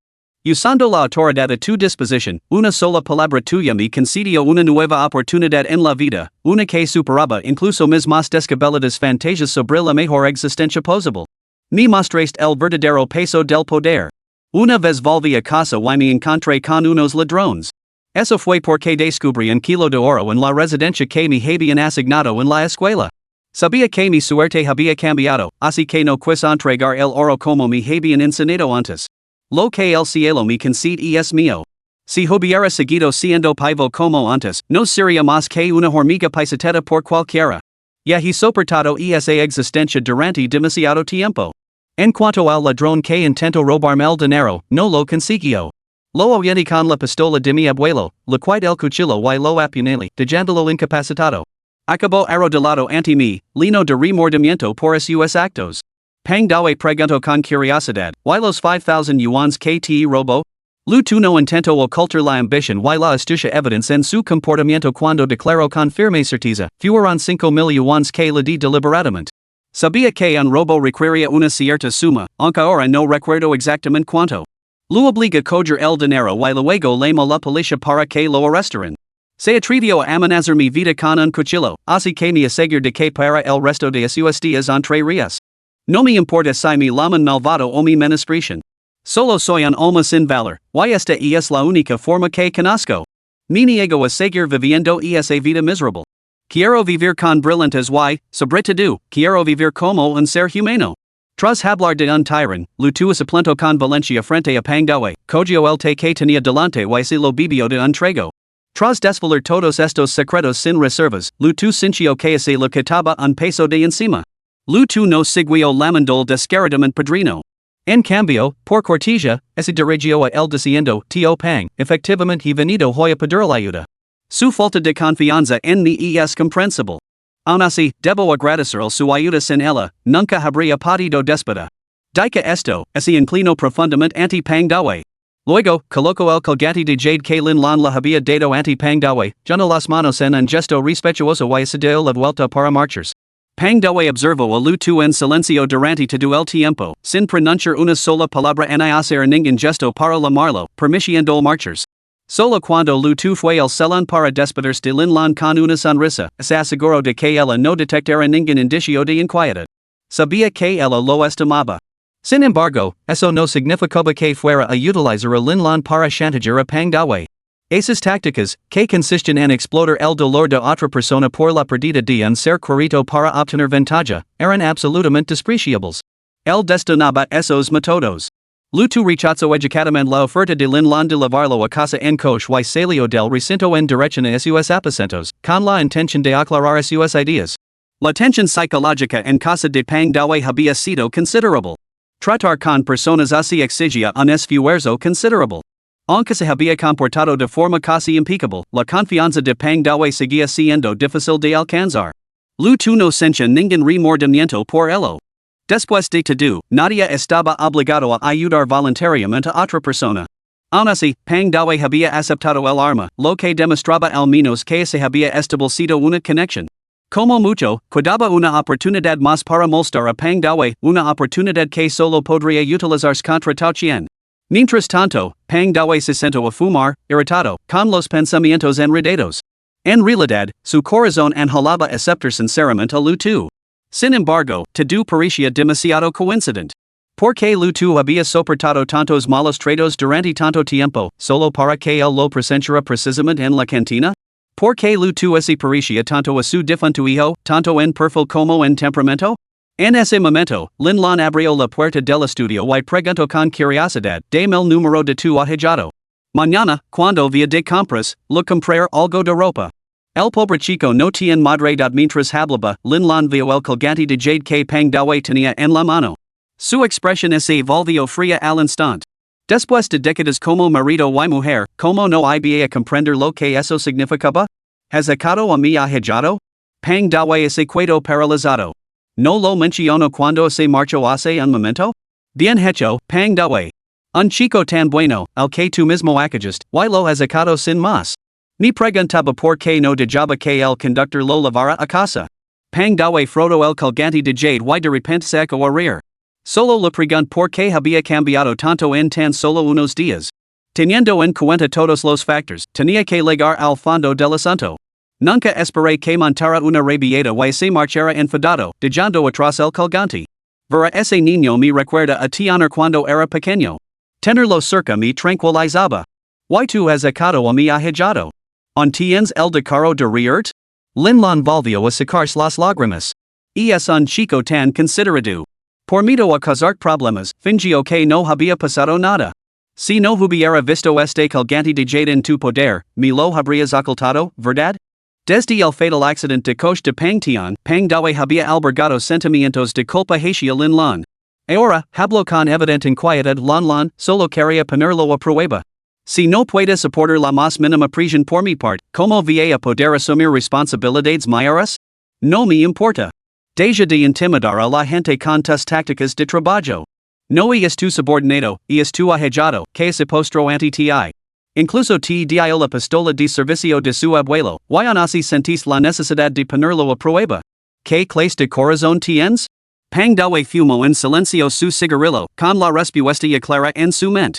Apagó el cigarrillo, se levantó y abrazó a Linlon. Pero debo admitir que la prueba fue un éxito. Lo daría un 98 sobre 100. Califications. Solo piensas en califications. Entonces, pon una calificación a mí también. Después de todos estos años cuidando y aprobado, ¿qué le prometiste a mi padre? Pang Dawe sintió ganas de llorar al mencionar a su sugro. ¿Por qué lo metes en esto? Leva años en paz. ¿Por qué lo involucras? Ir a buscar a mi ahijado ahora mismo. Linlon resopló y se secó las lágrimas. Si no lo encuentras, puedes dormir en tu oficina de gobernador provincial. Capítulo 25, El Pozo de los Deseos. Pang Dawe se abrochó el colgante de jade, llamó a su chofer y se marchó. Tras interrogar brevemente al centinela, partió en persecución de Lu Tu en la dirección en la que se había marchado. Mientras tanto, Lu Tu recibió una llamada de Jiangxi. Al percibir su tristeza, ella lo convenció y lo persuadió para que compartieran un beso virtual. Con un chirrido, un coche se detuvo ante él, sobresaltándolo tanto que soltó una palabrota. Solo después de maldecir via la matrícula a la luz de la farola, era el vehículo de Pang Dawe. Pequeño Lu, ¿qué pasa? Preguntó Jiangxi con ansiedad por teléfono. Oh, nada. Casi choco contra un árbol hace un momento. Te llamaré más tarde. Ahora cuelgo. La puerta se abrió. Pang Dawe estaba sentado dentro y miró fijamente a Lu Tuesday con un gesto conciso, lo indicó que entrara. Lu Tu agachó la cabeza y se subió al coche. En cuanto se sentó, la curiosidad lo llevó a preguntar, ¿qué pasa, tío Pang? Pang Dawe le dio un puñetazo simbólico en el hombro y refunfuñó entre risas, pequeño granuja, ¿todavía estás enfadado conmigo? Ni siquiera me llamas padrino. ¿No dijiste que no confiabas en mí? Preguntó Lu Tu desconcertado. Cuando se había marchado antes, había ralentizado deliberadamente el paso, esperando a que Pang Dawe lo llamara. Pero, incluso después de caminar una distancia considerable, Pang no había aparecido y había perdido la esperanza. Hijo, no culpes a tu padrino. Cuando alcances mi posición, comprenderás la sabiduría de la precaución. Cualquiera que establezca un vínculo estrecho contigo debe ser examinado con sumo cuidado. ¿Lo recuerdas? Lu Tu sabía que eran palabras sinceras. Solo sintió una punzada de resentimiento y ganas de responder con sarcasmo. Sin embargo, también entendía que Pang Dawe todavía se preocupaba por el de lo contrario, no habría hecho el esfuerzo especial de buscarlo personalmente para darle ese consejo. Lo recordaré, padrino. Pang Dawe le dio una palmada en el brazo a Lu Tu, con tono sincero. A veces, el destino actúa de formas misteriosas. A decir verdad, en cuanto te six en la cantina aquel día, me caíste bien. Percibí en ti ecos de mi propia juventud, cuando sufrí el ostracismo durante mi estancia en el campo. Lu Tu asintió con la cabeza, escuchando en silencio. Los orígenes humildes no son una desgracia. El verdadero carácter se revela en la resiliencia. Muchacho, tus acciones demuestran que tus años de penurias no fueron en vano, ahora es el momento de mantener la cabeza alta. Cuéntale a tu padrino cuáles son tus problemas y yo me encargo de resolverlos. Con pang dawe dejando claras sus intentions, no era el momento para que lu tu se hiciera el hero. Tras pensarlo un momento, dijo, padrino, en cuanto a los estudiantes que me acasaban, estoy dispuesto a firmar una carta de perdón. ¿Podrían liberarlos? Pang dawe le lanzó una mirada fugaz, comparte tus pensamientos. Con solo el conductor de Pang presente en el coche, lu tu no sintió necesidad de contenerse.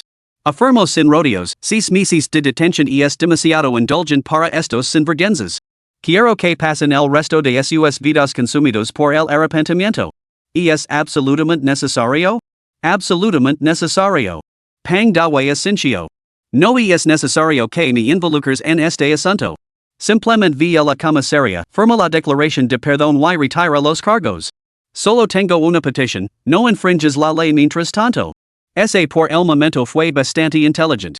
El corazón de lu tu dio un salto ante la sugerencia y se apresuró a asegurar, prometo no infringir la ley. Solo esperaré a que cometan un error. Continúa. Siguiente asunto. Golpea Tao Chien. Los guardaespaldas del grupo Tao me localizaron y me exigieron que me arrodillara y le pidiera perdón a Tao Chien. De lo contrario, harían mi vida un infierno. Pang dawe permaneció en silencio, con la mirada cada vez más intensa. Déjame este asunto a mí. Yo me encargo. Esa única garantía bastaba. Por muy rico y poderoso que fuera el grupo Tao en Shanghai, ante la autoridad absoluta no era nada. Luego ese oficio, has conseguido enganar a la preciada hija de Jiangdacho en solo unos días. ¿No ha buscado Jiangdacho venganza? Lu tu ese encogio de hombres con impotencia. Y es bastante decente. No me ha puesto las cosas difíciles, solo me ha pedido que mantenga la distancia con Jiangxi. Al fin y al cabo, no somos de la misma clase. Pang dawe sonrió sin hacer comentarios. Un hombre como él, cuyas pestañas eran prácticamente inexistentes, no podía pasar por alto el significado de las palabras de lu tu. ¿De verdad te gusta? De verdad. Con el año nuevo a solo 2 meses, trae a tu novia a cenar a casa. Dale a tu madrina algo por lo que sonreír. Gracias, padrino. Al acercarse a la Universidad de Shanghai, Pang dawe lo miró con cariño. En la universidad, estudia cuando debes estudiar y corteja cuando debes cortejar. Ya nadie podrá hacer pasar un mal rato. Padrino, en realidad, tengo otra situación complicada sobre la que me gustaría pedir consejo. Pequeño granuja. ¿En cuántos líos te has metido en solo unos días? Incluso el chofer de toda la vida de Pang dawe no pudo evitar reírse. Lu tu suspiró con impotencia y sacó el billet de lotería de su bolsillo. Padrino, compra este billet por la tarde. ¿Te puedes creer que ha ganado 10 millones? Nunca lo hubiera imaginado, si no fuera por tus contactos, ya estaría reclamando el premio. Pero me preocupa que pueda afectarte, ¿entiendes? Pang dawe cogió el boleto, lo comprobó y se rió, reganando, pequeño granuja, tu suerte ha cambiado por completo, no hay quien te per. Muy bien, te dar un consejo. Leva este boleto a tu director, lu shirta, y a ver si lu ocurre algo. Gracias, padrino. Estaba pensando. Pang dawe se llevó la mano a la frente. Pequeño granuja, no me hago sacar del coche cuando estoy de buen humor. Padrino, quiero recuperar el colgante de jade que me dio la madrina. Así podrás informar adecuadamente.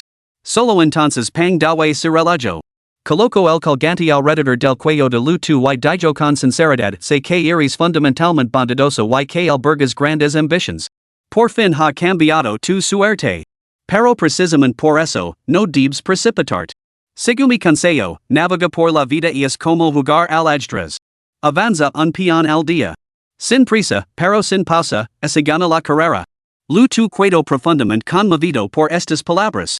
Ni siquiera él se había dado cuenta de lo impatient que se había vuelto últimamente, pasando por alto innumerables detalles. Ahora sentía una admiración genuina por Pang dawe.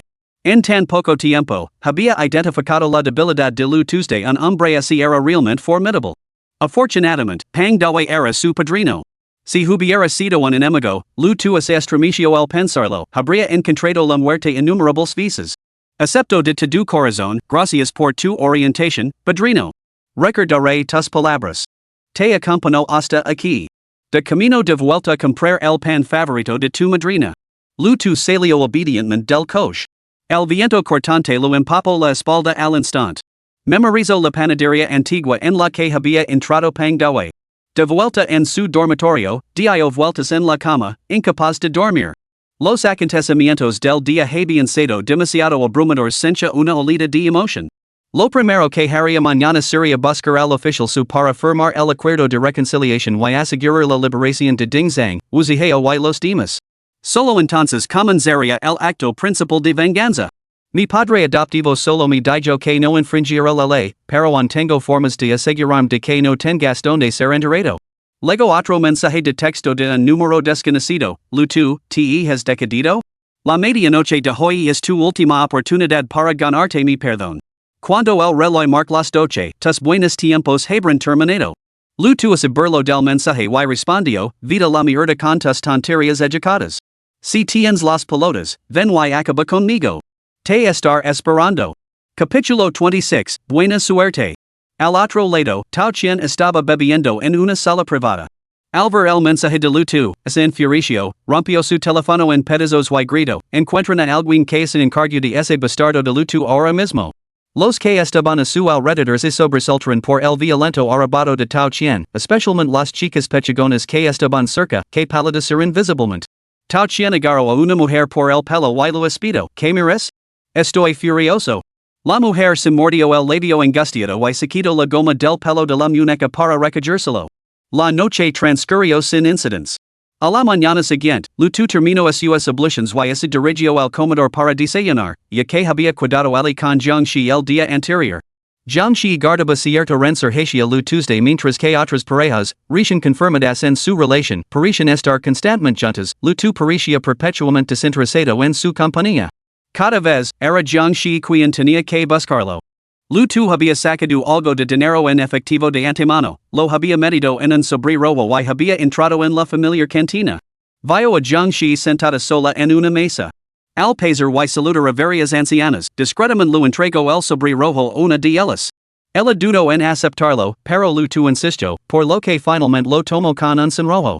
Se sentó frente a Jiangxi, le quitó el balo al vapor de la mano con total indiferencia y empezó a comer. Absorta en sus pensamientos, Jiangxi levantó la vista y vio que la habían quitado el balo. Lutu los sonrió con decoro. Quedamos a las 8. Ligas tarde otra vez. Lutu se encogió de hombres con inocencia. Hoy hace mucho frío fuera. ¿Tienes las manos frías? En ni siquiera te has traído guantes. Dica esto, tomó la mano suave y delicada de Jiangxi. El rostro de Jiangxi se sonrojó al instante. Aunque la y Lutu se habían besado, muchos compañeros de clase los miraban fijamente. Hay mucha gente aquí. Lutu se rió despreocupadamente, le cogió ambas manos y le calentó los dedos fríos con sus palmas ardientes. Ni atreví a cogerte de la mano delante de tu padre. ¿Por qué iba a temer que nos vieran los compañeros de clase? Jiangxi recordó el comportamiento de Lutu aquella noche delante de Jiang Ducha. Sonrojada, asintió timidamente, luego soltó su mano para coger un balo al vapor con los palillos y dárselo a Lutu. Esta escena destrozó los corazones de innumerables admiradores secretos repartidos por todo el comedor. La multitud estaba compuesta principalmente por chicos adolescentes, y era perfectamente natural que estuvieran enamorados de la belleza de la escuela. Anteriormente habían circulado rumores de que Jiangxi estaba saliendo con el estudiante de primer año Lutu, pero muchos se mostraban escépticos, ya que ni siquiera sabían quién era ese novato. Sin embargo, hoy, con la pareja mostrando abiertamente su afecto en la cantina, los rumores se confirmaron. La belleza de la escuela realmente se había enamorado. La propia Jiangxi no acababa de entender cómo había sucedido. Antes de conocer a Lutu, sospechaba que simplemente no lo atraían los hombres. Sin embargo, a medida que lo fue conociendo, se sorprendió al descubrir que Lutu no solo cumplía sus fantasías de pareja, sino que también encajaba perfectamente con sus preferencias estéticas. Además, Lutu mostraba una madurez y una mentalidad abierta muy superiores a su edad, tanto en sus palabras como en sus acciones. En pocas palabras, irradiaba inteligencia. Como romántica intelectual, se sintió completamente cautivada, incluso enamorada. Carino, miremos los ojos. ¿Qué ves? Vio. ¿A mí? Espido Jiangxi, sorprendida de poder pronunciar palabras tan sensibles, pero extrañamente disfrutando de hielo. No, Lutu negó con la cabeza y sonrió. Lo que ves es tu hogar. Con eso, sacó una lave de su pelo y la colocó con la palma hacia arriba en la mano de ella. Esta es la lave de mi dormitorio. Toma, quédate con una. Jiangxi sabía muy bien lo que significaba el intercambio de leves entre un hombre y una mujer. Una olita de secreta alegría la invadió, disipando al instante sus reservas iniciales sobre la pasividad de Lu. Incapaz de contenerse, se levantó y se sentó a su lado, rodeando el brazo con intimidad. Después de un buen rato de muestras de afecto, finalmente se marcharon en medio de las miradas envidiosas de los demás chicos. Lu le dijo a Jiangxi, si te sientes incómoda con toda la gente que hay en la escuela, puedo mudarme. Te voy a contar un secreto, tengo unos ahorros. Te los daré mañana. Compré un piso decente. Lu se quedó desconcertado. ¿Podría realmente vivir a su costa? Bromeo deliberadamente, pequeña rica, ¿cuánto tienes? Jiangxi contó con los dedos, unos 500,000 yuans. Parece un poco justo, pero no te preocupes. El dinero corre de mi cuenta. Te conseguiré una casa grande, lo suficientemente grande para ti y nuestros tres gatitos. Lu se sintió profundamente conmovido. Lu acarició la cara a Jiangxi y la besó repetidamente. Querida, eres demasiado buena conmigo. ¿Qué estás diciendo? Jiangxi se sonrojó hasta el cuello al oír esas palabras. Desde que estaba con Lu se había sonrojado más veces que en toda su vida junta. No podía entender cómo había sucedido. Si no conociera a Lu tan bien, podría sospechar que era un mujeriego empedernido.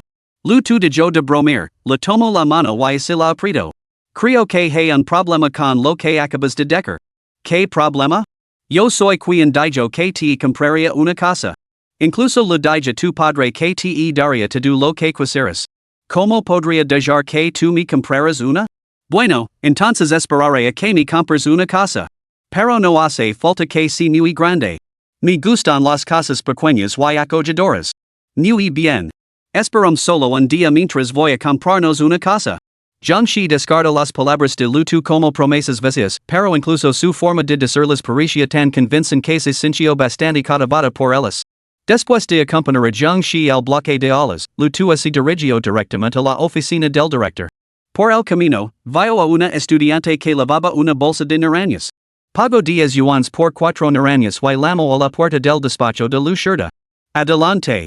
Lu estaba leyendo el periódico. Al ver llegar a Lu dijo a un lado el periódico y sonrió.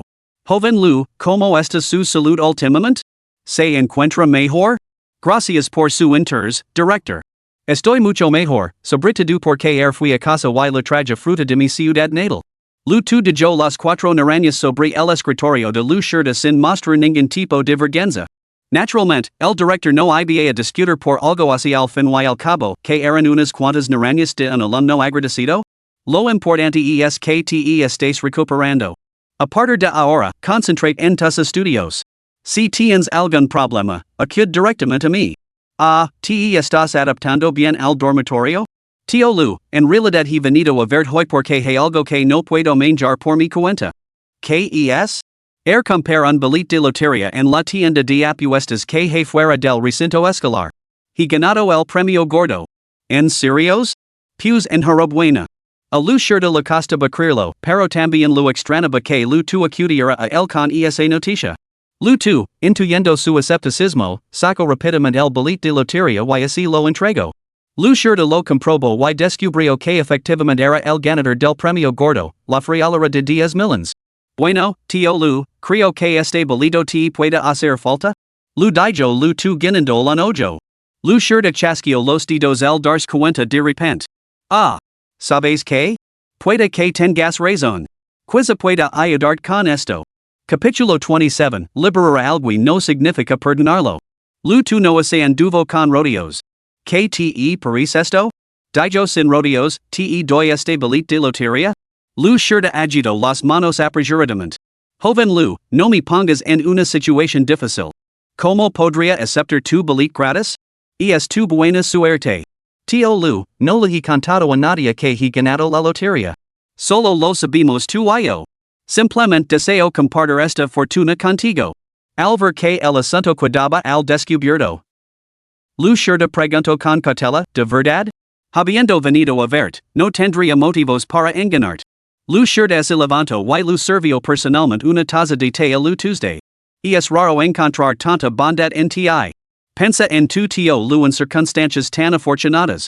En este mundo tan agitado, cualidades tan valiosas como las tuyas son poco frecuentes en los jóvenes. Déjame decirlo así, te dar dinero para que me compres este boleto. Lutu fingió sorpresa. Pero, ¿cómo podría ser eso? Vivo en las residencias de profesores y recibo subsidios, te doy gracias a tu ayuda, tío Lu. Te estar eternamente agradecido. Prefiero dártelo a ti. Lu Shirta se sorprendió. Realmente no se atrevía a aceptar el boleto de lotería del primer premio de Lu Tuesday sabía muy bien que no hay nada gratis, que lo que sale barato a menudo y es lo que más cuesta. Bueno, joven Lu, ¿qué le parece esto? De todos modos, tendrá que pagar un 20% de impuestos sobre esos 10 millones. Lu dar 8 millones para que compre este boleto. ¿Qué le parece? Lu tu miró a Lu Shirta con una media sonrisa, con una clara insinuación. Respondió, por supuesto que está bien. Y es solo que últimamente echo de menos vivir con mis compañeros de clase. He estado pensando en volver a mudarme a la residencia, tío Lu, no te imaginas lo amables que eran mis compañeros de piso. Siempre hablo en sueños, y nunca se quedaron en una sola vez.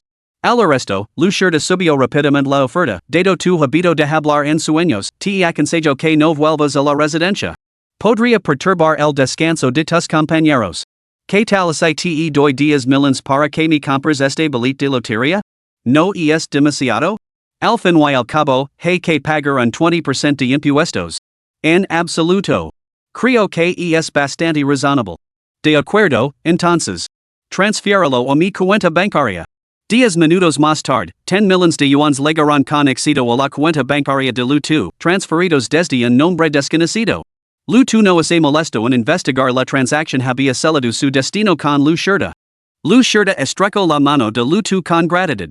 Joven Lu, sentí una afinidad instantánea con usted en el momento en que lo conocí. ¿Qué le parece convertirse en mi ahijado? Lu Tu así burló para sus adentros.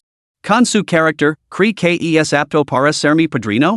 Sin embargo, exteriormente, mostró una expresión de sorpresa halagada. Tío Lu, me temo que no puedo aceptar como padrino, porque ya tengo uno. ¿Quién es tu padrino? Preguntó Lu Shirta con los ojos iluminados por la emoción, ansioso por confirmar su sospecha. De niño era frágil y enfermaba a menudo. Mi madre me llevó al pueblo en busca de un padrino. Mi padrino es un sos. Lu Shirta lo entendió de repente. Esas costumbres populares existen, buscaban la protección divina. Además, solo se podía tener un padrino, de lo contrario, la bendición no surtiría efecto. No sintió decepción por la negativa, sino que le dio una palmada alegre en el hombro a Lu Tu, cuando se es rico, mantén alejado del juego, la prostitución y las drogas. Mantén por encima de toda sospecha. De acuerdo, tío Lu. Me voy entonces. Al salir de la oficina, Lu Tu se alejó tarareando alegremente. Si no lo hubiera preguntado a Pang Dawe, nunca habría imaginado que Lu Shirta tenía unos ingresos tan sustanciales, que superaban los 10 millones de yuan sin pestañear. Parecía que su padrino realmente tenía conexiones que legaban muy alto y muy lejos. Lu Tu estaba cada vez más convencido de que su plan era salido. Ahora tenía que visitar al inspector Su para firmar el acuerdo de reconciliación y asegurar la liberación de Ding Zhang y los demás. Después de llamar por teléfono al inspector Su y saber que estaba en una reunión en la sede central, Lu Tu esperó media hora antes de explicar su propósito. El oficial Su parecía desconcertado. ¿De verdad DC firmar la declaración? Debe darse cuenta de que, una vez firmada, no serán detenidos. Lu Tu asintió. Al fin y al cabo, todos somos antiguos compañeros de clase. Entrar en la Universidad de Shanghai no fue tarea fácil. Cuando hay margen para mostrar clemencia, hay que hacerlo. No vio la necesidad de arruinarles el futuro. En la oficina no solo estaba el oficial Su, sino también varios otros agentes de policía. Al oír las palabras de Lu Tu, todos lo miraron con asombro. Eran los encargados del caso de Lu Tuesday, todos conocen bien su terrible experiencia, sobre todo porque el gobernador provincial había ordenado personalmente que se le prestara especial atención. Que pudiera mostrar tal magnanimidad, dispuesto a liberar a estas personas suya culpabilidad había sido demostrada, les hacía preguntarse si era realmente magnánimo o simplemente tonto. El oficial Su también miró a Lu Tu con sorpresa. Basándose en sus años de experiencia policial, intuyo que Lu Tu podría no estar diciendo la verdad. Sin embargo, el hecho de que Lu Tu estuviera diciendo la verdad o no era irrelevante si Lu Tu estaba dispuesto a liberarlos, ellos simplemente seguirían el procedimiento. Muy bien. Notificara sus familias inmediatamente. Al poco tiempo, varios hombres de mediana edad entraron a procedimiento en la comisaría. Al enterarse de que sus hijos no serían detenidos, se habían apresurado a acudir allí. Lutu vio inmediatamente entre ellos el padre de Dingzang, un hombre corpulento, de piel oscura y cabello largo, con los dedos rodeados de anillos de oro con piedras preciosas y un collar de cuentas de oración tibetano colgando del cuello. Su reacción inicial al ver a Lutu fue de desdén, que rápidamente ocultó tras una sonrisa forzada y obsequiosa. Se burló para sus adentros. Una familia como la de Dingzang, todavía solicitando ayuda por pobreza? Realmente eran unos codiciosos. La madre de Wu Zihao, sin embargo, parecía mucho más modesta, vestida con un sencillo abrigo de algodón con manguitos. Al ver a Lutu, ese armadillo con un golpe seco, con la voz temblorosa de gratitud. Gracias, joven. Pido perdón en nombre de mi hijo, que no sirve para nada. Lutu se apresuró a ayudarla a levantarse. Por favor, levantes, tía. Pero la madre de Wu Zihao se mantuvo obstinadamente arrodillada, llorando mientras protestaba, no tengo estudios. Su padre murió en un accidente laboral hace 10 años. Ni dedica exclusivamente a su educación. Nunca imaginé que se convertiría en alguien tan malvado, acosando de esta manera. Lo siento muchísimo. Mientras hablaba, sacó un fajo de billetes arrogados de su bolso. Aquí tienes 86,000 yuans. Por favor, tienes que aceptarlos. Lutu frunció el seno. Tía, por favor, levantate primero. Tienes una edad avanzada, arrodillar así me acordará la vida. Solo entonces la madre de Wu Zihao se levantó, se quedó a un lado y se secó las lágrimas. En ese momento, el padre de Dingzang habló con su voz ronca, el chico ya está dispuesto a firmar el acuerdo de reconciliación. ¿A quién le importa su mísero dinero? Recajalos rápidamente, está arruinando su buena acción. Dica esto, el padre de Dingzang se adelantó y toma la mano de Lutu. Soy Dingde, el padre de Dingzang. Siempre dije que era un asunto sin importancia, como iban a detenerte? Mirad ahora, saltando tan animado como siempre. Ya. Capítulo 28, La invitación de Ding. El detective Su, que estaba a su lado, resopló con frialdad. ¿Está cuestionando los resultados del examen del hospital municipal? ¿O dudando de las pruebas que hemos reunido? En absoluto. Solo estaba admirando el bien físico del muchacho, nada que ver con mi hijo inútil. Ding de lanzó primero una mirada fulminante a la madre de Wu Zihao y luego, a regañadientes, sacó unos billetes de su pecho. Los contó delante de Lutu y puso la mitad sobre la mesa. Aquí hay 18,000 yuans. Somos una familia rural con dificultades vende nuestra vaca durante la noche para reunir esta cantidad. Espero que no lo menosprecie. Lutu se burló para sus adentros. De tal palo, tal estilo, no era de extrañar que hubiera creado a una escoria como Dingzang. De todos modos, nunca había tenido intención de perdonar a Dingzang, así que cuando más se callaba su padre, más satisfechos sencha Lutu de la madre de Wu Zihao, por su parte, había mostrado un arrepentimiento sincero. Al ver el silencio de Lutu, el oficial su intervino amablemente. Lutu, se trata de una compensación voluntaria de la familia. Puedes aceptarla. Al arresto, la madre de Wu Zihao rápidamente metió el dinero en el bolsillo del abrigo de Lutu, con el rostro marcado por el remordimiento. Perdóname, muchacho. Me asegurar de que Wu Zihao reciba el castigo adecuado a partir de ahora. Lutu no rechazó el dinero. Era lo que le correspondía y no lo iba a rechazar simplemente porque la familia de Wu Zihao fuera pobre. A lo sumo, teniendo en cuenta la actitud de su madre, podría mostrar indulgencia hacia Wu Zihao a la hora de ajustar cuentas con Dingzang. Dingde, por su parte, era una vergüenza para su padre. Casi arrugó los 18,000 yuans en sus manos llenas de anillos, tan reacio a entregárselos a Lutu solo cuando el inspector Su le preguntó si estaba dispuesto a pagar, entregó el dinero a regañadientes. Los padres de los otros tres chicos también ofrecieron a Lutu diferentes cantidades en concepto de indemnización. Sin decir una palabra, Lutu firmó la declaración de entendimiento, rechazó la invitación a almorzar de la madre de Wu Zihao y salió directamente de la comisaría.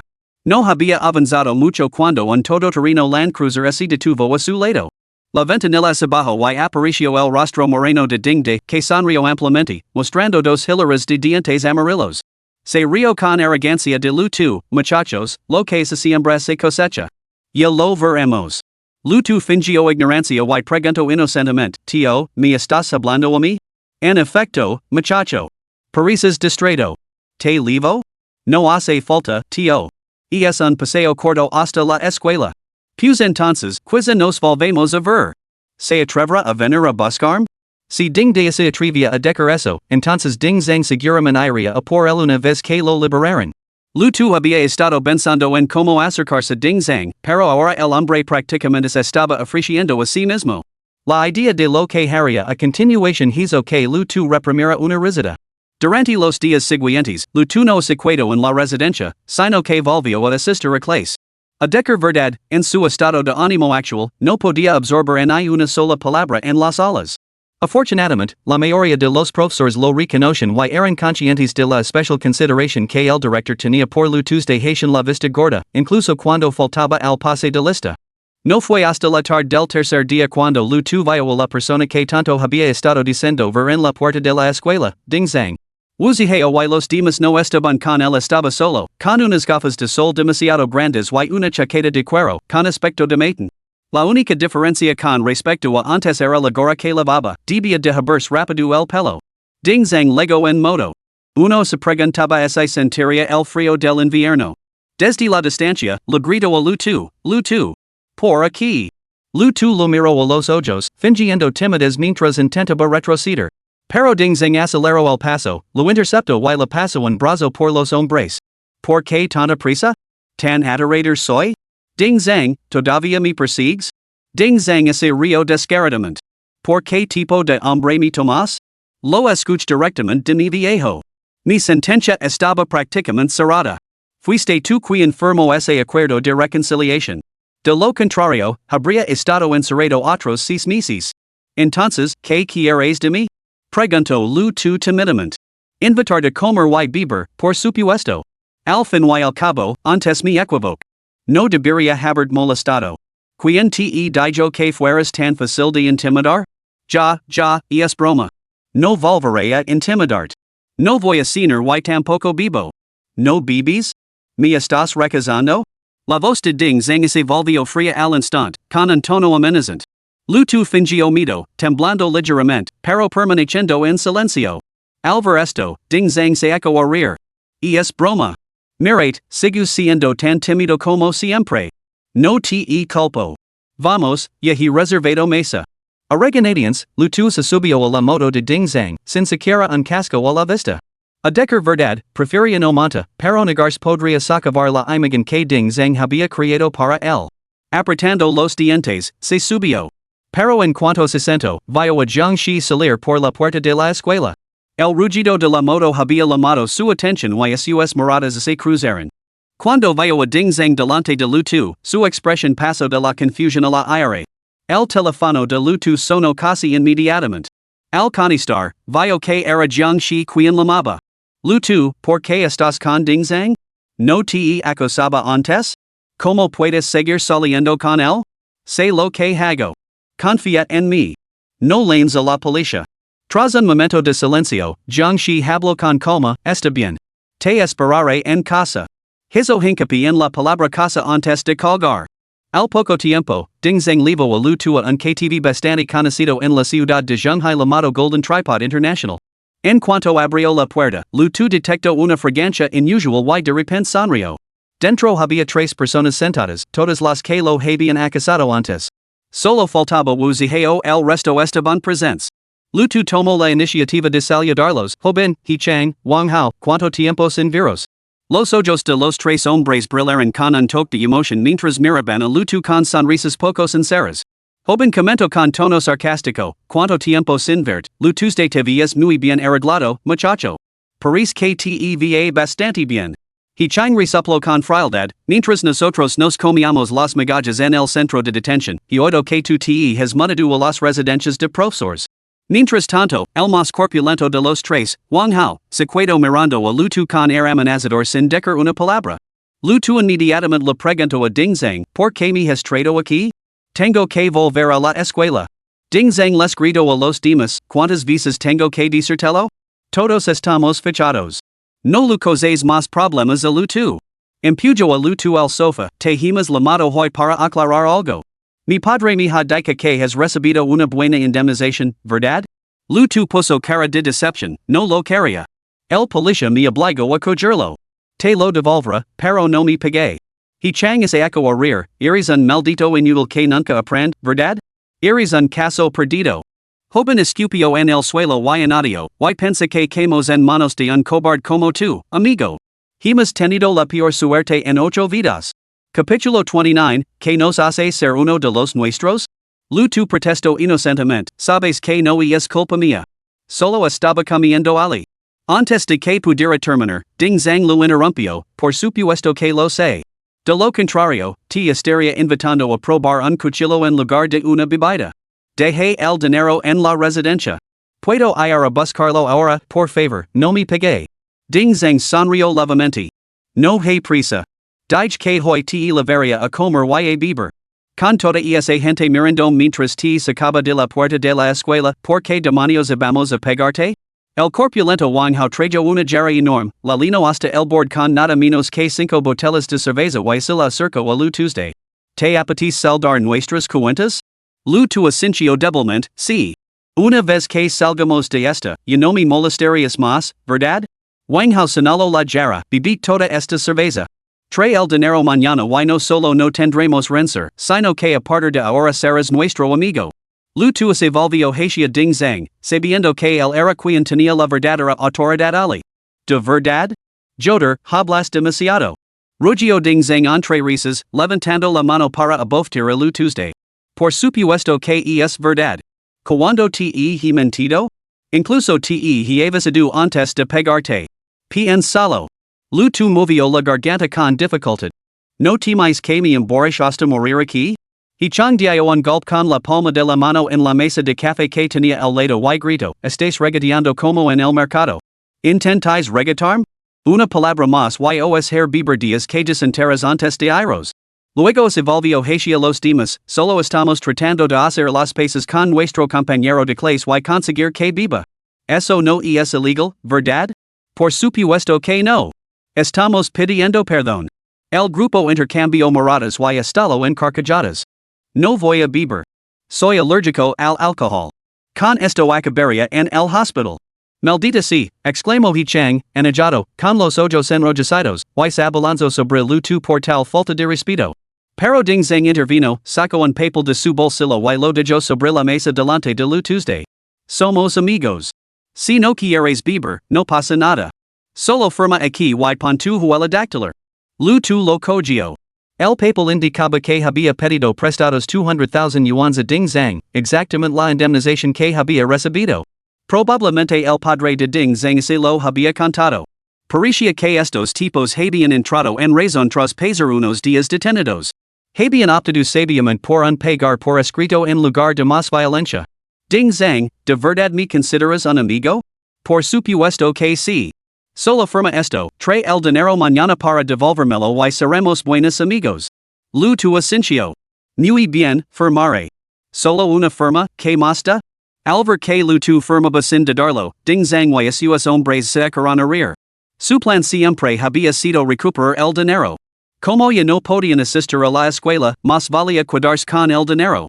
Ding Zhang guardó el contrato con una sonrisa y llamó a un camarero a través de la pantalla electrónica de la sala privada. Pronto se abrió la puerta y entró una fila de mujeres jóvenes. Todas iban muy elegantes, sacudiendo el pelo y lanzando miradas sugerentes a Ding Zhang y a sus compañeros. Estas damas eran de una calidad superior a la media, algunas parecían colegiales, otras chicas de al lado, algunas eran maduras y sofisticadas, mientras que otras tenían un encanto de madrastra. Ding Zhang, Wang Hao y los demás se quedaron boquiabiertos, con lágrimas a punto de brotar de sus ojos. Levaban días sin estar cerca de una mujer. Ahora que sus familias finalmente les habían permitido salir, tenían la intención de darse un capricho a sus anchas. Las lideraba una joven vivaz de unos 26 años, claramente una vieja conocida de Ding Zhang y sus compañeros. Luego el ojo sugerentemente de Ding Zhang y le susurró, joven maestro Ding, sé que es mío. ¿Por qué no se acerca y lo comprueba usted mismo? Ding Zhang esbozó una sonrisa descarada antes de arrastrar a Lu tu hacia delante. De pie ante las mujeres, sonrió a la joven. Hermana Hui, hoy tienes que entretener a este chico, es mi amulito de la suerte. Huidui esposo una sonrisa seductora y poso su mirada en lu Tuesday el ver que no solo era guapo, sino que también tenía un físico robusto, muy superior al de los modelos masculinos que trabajaban para ella, se iluminó de alegría y esposo una sonrisa tan amplia como un AK-47. Como te llamas, Jeef? Aunque lu tu no era ningún novato en estos asuntos, se vio obligado a fingir la inocencia de un novato, lo que resultó bastante agitador. Sin embargo, murmuró timidamente, mi apellido es Lu. Señor Lu, ¿le dice su hermana qué tipo de chica le gusta? Lu tu miró vacilante a Dingzang. Esto no me parece bien. Prefiero no hacerlo. Ni limitar a ver cómo así divierten ustedes. Dingzang lo miró con ira. En hablar. Si quieres hacer las paces y ser mi amigo, Dingzang, tienes que participar. Lu tu resopló para sus adentros, desconcertado por la lógica de Dingzang, que parecía haber visto demasiadas películas hongkonesas de los años 90. Está bien. Me gustan las chicas que llevan gafas. Hui miró fijamente a Lu tu, lamiéndose los labios de forma sugerente. Así que te gustan las oficinistas, eh? A continuación, se acercó una mujer con gafas y falda lápiz negra de casi 172 centímetros de altura. Empujando la hacia los brazos de Lu tu, la mujer soltó un grito tímido y lo rodeó la cintura con los brazos, dejando al descubierto un generoso escote. Lu apretó suavemente la suave carne de la cintura. Oh, tienes una figura preciosa, hermano mayor. Lu tu, casi instintivamente, la atrayó hacia sí, pero entonces recordó que era un virgin puro y inocente. Rápidamente apartó la cabeza. Ten cuidado. No me llamo ten cuidado. Me llamo Zishuan. Soy mestiza. Dingzang serio y bromeo, y ella también es mestiza. Te ha tocado el gordo, chico. Lu tu solo pudo dejar que Zishuan le tomara de la mano y lo llevara al sofá de la esquina, donde charlaron sin mucho entusiasmo. Mientras tanto, Dingzang y los demás habían hecho su selección y ahora manoseaban con entusiasmo a sus parejas. Los más cercanos a Lu tu eran Wanhao y la mujer que se parecía a una madrastra. Wanhao acariciaba con entusiasmo la pierna de la mujer, frotándola con tanta fuerza que sus medias negras empezaban a pelarse incluso a generar electricidad estática. La sorpresa la hizo gritar, hermano mayor, ¿por qué no te cuidas el jersey? Cuídamelo tú. Lu tu miró a los demás, que estaban igualmente ocupados acariciándose mutuamente y mordisquendos el cuello. Al entrar, ya había detectado el olor de sustancias ilícitas. A juzgar por el estado de Wanhao y Chang, sin duda habían ingerido algo prohibido. Tal y como Lu tu había supuesto, dado que Dingzang había dispuesto que enviaran a una chica, era inevitable que a continuación sacara las sustancias ilegales y invitara a Lu tu a unirse a ellos. Al fin y al cabo, en la mentalidad de estos tantos dragados, solo aquellos que habían compartido un colocón con ellos contaban como compañeros de armas. Había estado pensando en cómo ejecutar su plan, pero nunca imaginó que le harían el juego tan fácilmente. Aun así, Lu tu no tenía intención de limitarse a denunciar a Dingzang y su pandilla por consumo de drogas. Eso solo les llevaría a un centro de rehabilitación durante 6 meses como máximo. Después de todo el esfuerzo que había dedicado a liberarlos, no había dejarlos escapar tan fácilmente. La mano de Zishuan seguía deslizándose por el brazo de Lu tu, apretándolo de vez en cuando, mientras le soplaba calito en la oreja. Hermanito, ¿sabes lo guapo que eres? En cuanto te 6, pues deverart. Capítulo 30, ¿seguro que no sientes lo mismo? Dingzang se tomó un momento para recuperar el aliento y luego se dio cuenta de que Lu tu seguía siendo rígido. Lu instó, ¿qué pasa? Te dije que este amigo mío es un novato. Quiero que lo entrenes adecuadamente, que lo ayudes a integrarse completamente en nuestro equipo. Zishuan, al ver el descontento de Dingzang, se dio cuenta al instante de que sus burlas no habían sido suficientes. Le dio otro suave mordisco a la oreja de Lu tu, ¿ves? Ahora has metido a tu hermana en un lío. Lu tu observó como Dingzang y los demás se animaban cada vez más, y un air de tensión sugerente llenaba la sala privada. Se volvió hacia Zishuan, ¿qué quieres que haga? ¿Es esto lo que quieres?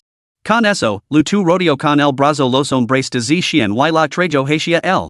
Ella jadeó y se aferró a su cuello, hermano, no seas tan brusco. ¿Brusco? ¿No era eso lo que querías, que fuera un poco brusco contigo?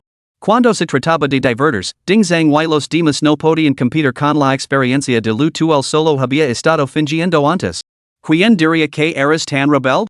Hace un momento pareces un caballero educado, como te has convertido en un viejo pícaro tan rápido? Se debe principalmente tu excelente enseñanza, de lo contrario, como sabría como hacerlo?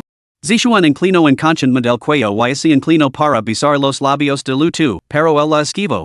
No deceba tal intimidad con ella. Aunque salir a cenar significaba usar los cubiertos del restaurante, no se podía saber si estaban limpios o no. Lutu no deceba contra Helicobacter pylori por ello. Al ver la evasiva de Lutu, Zishuan entendió perfectamente lo que quería decir. En su línea de trabajo, el respeto por uno mismo había quedado relegado hacía mucho tiempo. Ahora, sonrió soñadora, pasando su dedo por su mejilla. ¿Sabes cuántas hermanas me envidiaban cuando la hermana Hui me impuyó hacía hace un momento?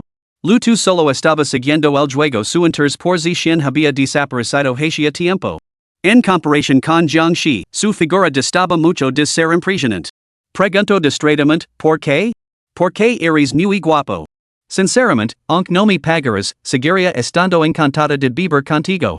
Habiendo pasado su vida anterior como veterano de los barrios de placer, Lutu no creía en una sola palabra de lo que dicen estas mujeres, los viejos trucos de siempre. Inventeos algo nuevo. Sin embargo, Zishuan, inesperadamente, es enderezado con una sinceridad inesperada, y es verdad. Verás, los clientes que suelen venir a nosotros son hombres de mediana edad con barrigas prominentes o tipos sórdidos. Nunca he visto a nadie tan guapo como tú.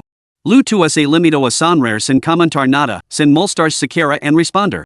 Recibir elogios de una princesa no lo llenaba de orgullo. Al ver su respuesta imposible, Zishuan supo por sus observaciones que el hombre que tenía ante sí no era un tipo cualquiera, desde luego no como los demás hombres de la sala privada. A decir verdad, solo vivo aquí 3 días. Si no fuera por tratar la enfermedad de mi hermana, no estaría trabajando aquí. Todos los demás hombres miserables intentan manejar nada más llegar. Como mucho, solo les yo creerme de la mano. Tú eres diferente. Puedes hacer lo que quieras conmigo. Lutu estaba desconcertado. Solo había estado pensando en cómo deshacerse de Ding Zheng y no había prestado mucha atención a Zishian. ¿Cómo habían llegado de repente a esta etapa de confesión? El siguiente paso sería pedirle a Lutu que la llevara a salir y luego pedir el dinero prestado? Muy bien. Sueda bien de tu hermana. Zishuan se quedó desconcertada.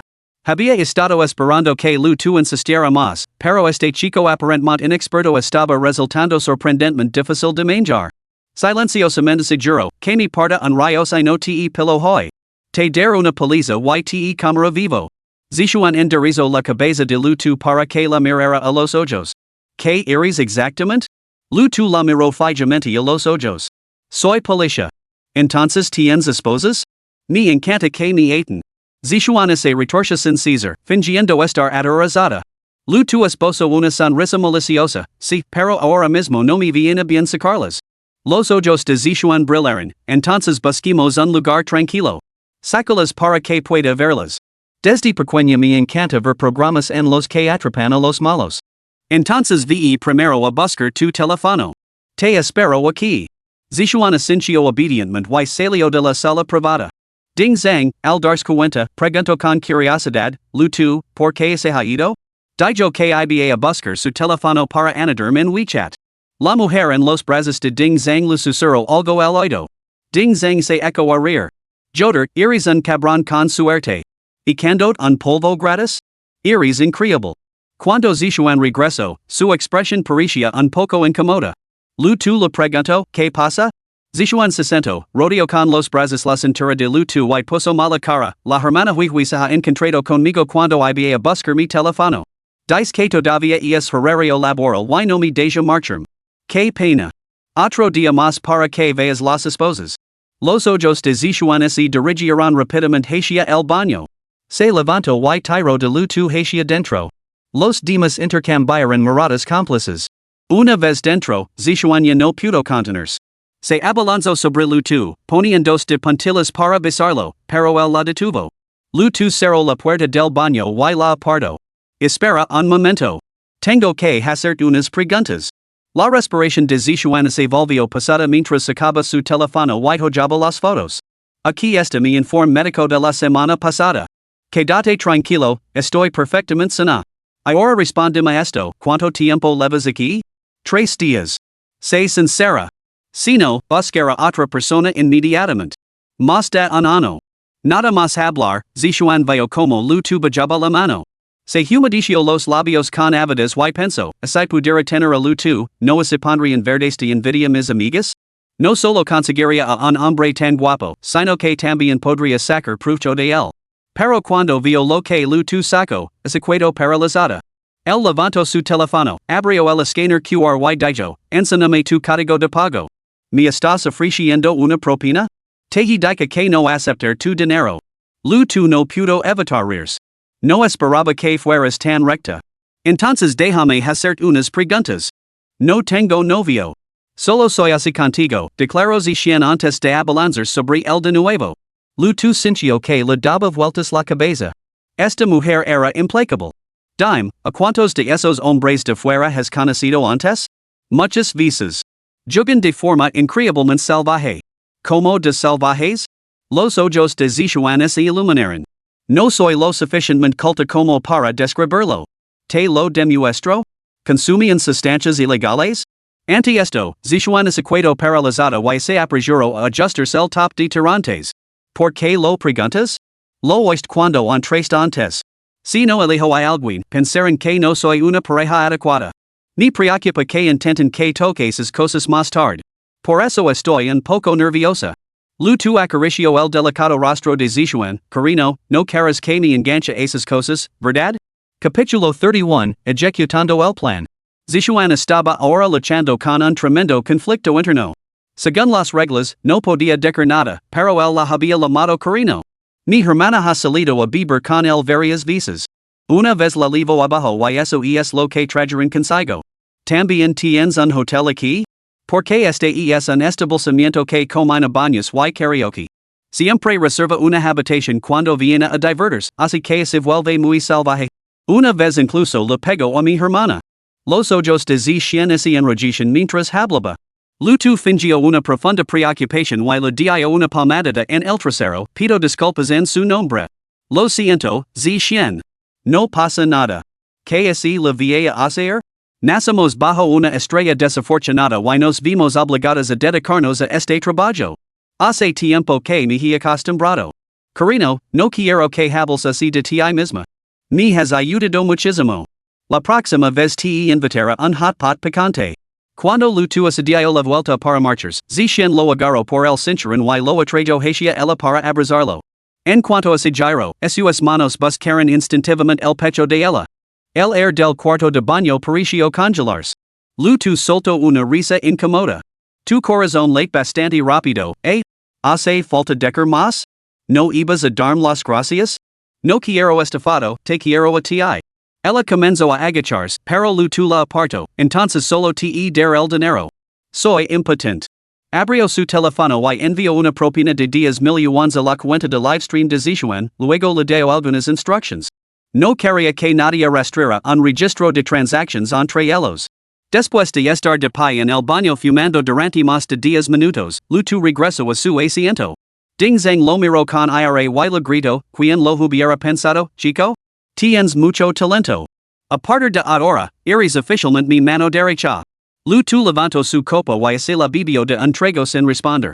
En ese momento, Zixuan apareció con una sonrisa radiante, limpiándose deliberadamente la boca delante de Ding Zhang y los demás antes de deslizarse para sentarse junto a Lu tu.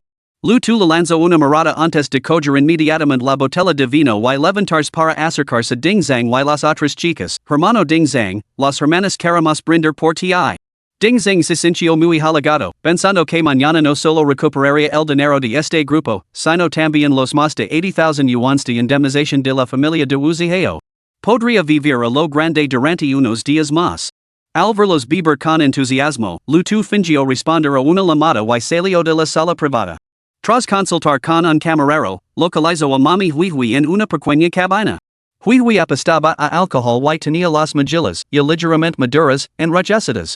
Cuando Lu tu entró, se encontró con que él estaba quitando los tacones para masajearse los tobillos. Al ver a Lu tu, Huihui se sorprendió. ¿Qué pasa, hermanito? Zixuan te ha enfadado? Lu tu cerró la puerta con indiferencia y se sentó junto a Huihui, atrayéndola sin esfuerzo hacia él. He venido a buscarte. La expresión de Huihui pasó de la sorpresa al delete. Con tantas chicas jóvenes y guapas alrededor, ¿por qué has venido a buscarme? Lu tu esposo una sonrisa picara y la dio un firme apredan en el trasero. Ninguna de ellas puede comparar con tu encanto. Solo aquellos que lo han experimentado conocen el verdadero atractivo de una mujer casada. Pequeño granuja. Te juzg mal antes, ¿verdad? Resulta que, después de todo, eres un experto. Lu tu reconoció su acento y le tomó la mano. Hermana ¿eres de Shinchi? Sí, tú también? Bueno, nunca pensé que encontraría a un compatriota aquí. No me extraña que sintiera una conexión tan instantánea. Apretó la mano de Lu tu y entrecerró los ojos seductoramente. ¿Qué tan cerca, exactamente? Para abrigarlo, tendrás que darme un beso. Se sentó acurrucada en el sofá, con los dedos de los pies envueltos en medias negras ligeramente cavados por la tensión nerviosa, formando un arco perfecto. Ni siquiera ella podía explicar por qué había perdido toda resistencia frente a este joven. Sus miradas se cruzaron, volviéndose borrosas. Así humedeció los labios ligeramente resecos y así inclinó lentamente. Justo cuando sus labios estaban a punto de tocarse, de repente empujó a Lu tu, riendo tan fuerte que se dobló por la mitad. Veil, deja de hacer tonterías. Deberías haber dicho simplemente que te gustan las mujeres mayores. Te buscar unas cuantas mujeres mayores atractivas para que te acompañen a beber. Al ver el estado de Lu tu supo que había llegado el momento. Él respondió, ¿para qué tantas? No puedo permitírmelas. ¿Me sueltas primero? Si es necesario, las pagar de mi propio bolsillo. Lu tu soltó a Él hizo el pelo y Sakamoto en una posición cómoda contra su hombro. No me había dado cuenta de que tu hombro era tan cómodo para apoyarse. ¿Otras chicas lo han hecho? Sí, muchas. ¿Eran guapas? Todas eran guapas. Entonces, ¿por qué has venido a mí? Necesito pedirte un favor. No te ayudar. Resoplo fingiendo orgullo. Lu tu no era de los que la consentían. Su mano libre se dirigió directamente a su corazón, haciendo que se riera y suplicara clemencia. Está bien. Solo démelo. Si no es demasiado, aceptar. Conseguimos la tarjeta lave de la habitación de Dingzang. Al arresto, se incorporó, desconcertada, y miró fijamente a Lu Tuesday. ¿Para qué? Necesito recuperar algo. Y me niego. Lu tu sacó su teléfono. En este trabajo, sería una tontería no aceptar el dinero. De tu precio. ¿Esto explotará? Sí. Lu tu no tenía intención de engañarla. Aunque si lo ocultara, así las cosas se complicaban, ella probablemente se vería implicada. En ese momento, el walkie-talkie que levaba en la cintura crepitó. Desestimó la llamada con indiferencia y luego se bebió de entregó la copa de vino tinto que tenía delante, mostrando un profundo conflicto. Lu tu tomó una copa vacía y así sirvió vino, bebiendo tranquilamente como si nada. Miró al hombre que tenía delante con asombro. Había entrado en este negocio cuando era adolescente, convencida de que había visto innumerables hombres y podía leer sus pensamientos con una sola mirada. Sin embargo, ahora Lu tu la desconcertaba. Con apenas dieciocho o 19 años, poseía un air de misterio totalmente incongruente con su edad, que oscilaba entre la seriedad y la lujuria desenfrenada. Que él había buscado su ayuda en su primer encuentro, y que claramente no era por una buena acción, era obvio incluso para un tonto. Recordó el comportamiento dócil de Lu tu en la sala privada, siendo mandado por Dingzang, y sintió un escalofrío recorriendo su espalda. Dijo, 10,000. Lu tu permaneció en silencio, haciendo girar su copa de vino. Dame 8,000 yte ayudar. Trato hecho. Lu tu sacó inmediatamente su teléfono para transferir el dinero a Esto la tomó por sorpresa. No sabía nada del hombre que tenía delante, y sin embargo él se ofrecía a transferir fondos sin dudarlo. No temía que él se quedara con el dinero y huyera. ¿Qué es exactamente lo que quieres que haga? Dámelo primero o no aceptar. Lu tu cogió un cigarrillo del paquete de lo encendió y exhaló un espeso anillo de humo. Su mirada, fija al frente, era inusualmente profunda, como el pozo sin fondo de una caverna. Habló lentamente, ahora mismo, no solo tienes que conseguirme la llave de la habitación, sino también entregar algo que hay dentro. No te preocupes, es totalmente legal. Una vez hecho, te dar 200,000 yuans. ¿No puedo simplemente no hacerlo? Preguntó con un tono suplicante en la voz. Lu tu permaneció en silencio y se limitó a mirarla de reojo. Ya has oído mi plan. Si quieres seguir trabajando en Shanghai, no tienes más remedio que ayudarme. Capítulo 32, Despediendot. Hui ese echo o rir de repente. Quien te cris que iris? Intentas intimidarme? Sabes quien es mi jefe? Alguien que pueda invertir decenas de millones para abrir un club aquí? Y2, un simple novato, te atreves a amenazarme. No dejo de observar la reacción de lu Tuesday lo hacía tanto para verificar la veracidad de sus afirmations como para advertir que no se para de la raya, ella no era alguien con quien se pudiera jugar. Sin embargo, poco a poco, hui se dio cuenta de que lu tu permanecía completamente imposible. ¿Acaso había incluso un atisbo de lastima en su mirada? Él la compadecía. Teniendo en cuenta el comportamiento de lu tu, a hui se lu ocurrió de repente una sospecha aterradora. Tienes un minuto para pensarlo. Hui recuperó lentamente la compostura. Obedientemente, le sirvió una copa a lu tu y le susurró, ¿a qué se dedica tu padre? No te gustaría saberlo.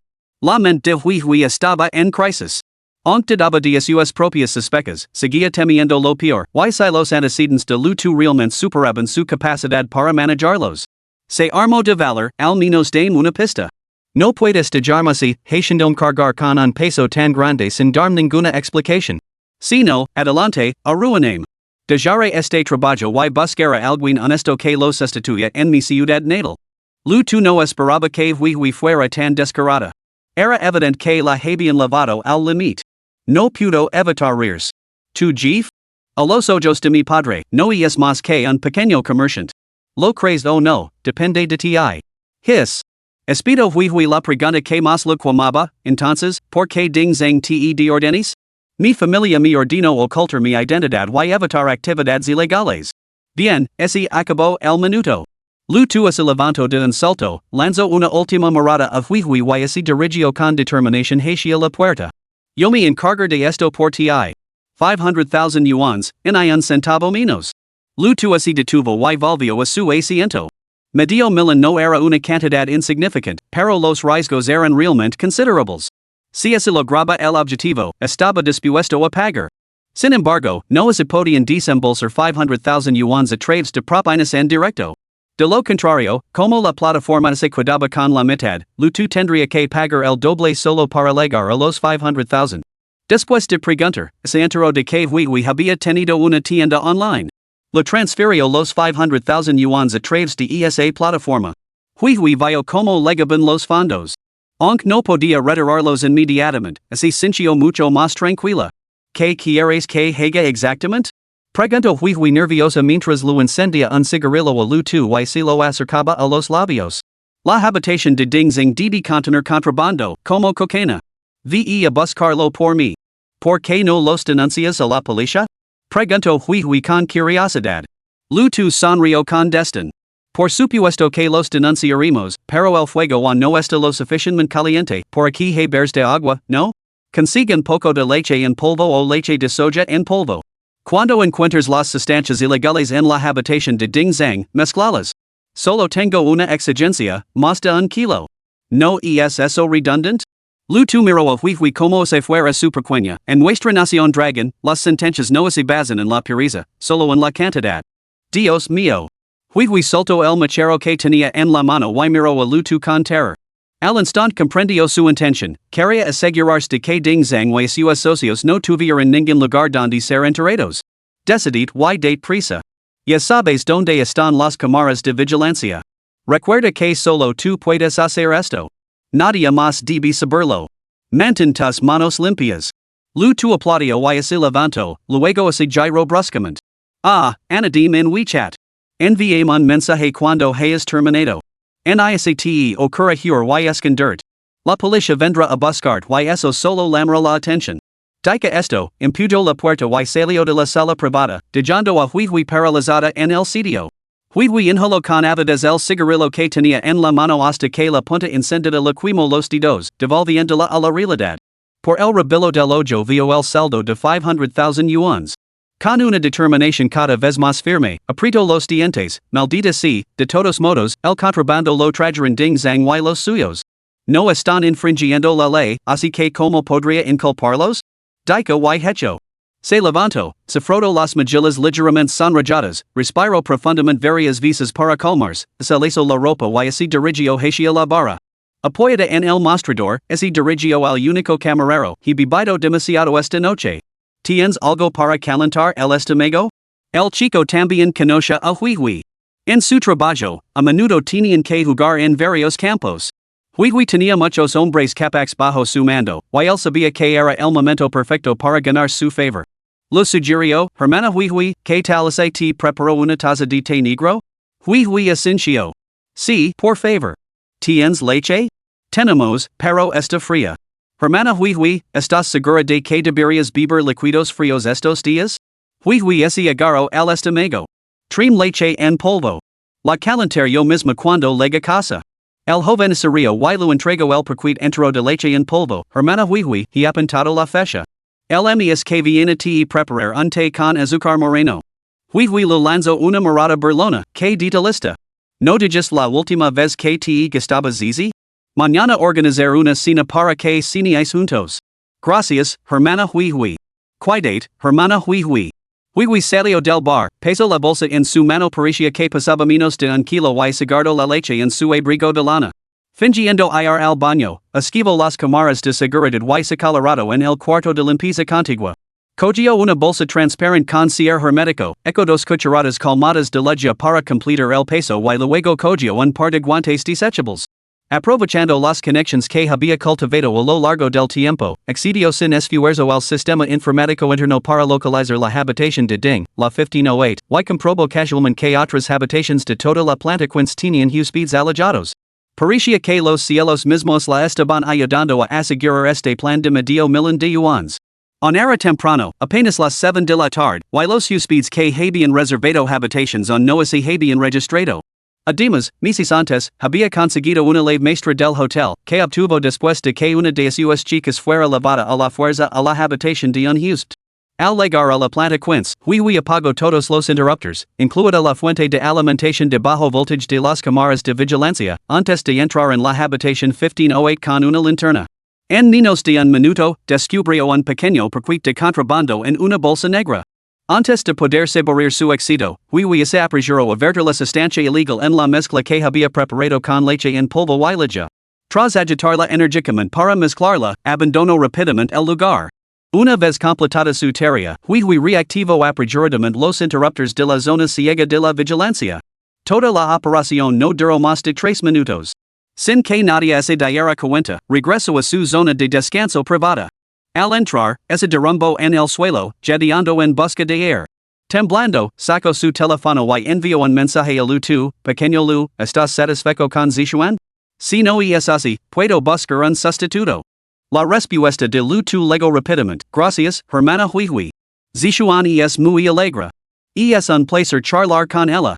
Al recibir el mensaje, Lu miró de reojo a Ding Zhang y a los demás, que seguían picando con los dedos a su lado.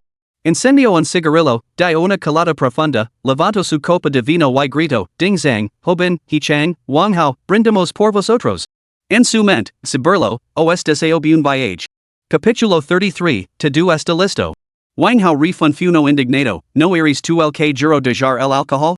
¿Y ahora brindas por nosotros? La sonrisa de Lu permaneció inalterable.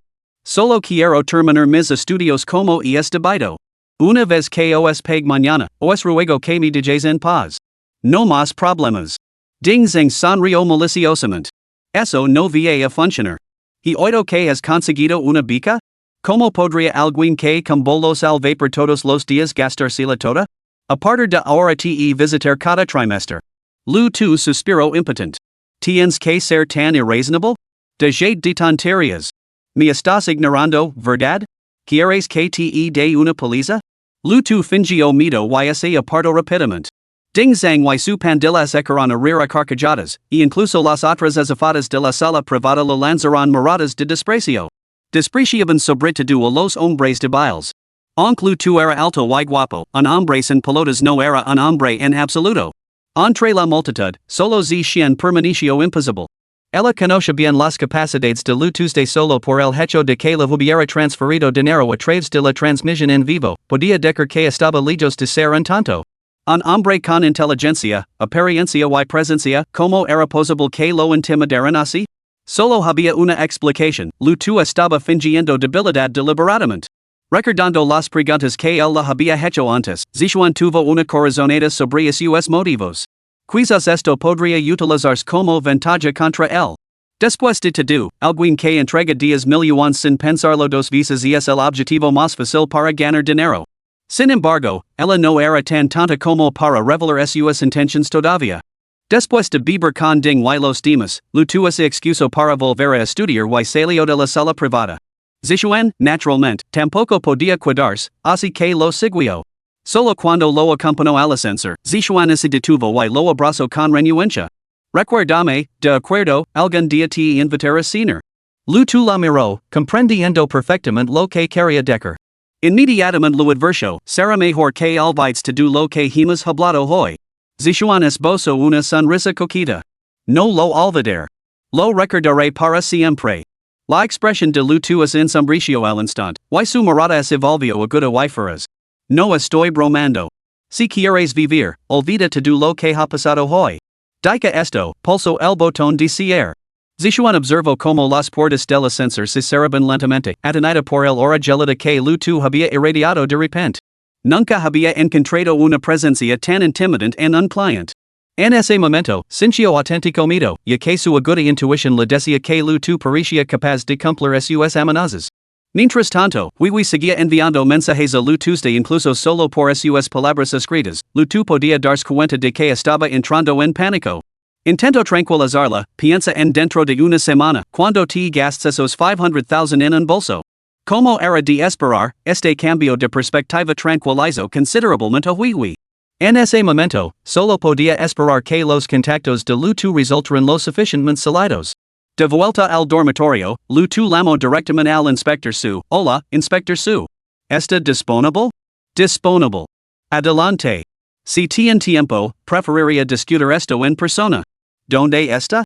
20 minutos más tarde, tu estaba en el coche del oficial Su. Su frunció el seno. ¿De qué se trata? Tu fue directo al grano. He descubierto pruebas de tráfico ilegal de sustancias. ¿Qué? Su piso el freno, dejando una marca negra de un metro de largo. El oficial Su condujo el coche hasta una calle desierta y bordada de árboles antes de hablar con gravedad. Esto no es una broma. ¿Estás seguro? Lo estoy. Tu le contó entonces como Ding Zheng se la había acercado a las puertas del colegio, lo había llevado a una sala privada y como había detectado ese olor característico en el interior. ¿Cómo reconociste el olor del contrabando? El Centro Antidroga organizó sesiones de concienciación en la escuela al comienzo del trimestre. Todo está en el manual. ¿Quieres decir que esa reunión en esa sala de karaoke para consumir drogas? Tu asintió. No delante de mí, pero estaba claro que acababan de hacerlo. Señaló su mejilla ligeramente hinchada, tenían los ojos desorbitados. Intentaron obligarme a beber y incluso me golpearon. Muy bien, te llevaré de vuelta al campus. Después de dejar a tu en Jonda, el agente Su se marchó rápidamente en su coche. Tu observó la dirección en la que se había ido el agente Su, con una leve sonrisa en los labios. Todo estaba en su sitio, solo faltaba el empujón final. Debajo del edificio de la residencia, tu se dio cuenta de que la luz de su habitación seguía encendida. Jiangxi lo estaba esperando. Y esa cálida sensación de que alguien te espera en casa cuando regresas había estado ausente de la vida de tu durante mucho tiempo. La puerta se abrió y Jiangxi se acercó rápidamente, inquieta, y lo inspeccionó de arriba abajo antes de fijarse finalmente en la cara de tu, quien te ha golpeado en la cara. Debe de ser Ding Zheng. Lo maré a mi padre inmediatamente. Que lo envían a la cárcel. Su rostro se sonrojó por la preocupación mientras buscaba a tientas su teléfono. Antes de que pudiera marcar el número, tu se lo arrebató de las manos y lo tiró a un lado. Justo cuando ella se preguntaba qué quería decir, él se inclinó hacia ella y le susurró, eres tan amable. Con eso, tu reclamó sus labios con una posesividad abrumadora. Sintiendo sus palabras ardientes, Jiangxi dejó de lado toda reserva y respondió fervientemente su beso. El beso fue profundo y frenético. Tu abrió los dientes perlados de Jiangxi, derramando el torrente que había dentro de él, besando su encía superior, besando sus molars. Se besaron apasionadamente, pasando de la puerta al salón. Después de apagar inadvertidamente la luz del salón, el mundo entero se llenó solo con sus respiraciones pesadas y entrecortadas. Después de un largo rato, se separaron lentamente. Los hermosos ojos de Jiangxi ahora rebosaban tenura mientras inclinaba la cabeza hacia atrás y declaraba con firmeza, no me gusta esta sensación de preocupación constante. Ni prometiste que lo afrontaríamos todo juntos. No puede haber una próxima vez. De acuerdo. Lutu, me preocupo mucho por ti, murmuró Jiangxi mientras las lágrimas resbalaban por sus mejillas en la oscuridad y caían sobre la mano de Lutu. Lo sé. Lo siento, pero tenía que hacerlo. Jiangxi se acercó de puntillas a Lutu y le susurró, no hables. Bésame. En ese momento, ambos sintieron lo importante que eran el uno para el otro. Su beso los llevó del salón al dormitorio, donde Jiangxi se acurrucó nerviosa en los brazos de Lutu. He tomado una decisión. Quiero ser tu mujer. ¿Cómo iba Lutu a hacer de eunuco en un momento como ese? Solo podía calmar el corazón de Jiangxi con acciones físicas. Una hora más tarde, Lutu estaba de pie junto a la ventana fumando, mirando en dirección al Caesar KTV, preguntándose cómo iban las cosas. Huihuian no lo había enviado ningún mensaje, y en ese momento, no tener noticias era la mejor noticia. Con un abrigo sobre los hombres, Jiangxi lo abrazó por detrás, rodeando la cintura con los brazos. ¿En qué piensas? Pienso en cómo llamaremos a nuestro hijo. Capítulo 34, El arresto. Jiangxi esbozó una dulce sonrisa. Entonces, ¿ya te has decidido? Sí. Con la llegada del año nuevo, pongamos el nombre acorde con la festividad. Menos mal que no es algo como Zichuan o Zihan. Lutu le tomó la mano. ¿Por qué iba a elegir nombres tan modernos? ¿Todavía estás molesta? Un poco. Entonces descansemos. Jiangxi sintió que le daba vueltas la cabeza ante la sugerencia. Vamos a hacerlo otra vez? Lutu la levantó suavemente hacia la cama. Solo descansa, le susurró con dulzura. Jiangxi suspiró aliviada. Aunque nunca había estado con otros hombres, sus clases de biología lo habían enseñado bien cuáles eran las capacidades medias de los machos de la nación dragon. Lutu superaba con creces esos estándares y, francamente, era demasiado para ella. Se quedaron dormidos juntos, durmiendo profundamente hasta el amanecer. Esa noche trajo a Lutu una sensación de calma interior sin precedentes. Normalmente, su mente estaba demasiado ocupada, lo que a menudo le mantenía despierto hasta altas horas de la noche. Sin embargo, abrazando a Jiangxi, se quedó dormido en cuanto su cabeza tocó la almohada. La perezosa luz del sol invernal se colaba por la ventana, cayendo sobre Lutu y despertándolo. Se estiró cómodamente, olvidando cuánto tiempo había pasado desde la última vez que había dormido tan profundamente. La sensación era realmente maravillosa. Al mirar a Jiangxi, que aún dormía profundamente, no sintió ninguna urgencia por irse corriendo a clase. Aún era temprano, así que mejor hacer algunos ejercicios matutinos. Afortunadamente, Jiangxi había practicado danza folclórica desde pequeña, lo que le había proporcionado una excelente forma física y una notable capacidad de recuperación. De lo contrario, realmente no habría podido seguir el ritmo de las constantes exigencias de Lutu. Cuando Lutu la despertó, Jiangxi tenía un rubor indescriptible en las mejillas, que irradiaba una belleza saludable que recordaba a una mujer en la flor de la vida. Eres un granuja, siempre metiendo conmigo, murmuró ella. Lutu se inclinó hacia su oído y le susurró suavemente, no solo me meter contigo, sino que lo haré hasta que tengas 80 años. La tolerancia de Jiangxi hacia los comentarios sugerentes de Lutu había aumentado notablemente en los últimos 2 días. Se mordió el labio timidamente y respondió, leen una revista que los hombres mayores de 30 años no sirven para mucho. ¿Cómo vas a poder acosarme hasta que tenga 80? Entonces te dar la experiencia de los próximos 50 años antes de cumplir los 30. No. Solo estaba bromando. Pero Lutu no estaba dispuesto a escuchar. Cuando una mujer decía que no en un momento como ese, significaba que lo decía con todas sus fuerzas. 2 horas más tarde, llegó la comida para lavar que Lutu había pedido, lo que finalmente les proporcionó algo de sustento. Afortunadamente, Jiangxi no tenía clases ese día, de lo contrario, realmente no habría podido asistir. Después del desayuno, Lutu recibió una llamada del inspector Su. Aunque su voz sonaba cansada, Lutu detectó un toque de emoción. Lu, nos has hecho un gran favor. Lutu se quedó desconcertado. ¿Yo? Exacto. ¿No denunciaste a Ding Zhang y su banda por consumir sustancias ilegales? Tras nuestra investigación y registro, incautamos una cantidad considerable de sustancias prohibidas en su habitación de hotel. No se trata solo de consumo, es tráfico. Lu tu exclamo sorprendido, de verdad traficaban? Pero me hicieron entregar el dinero. CSA lo hubiera dado.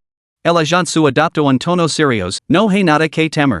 Gracias a las imágenes de vigilancia que hemos recuperado y a las declaraciones obtenidas durante nuestra investigación, junto con un pagar encontrado en poder de Dingzang, sabemos que te elevaron a la sala de karaoke contra tu voluntad. Fuiste coaccionado y no tienes ninguna responsabilidad en este asunto. Sin embargo, debes someter de pruebas en el hospital. Necesitamos confirmar ese estuviste involucrado en el consumo de sustancias prohibidas. Lu tu respondió apresuradamente, no hay problema, ir ahora mismo. Bien. Cuando termines, trae los resultados de las pruebas a la comisaría y búscame. Lu tu preguntó timidamente, agente su, ¿puedo preguntar cuánto tiempo serán condenados Dingzang y los demás? Me temido que descubran que fui yo quien los denunció. El agente su resopló con frialdad. El mero hecho de consumir sustancias prohibidas no conllevaría una pena muy larga. Pero ahora están implicados en tráfico y la cantidad supera los 2 kilogramos. Puedes estar tranquilo, no volverás a verlos en toda tu vida. Solo entonces Lu tu ese relajo. Gracias, agente su. Ir a hacerme la prueba inmediatamente. Después de colgar, Lu tu sonrió con sarcasmo para sus adentros. Hui había jugado una carta realmente despiadada. El solo lo había pedido que mezclara un kilo de fórmula, pero él había conseguido 2. Ahora Dingzang estaba prácticamente muerto, incluso él lo sabía con su dedo meñique. Jiangxi había escuchado la llamada de Lu tu y lo observaba con ansiedad desde un lado antes de preguntar con urgencia a Lu tu, ¿qué les ha pasado a Dingzang y a los demás? ¿Podría esto implicarte? Lu tu le contó lo sucedido, el arresto de Dingzang, el pagar que había escrito, el uso de sustancias prohibidas por parte del grupo, su decisión de denunciarlos y los resultados de la investigación del oficial su. Tras analizar la situación, Jiangxi se relajó. Acariciando la mejilla, Lu dijo, confío en que tú no tocarías esas cosas. Te acompañaré la prueba más tarde. Una vez que tengamos los resultados, demostrarán que no estuviste involucrado. De acuerdo. Llamarán un taxi DDYS dirigirán directamente al hospital terciario más cercano. Aunque era una mañana agitada, Jiangxi simplemente hizo una llamada telefónica y un consultor senior los acompañó rápidamente a hacer las pruebas, lo que les ahorró muchas molestias. Lu tu observó esto con admiración. Tal era el poder de las conexiones profundamente arraigadas. Él tenía un largo camino por recorrer antes de alcanzar ese nivel. Incluso el tiempo de las pruebas se redujo significativamente. Media hora más tarde, los resultados de Lu tu estaban listos. Tío Kai, ¿cómo está la salud de Lu tu? El Dr. Kai se ajustó las gafas y evaluó a Lu Tuesday como alguien que había pasado por todo eso, como no había a darse cuenta del vínculo inusual que existe entre la pareja. Solo aquellos que están verdaderamente unidos pueden pasar por alto sin esfuerzo detalles tan minuciosos. El Dr. Kai miró a Lu tu con admiración y elogio, el chico está en excelente forma. Gracias, doctor. A decir verdad, su estado es más que bueno. En más de 30 años de práctica, nunca he visto unos resultados tan impecables, que superan incluso a los de muchos atletas profesionales. Está excepcionalmente sano, absolutamente perfecto. Al escuchar los elogios del Dr. Kai, Jiangxi sintió una auténtica calidez. ¿Quién no quería que su pareja gozara de tan buena salud? Su futuro hijo seguramente también prosperaría. La sola idea de la resistencia aparentemente inagotable de Lu tu hizo que Jiangxi se sonrojara, y rápidamente apartó esos pensamientos tan íntimos de su mente. Bajo la voz y preguntó, Tío Kai, ¿podría expedir un certificado que confirme que Lu tu nunca ha consumido sustancias prohibidas? En teoría, estos resultados deberían ser suficientes como prueba. Pero, ya que lo pide, le preparar un documento oficial para que se lo leve. Después de emitir el certificado y estampar su sello, el Dr. Kai los despidió.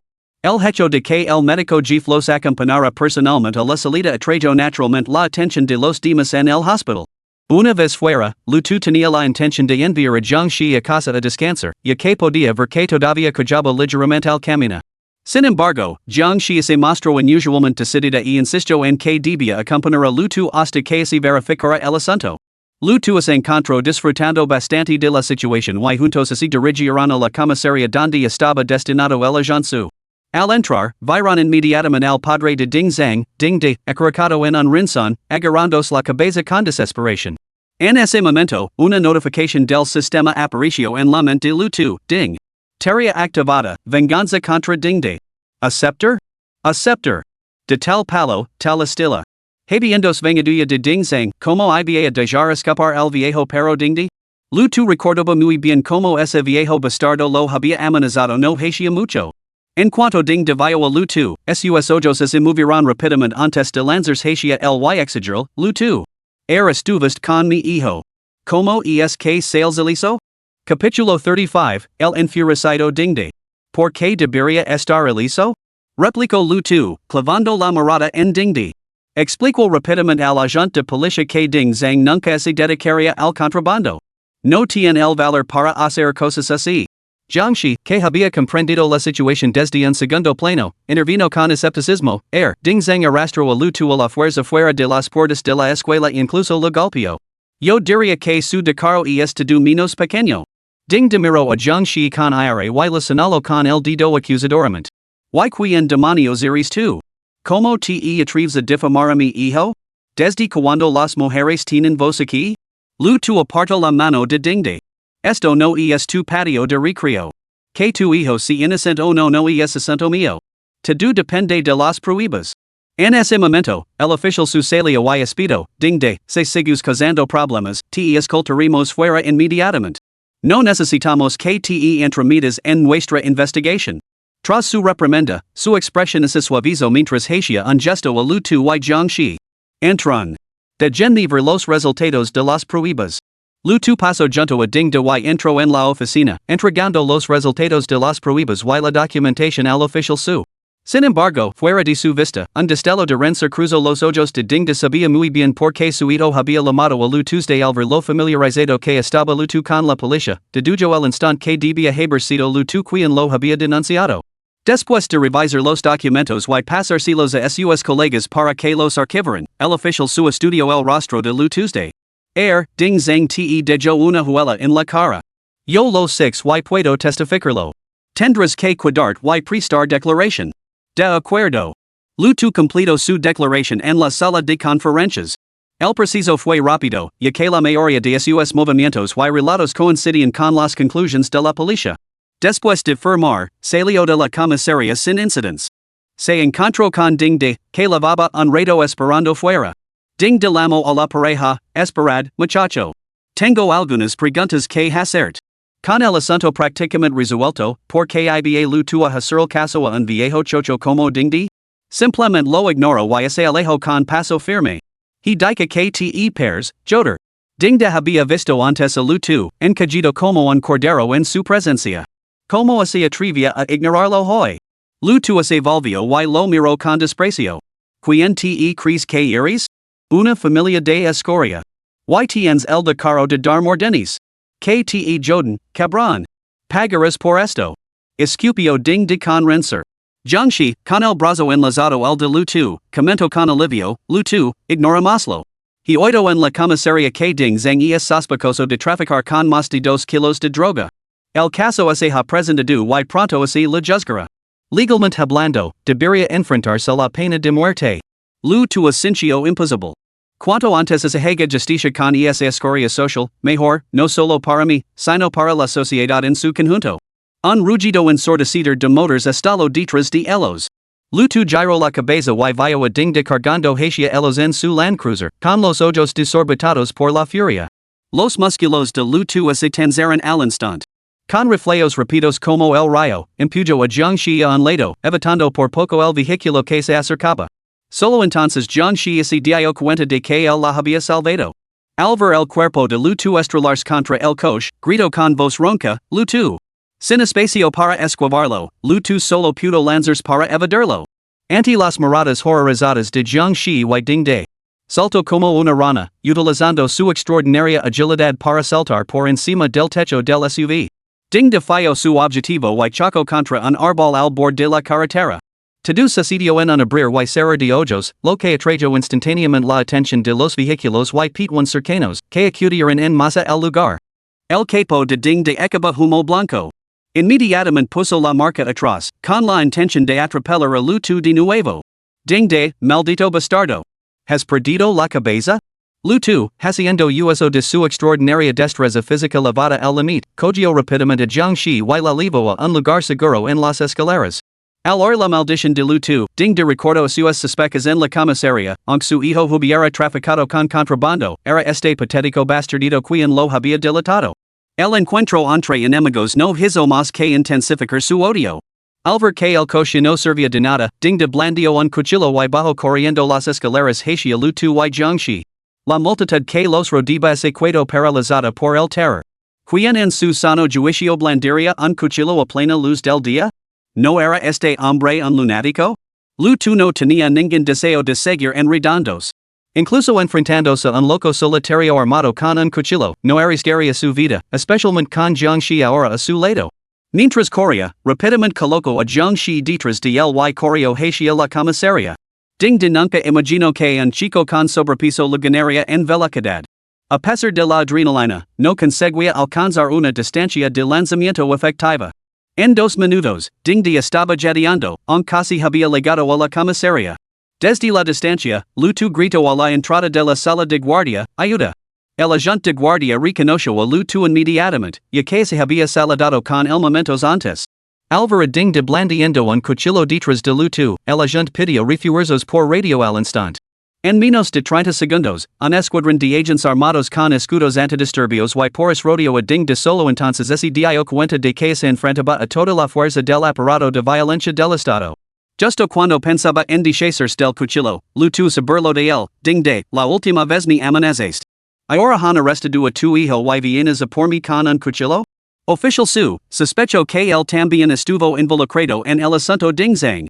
Los agentes presentes miraron con severidad a Ding de. No fueron las palabras de Luto las que los influyeron, sino la pura audacia de blandir un cuchillo en la comisaría, un acto equivalente a darles una bofetada en la cara. El agente se abalanzó primero, con el escudo levantado, gritando, te ordeno que sueltes ese cuchillo inmediatamente. Una advertencia. Dos advertencias. Ding de hervía de rabia.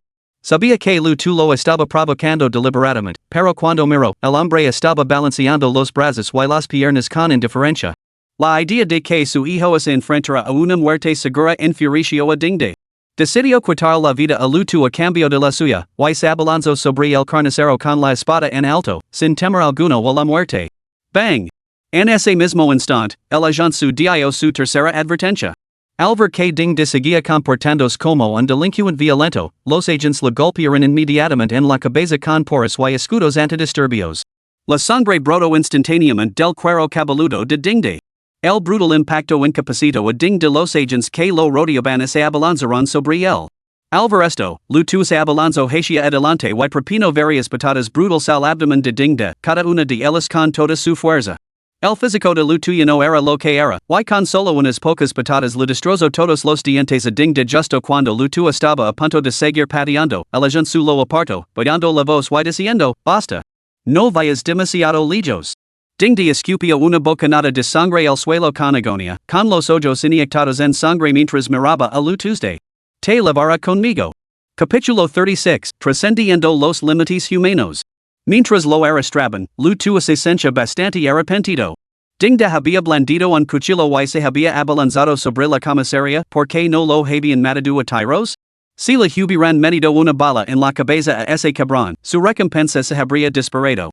Las restricciones policiales sobre el uso de armas de fuego en Longwa seguían siendo demasiado estrictas. Incluso en la situación de Ding de hacia un momento, si se hubiera visto obligado a disparar por necesidad, habría tenido que escribir montones de informes y explicaciones después, lo cual era una molestia tremenda. Luto llamó al oficial Su, puede comprobar las imágenes de vigilancia de lo que acaba de pasar. ¿Cuánto tiempo le quedará este tipo? Como mínimo, 5 años. Debería volvería. No he podido garantizar su seguridad como testigo, ha sido un desquito por mi parte.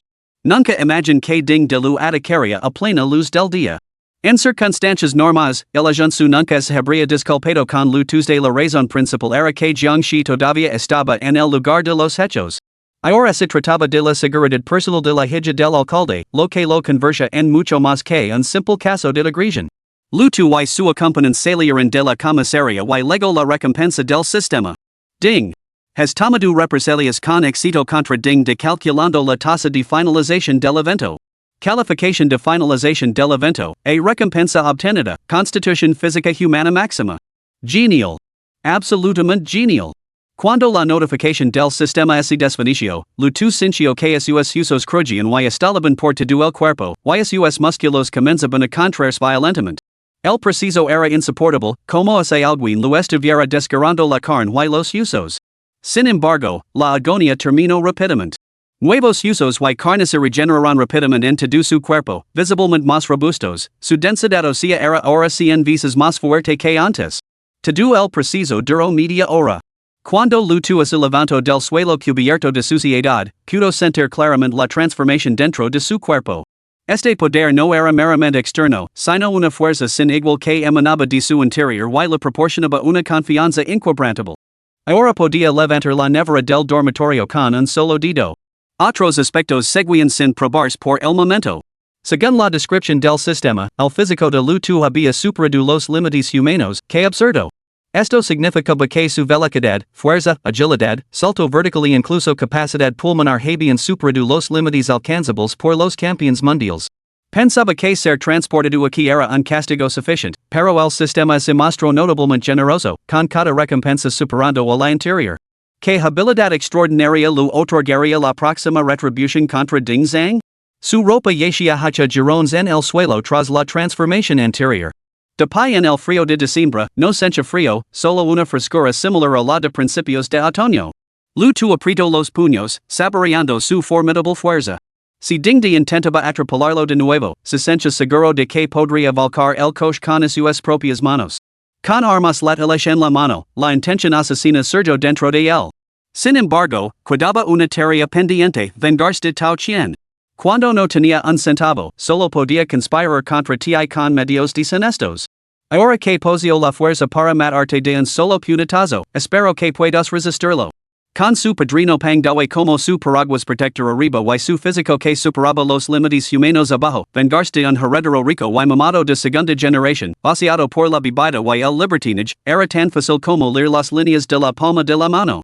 La única complicación era la instrucción de Pang Dawei de evitar enredos legales. Matar a Tao Qian dentro de las fronteras de la Nación Dragon resultaría problemático, pero ¿y se ocurría en el extranjero? Entonces no estaría infringiendo las leyes de la Nación Dragon. Después de limpiar la habitación, Lutu encontró un conjunto de ropa limpia y salió. Ansioso por medir su verdadera fuerza, se dirigió a un club de boxeo cerca de la universidad. Había encontrado este lugar en Douyin antes, sabiendo que su propietario era famoso por ser muy arrogante. El tipo se burlaba constantemente de otros blogueros de boxeo y sonda en internet, retándolos a que lo desafiaran. Incluso había publicado un montón de videos en los que se le veía golpeando a sus rivals, todos ellos con heridas sangrientas y una humillante derrota. Pero como todos habían firmado acuerdos previamente, el club nunca tuvo que pagar indemnizaciones. Lutu les había echado el ojo porque una vez había trabajado allí como limpiador. Lo habían prometido 2,800 yuans al mes, pero al ver lo honesto que era, solo lo habían pagado 1,000. Hasta el día de hoy, parte de su salario seguía sin pagarse. Casi se había olvidado de ellos, pero ahora había venido a ajustar cuentas. Después de haber vivido dos vidas, el tipo de personas que más detestaba eran aquellas que retenían deliberadamente los salarios de los trabajadores. Esos cabrones tenían dinero, pero se negaban a pagar, pensando que era fácil intimidar a los trabajadores.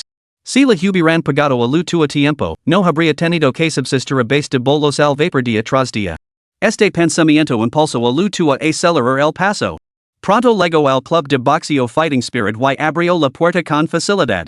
En la recepción, Zhang seguía aplicándose con atención las uñas de gel. Ya había terminado con todos los dedos excepto con los dos del medio, que había decidido no pintarse. Los que estaban al tanto lo entendían. Xiao Zhang sintió de repente que la luz brillante que tenía delante se veía obstaculizada. Sin siquiera levantar la cabeza, adivinó que se trataba de uno de los jóvenes traviesos del club gastando una broma.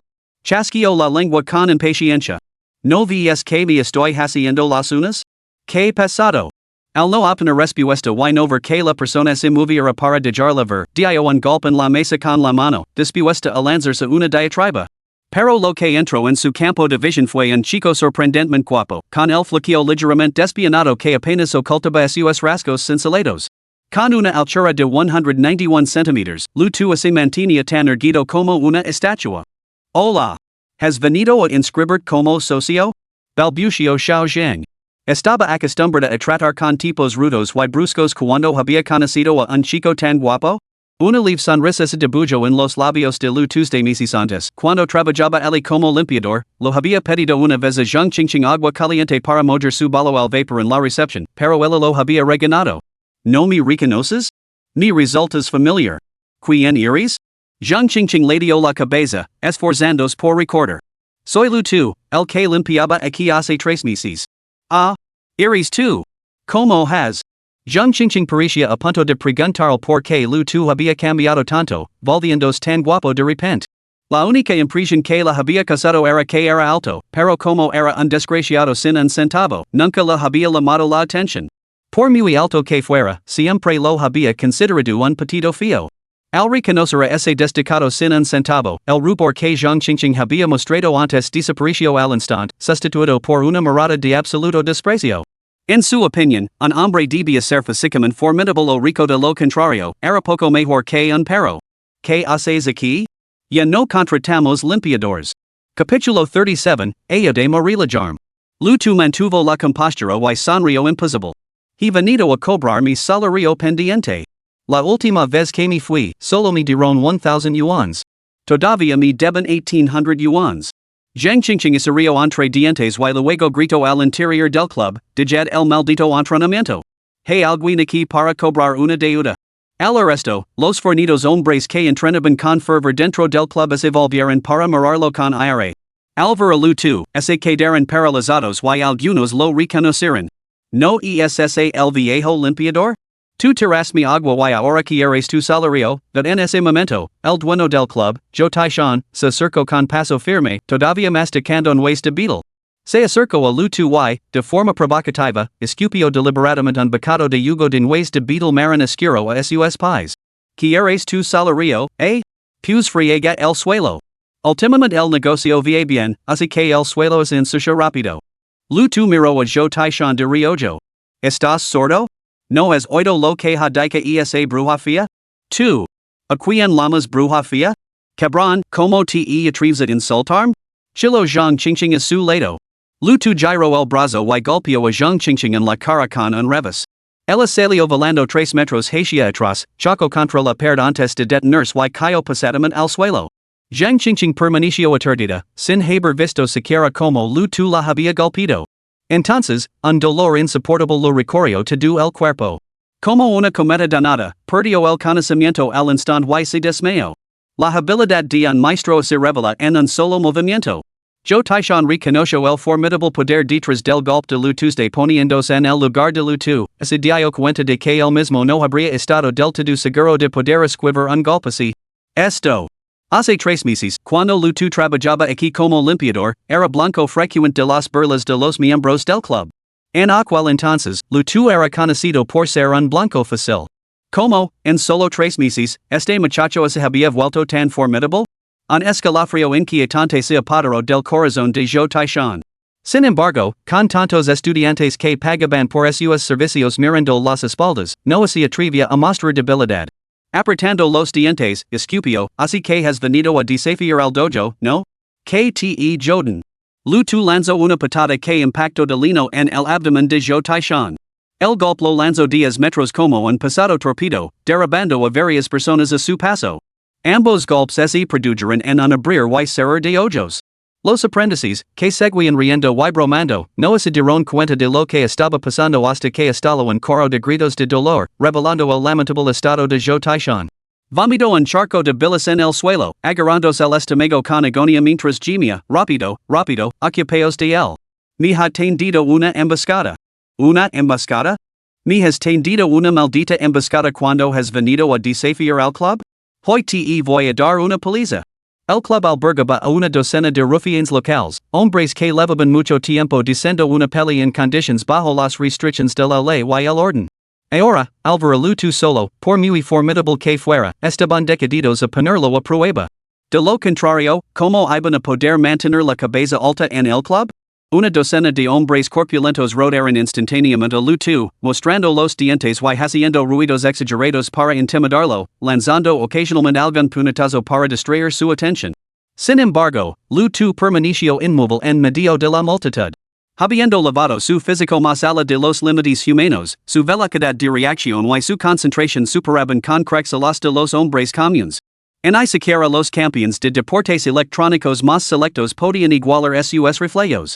Justo detrás de él, un hombre corpulento y de hombres anchos lanzó un ataque por sorpresa, lanzando un puñetazo hacia la nuca de Lutu. Una ráfaga de viento pasó cuando Lutu inclinó instintivamente la cabeza, evitando por poco el golpe mortal. Al instante, contraatacó con un golpe de codo hacia el pecho del hombre. El sonido de huesos rotos resonó cuando el hombre se derrumbó en agonía. Al presenciar esto, la multitud que lo rodeaba rugió, todos juntos. Acabimos con este bastardo. Se abalanzaron hacia él, decididos a no dar otra oportunidad a Lutu. Sin embargo, Lutu utilizó su exagerada velocidad para esquivarlos y contraatacar al mismo tiempo. Desde su perspectiva, sus puñetazos parecían ir a la mitad de velocidad. Si no podía esquivarlos, sería un desperdicio de una recompensa tan poderosa del sistema. Desde la multitud, hombres corpulentos seguían cargando en posición erguida solo para salir volando hacia los lados, con sus gritos resonando sin cesar. Lutu nunca había luchado con tanta euforia. Este poder abrumador, que se elevaba por encima de los demás, lo cautivaba por completo. Sin embargo, incluso habiendo superado los límites humanos, recibió dos golpes en sus puntos ciegos. Pero, ¿qué significaban esos golpes contra su físico? ¿No habías comido hoy, inútiles? Vuestros puñetazos parecen cosquillas. ¿Cómo os atrevéis a intimidar a la gente? Lutu golpeó sin piedad a los quedos mientras se burlaba de ellos con sus palabras. Los esfuerzos combinados de todos los miembros del Club del Espíritu de Lucha no habían durado en 2 minutos. Ahora Lutu agarró el brazo de Zhou Taishan y lo arrastró como a un perro muerto hasta el centro del ring. Elevando sobre él, ese burlo, ¿todavía te sientes arrogant? Lo siento, no me atrever de nuevo. Por favor, perdóname. No tienes la culpa. La supervivencia del más apto es la ley del mundo.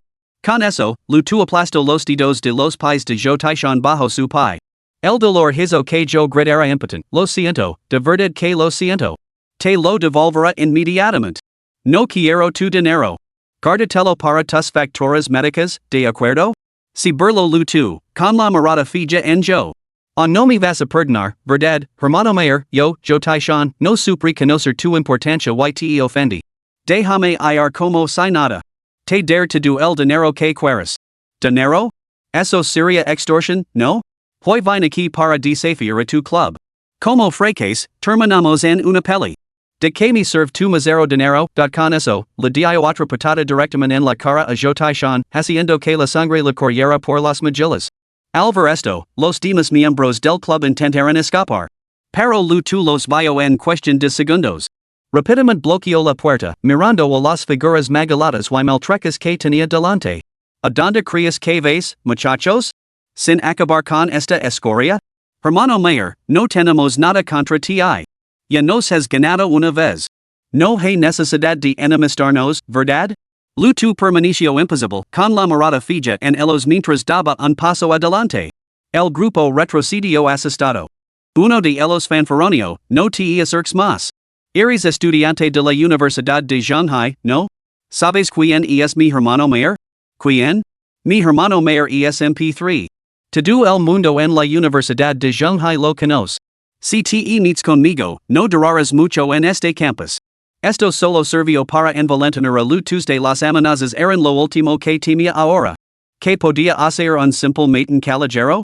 Incluso se descubrían sus negocios turbios, ¿qué más daba? Con la velocidad del rayo, Lutu lanzó un puñetazo que hizo tambalear el secuas de MP3, con sangre brotando de su boca. Lutu se quedó en la puerta, con las manos a la espalda. Escoria, la vais acosando a la gente. Esta paliza no es por nada. Los que quieres iros, podéis hacerlo, pero algunos os quedes y me deis una peli como Dios manda.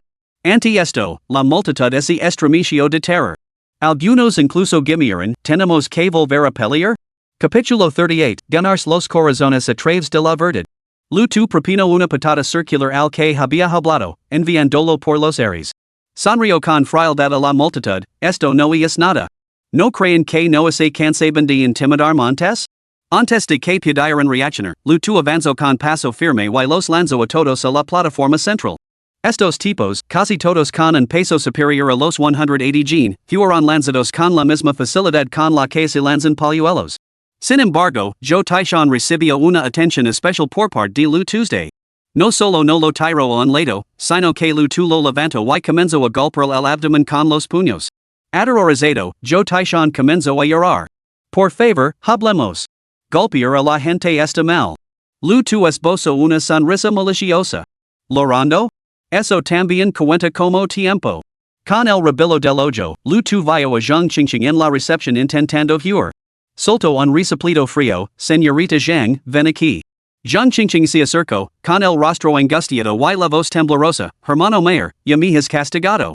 No estaba yendo. Solo quería traer un vaso de agua.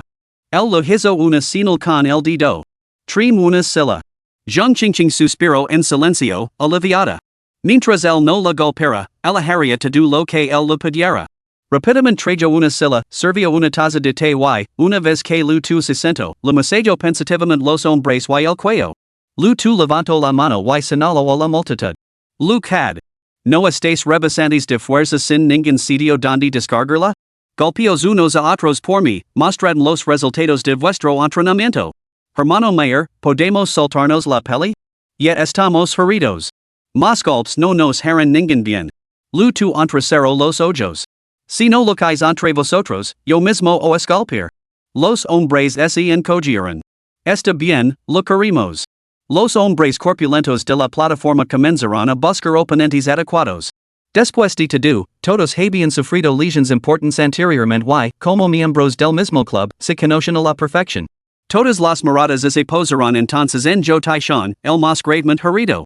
Aunque muchos miembros se habían unido pagando cuotas, Joe Taishan era conocido por su actitud dominante.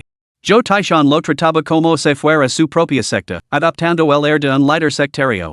Habitualmente les gritaba órdenes, recurriendo a golpes o insultos. Además, Joe Taishan estaba claramente incapacitado. ¿A quién más podían usar para practicar? El más rápido reaccionó primero, lanzándose hacia adelante para aplicar una leve trasera a Joe Taishan. Grito a los demás que corrían hacia Ali, Joe Taishan es mío. Buscos vosotros vuestros propios oponentes. Pobre Joe Taishan. Primero había sido objeto de una atención especial por parte de Lu Tu y ahora, sin apenas recuperar el aliento, se encontraba en una leve trasera desnuda por parte de su propio compañero de club, un camarada con el que había pasado cada hora del día. La sofocante asfixia tino su cara regordeta de color carmesí mientras golpeaba repetidamente el brazo del otro, señalando su rendición. Los demás solo pudieron buscar a reganadientes nuevos oponentes. Lu Tu observó durante un momento, encontrándolo totalmente tedioso. Con un grunido frío, declaró, lo que más detesto en esta vida son las pelis falsas. Con eso, saltó al ring y golpeó a cada uno de los renuentes luchadores, enviándolos al suelo. Les escupió con desprecio. ¿Sois un grupo de cobardes que os atrevéis a presumir de ser invencibles? ¿Decís bienvenidos a los retadores de vuestro dojo?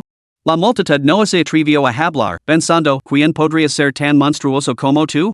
No solo eres alto y tienes los brazos largos, sino que tu velocidad y tu fuerza de puñetazo son aterradoramente exageradas. ¿Quién demonios podría ser tu rival? Sin embargo, ninguno se atrevió a replicar. Después de ser golpeados de nuevo por Lu Tu, sus miradas hacia él se volvieron casi inocentes, como si ellos fueran los estudiantes universitarios y Lu Tu el maten caballero que causaba estragos. Zhang Qingqing observaba desde abajo, algo atonida. Estos matones que normalmente aterrorizaban a hombres y mujeres ahora eran tan dóciles como un rebaño de ovejas ante Lu Tu, un joven y apuesto estudiante universitario. Al ver a Lu Tu sentarse, Zhang Qingqing empleó rápidamente todos los trucos de su repertorio para darle un masaje. Aunque no sabía nada de masajes, entendía cómo complacer y seducir a un hombre. Empezando por los hombres y el cuello, se arrodilló gradualmente ante Lu Tu, masajando el robusto muslo mientras ocasionalmente rozaba su brazo con el cabello. Lu Tu le dio una rápida bofetada en la cara, gruñendo, masajea como es debido, maldita tonta. ¿Quién te hija dice que es tan coqueta? Zhang Qingqing recibió otra bofetada, pero, para su sorpresa, no sintió ni la más mínima aire. De hecho, le pareció que los insultos y los golpes de Lu Tu eran bastante atractivos. Asintió obedientemente y le dedicó una dulce sonrisa, lo sé, señor. Con eso, redobló sus esfuerzos masajando los hombres, el cuello y los brazos de Lu Tu. Los fornidos hombres del escenario hervían de envidia. El club ya tenía escasez de mujeres, y la belleza de Zhang Xingqing, combinada con su habitual actitud coqueta, la conversa en el objeto del afecto secreto de casi todos. Sin embargo, era la cunada de Zhou Taishan, por lo que ninguno había conseguido poner las manos encima. Pero ahora, Lu Tu había desbloqueado sus atributos ocultos. Incluso Zhou Taishan, al presentar esto, maldito para sus adentros, maldita Zora, además masoquista. Cuando me recupera, te dar una lección que no olvidarás. Paso media hora. Nadie permanecía de pie en el escenario, todos yacen tendidos en el ring. Algunos habían sido golpeados hasta quedar incapacitados para levantarse, otros se habían derrumbado por puro agotamiento. Después de todo, si no locaban con todas sus fuerzas, Lu Tu lo tocaría de come falso y les lanzaría su puño, tan grande como una olla de barro. Encontrando el espectáculo completamente tedioso, Lu Tu observó a la multitud. Ni voy. ¿Alguno de ustedes quiere llamar a la policía? ¿Quién se atrevía a mencionar a la policía? Estaban desesperados porque Lu Tu se marchara, para tener una oportunidad de sobrevivir. Agitaron las manos frenéticamente. Para nada, para nada. Solo era un combate amistoso. Lu Tu se rió entre dientes. Entonces, ¿cómo explicaron estas lesiones cuando les preguntan? Los artistas marciales sufrimos inevitablemente rasguños y contusiones. Las lesiones leves son perfectamente normales. Tenga la seguridad, señor. ¿Lo ven? Una vez que estos rufianes fueron derrotados, recurrieron a un lenguaje cortés. Lu Tu observó su patético comportamiento antes de levantarse. Yo, Lu Tu, siempre me he ganado el respeto a través de la verdad. Si dejan denunciar esto, puedo ayudarles ahora mismo. Pero si alguien se atreve a menospreciarme después, volveré a por ustedes. Hermano mayor, no nos atreveríamos. Vite. Solo después de salir del club de boxeo, Lu Tu comprendió realmente sus propias capacidades. Para ser sincero, había exagerado un poco.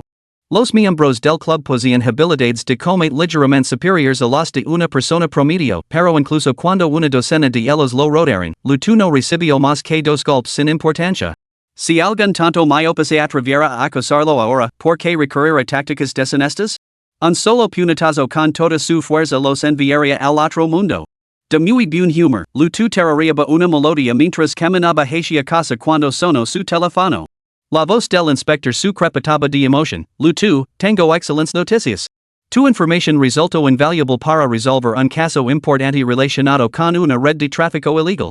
La oficina ha decidido otorgar 10,000 yuans y entregar el premio al buen ciudadano. Capítulo 39, Recompensa de grado SSS. Genial. Siempre y cuando esos sinvergüenzas se enfrentan a la justicia. Por cierto, Inspector Su, ¿cuáles fueron las sentencias para Ding Zhang y los demás?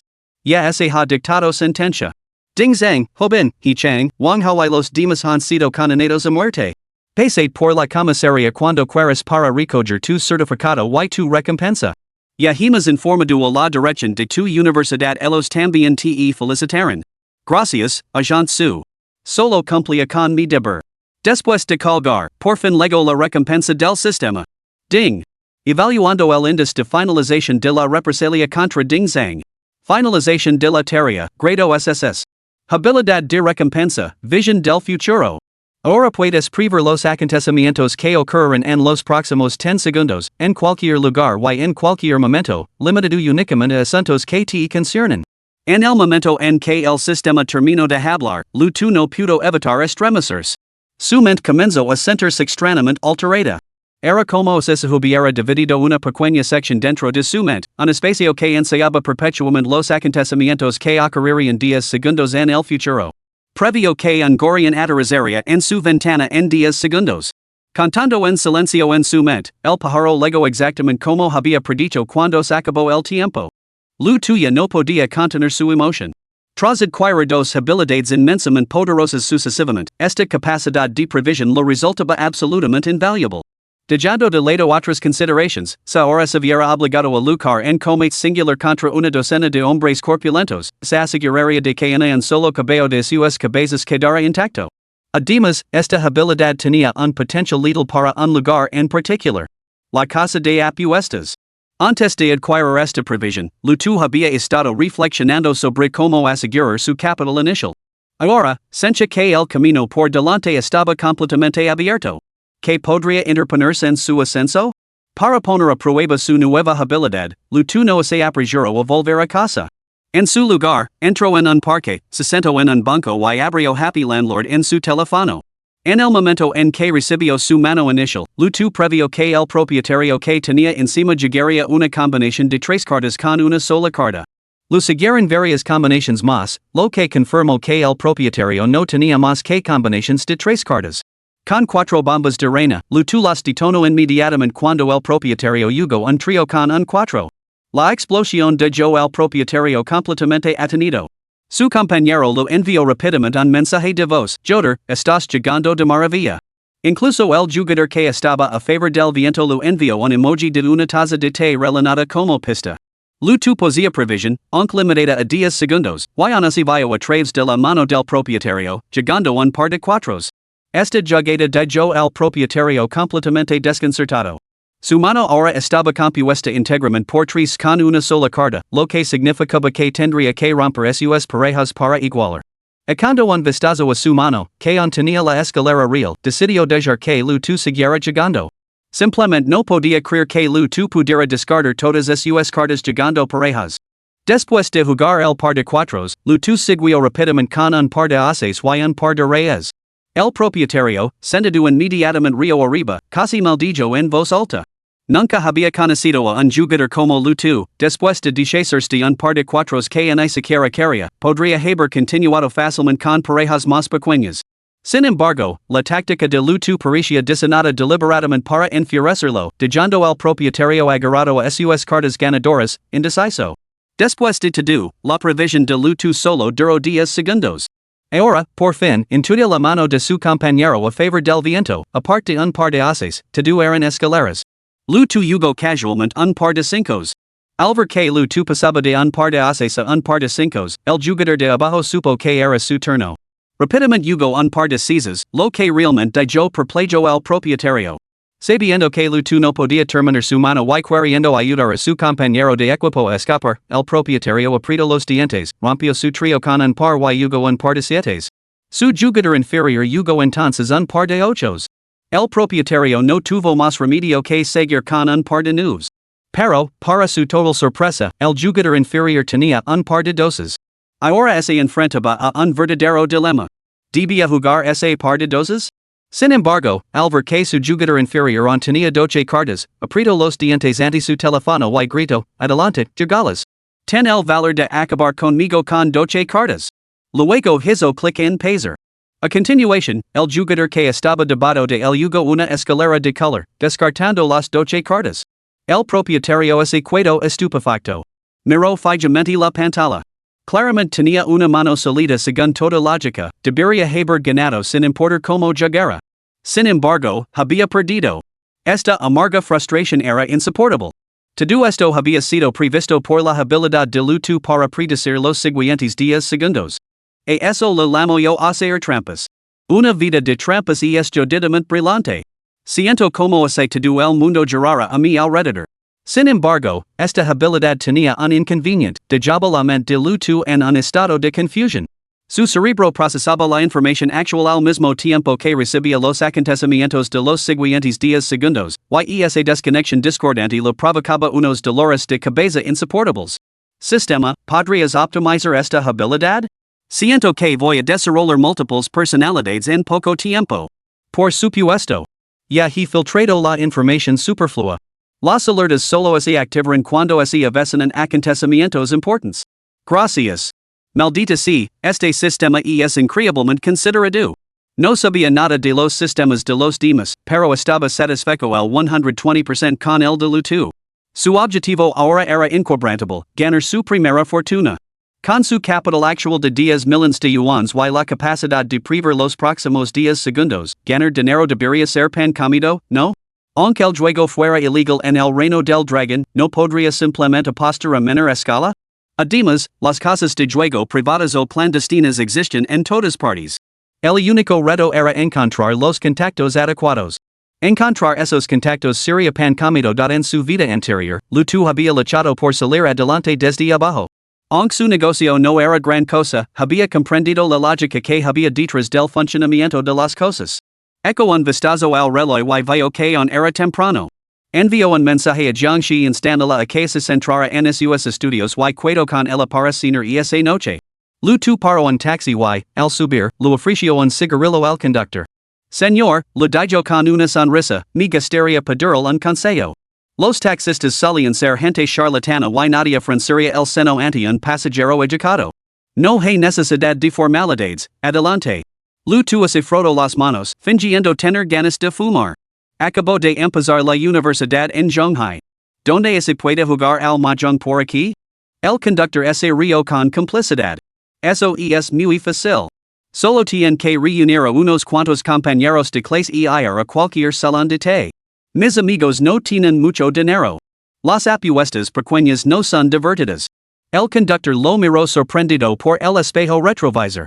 Al verlo vestido de paisa cabeza con ropa de marca y con un air distinguido, le preguntó con curiosidad, ¿cuánto sueles apostar? Nada importante, solo por diversión. ¿No puedo jugar por 10 o 20 libras, no? Joven, ¿no parece usted un jugador de cartas? ¿Y es usted quizá un reportero encubierto? Si fuera reportero, ¿investigaría salones de mahjong? ¿No podría ir encubierto a una casa de baños? Concluyó Lu Tu, intercambiando una mirada con el conductor. Ambos se echaron a reír. Es cierto. Lo llevará a uno que regenta un buen amigo mío. Ali la seguridad es lo primero. Capítulo 40, ganar es peor que perder. El taxi se detuvo en un pequeño patio en las afueras, o más bien, en la periferia urbana, donde la rotación de población era alta y las regulaciones relativamente laxas, lo que proporcionaba un terreno fértil para este tipo de salas de mahjong. Ya hemos llegado, amigo. Una vez dentro, solo tienes que decir que te envía huir. Ellos se encargarán de ti. Gracias, conductor. Lu Tu salió y se acercó al patio. En cuanto el taxi se detuvo, alguien dentro se fijó en él.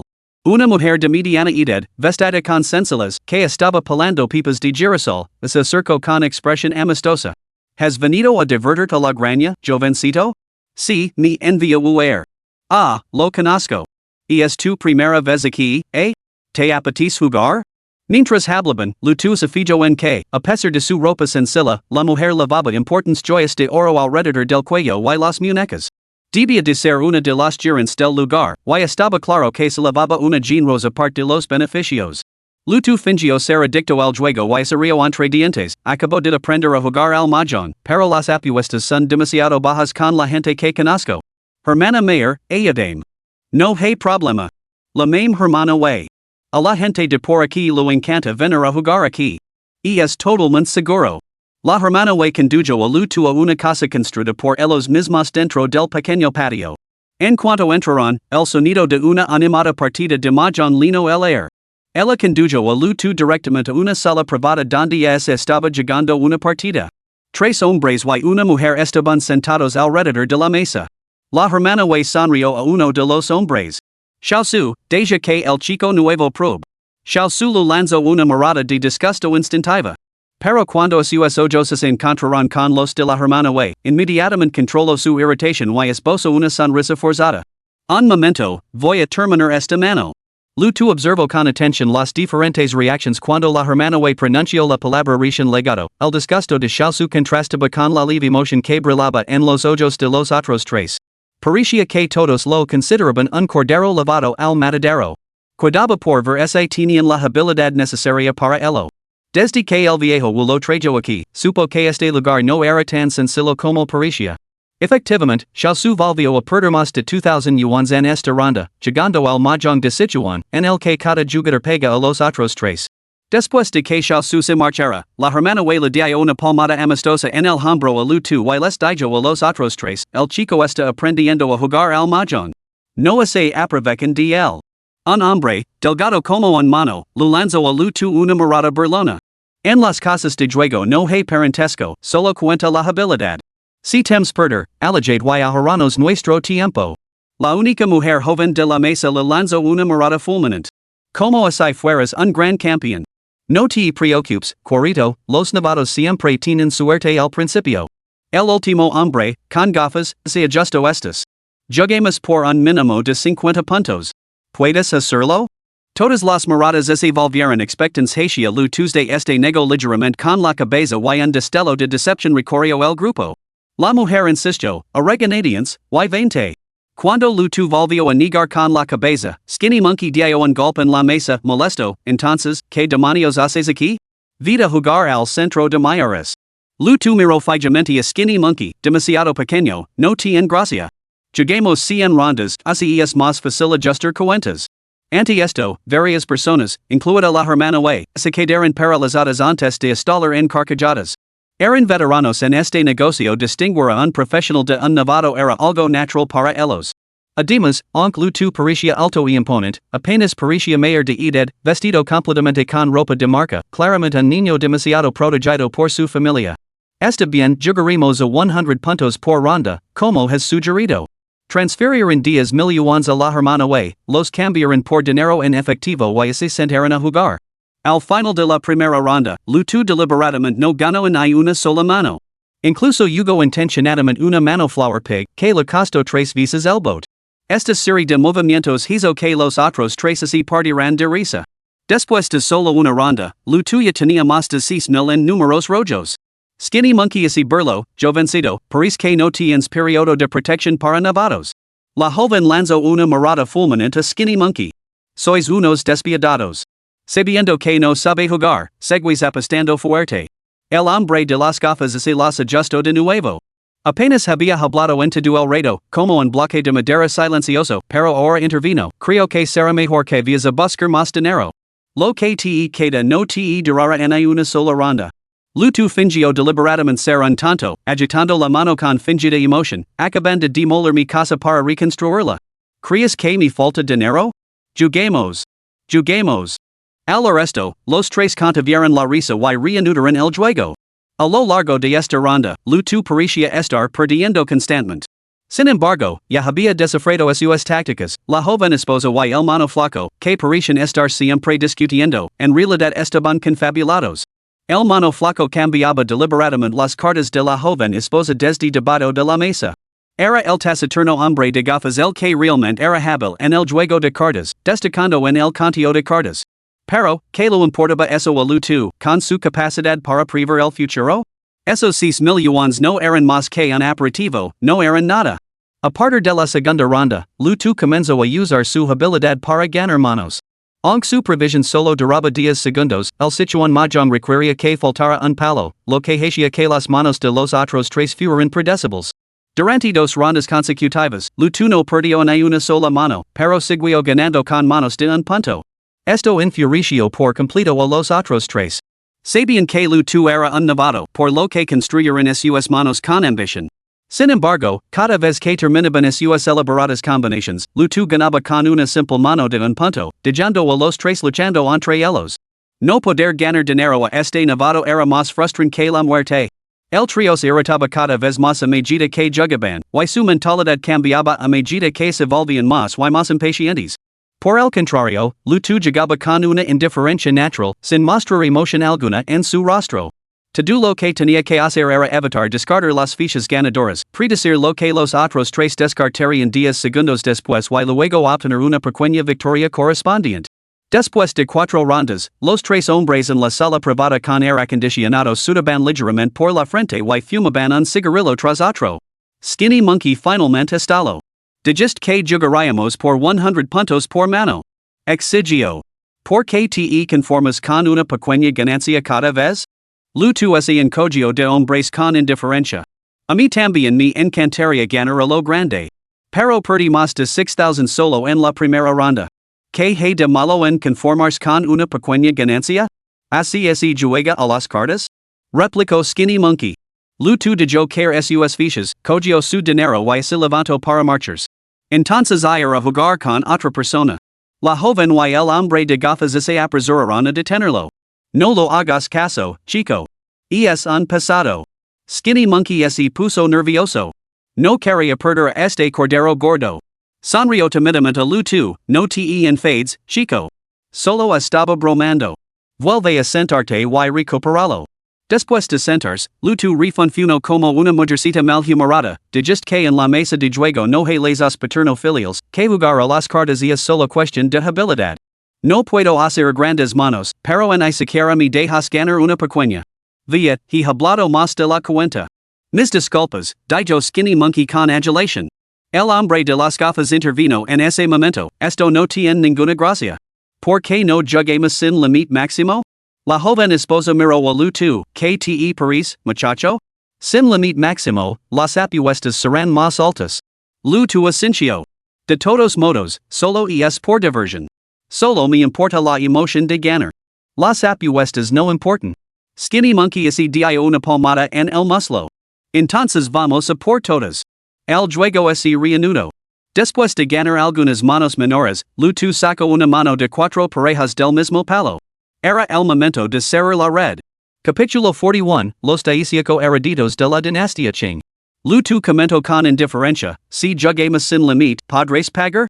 Skinny monkey se quedó paralizado y luego se echó a reír. ¿No sabéis quién soy? ¿Who kai? ¿Crees que me faltará dinero? Ten cuidado de no perderlo todo.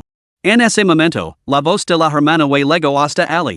La joven le hizo una señal para que se acercara. Hermana Wei, este chico tiene que no tengamos fondos para pagar. Lutu estaba sentado de espaldas a la hermana Wei, por lo que ella pudo ver perfectamente su mano. Rascándose el hombro izquierdo, se rió entre dientes, tranquilo, joven. Nadie se ha ido nunca con las manos vacías de esta vieja. Todos los que juegan aquí saben cómo funciona. La tía Wei cogió con naturalidad la tadera que tenía al lado para rellenar las tazas de té, echando un vistazo al juego mientras lo hacía. Naturalmente, nadie se negó. El juego se reanudó, pero tras solo 2 rondas, Lutu sintió que algo no iba bien. Antes, había intuido que la joven a su derecha descartaría una ficha de 20,000, y que él tenía un par listo para reclamarla. Sin embargo, esa premonition mental cambió de repente un 5 de bambú. Efectivamente, la joven descartó el 5 de bambú, que fue reclamado por su oponente. En 10 segundos, todas sus premonitions habían cambiado. Lutu sonrió.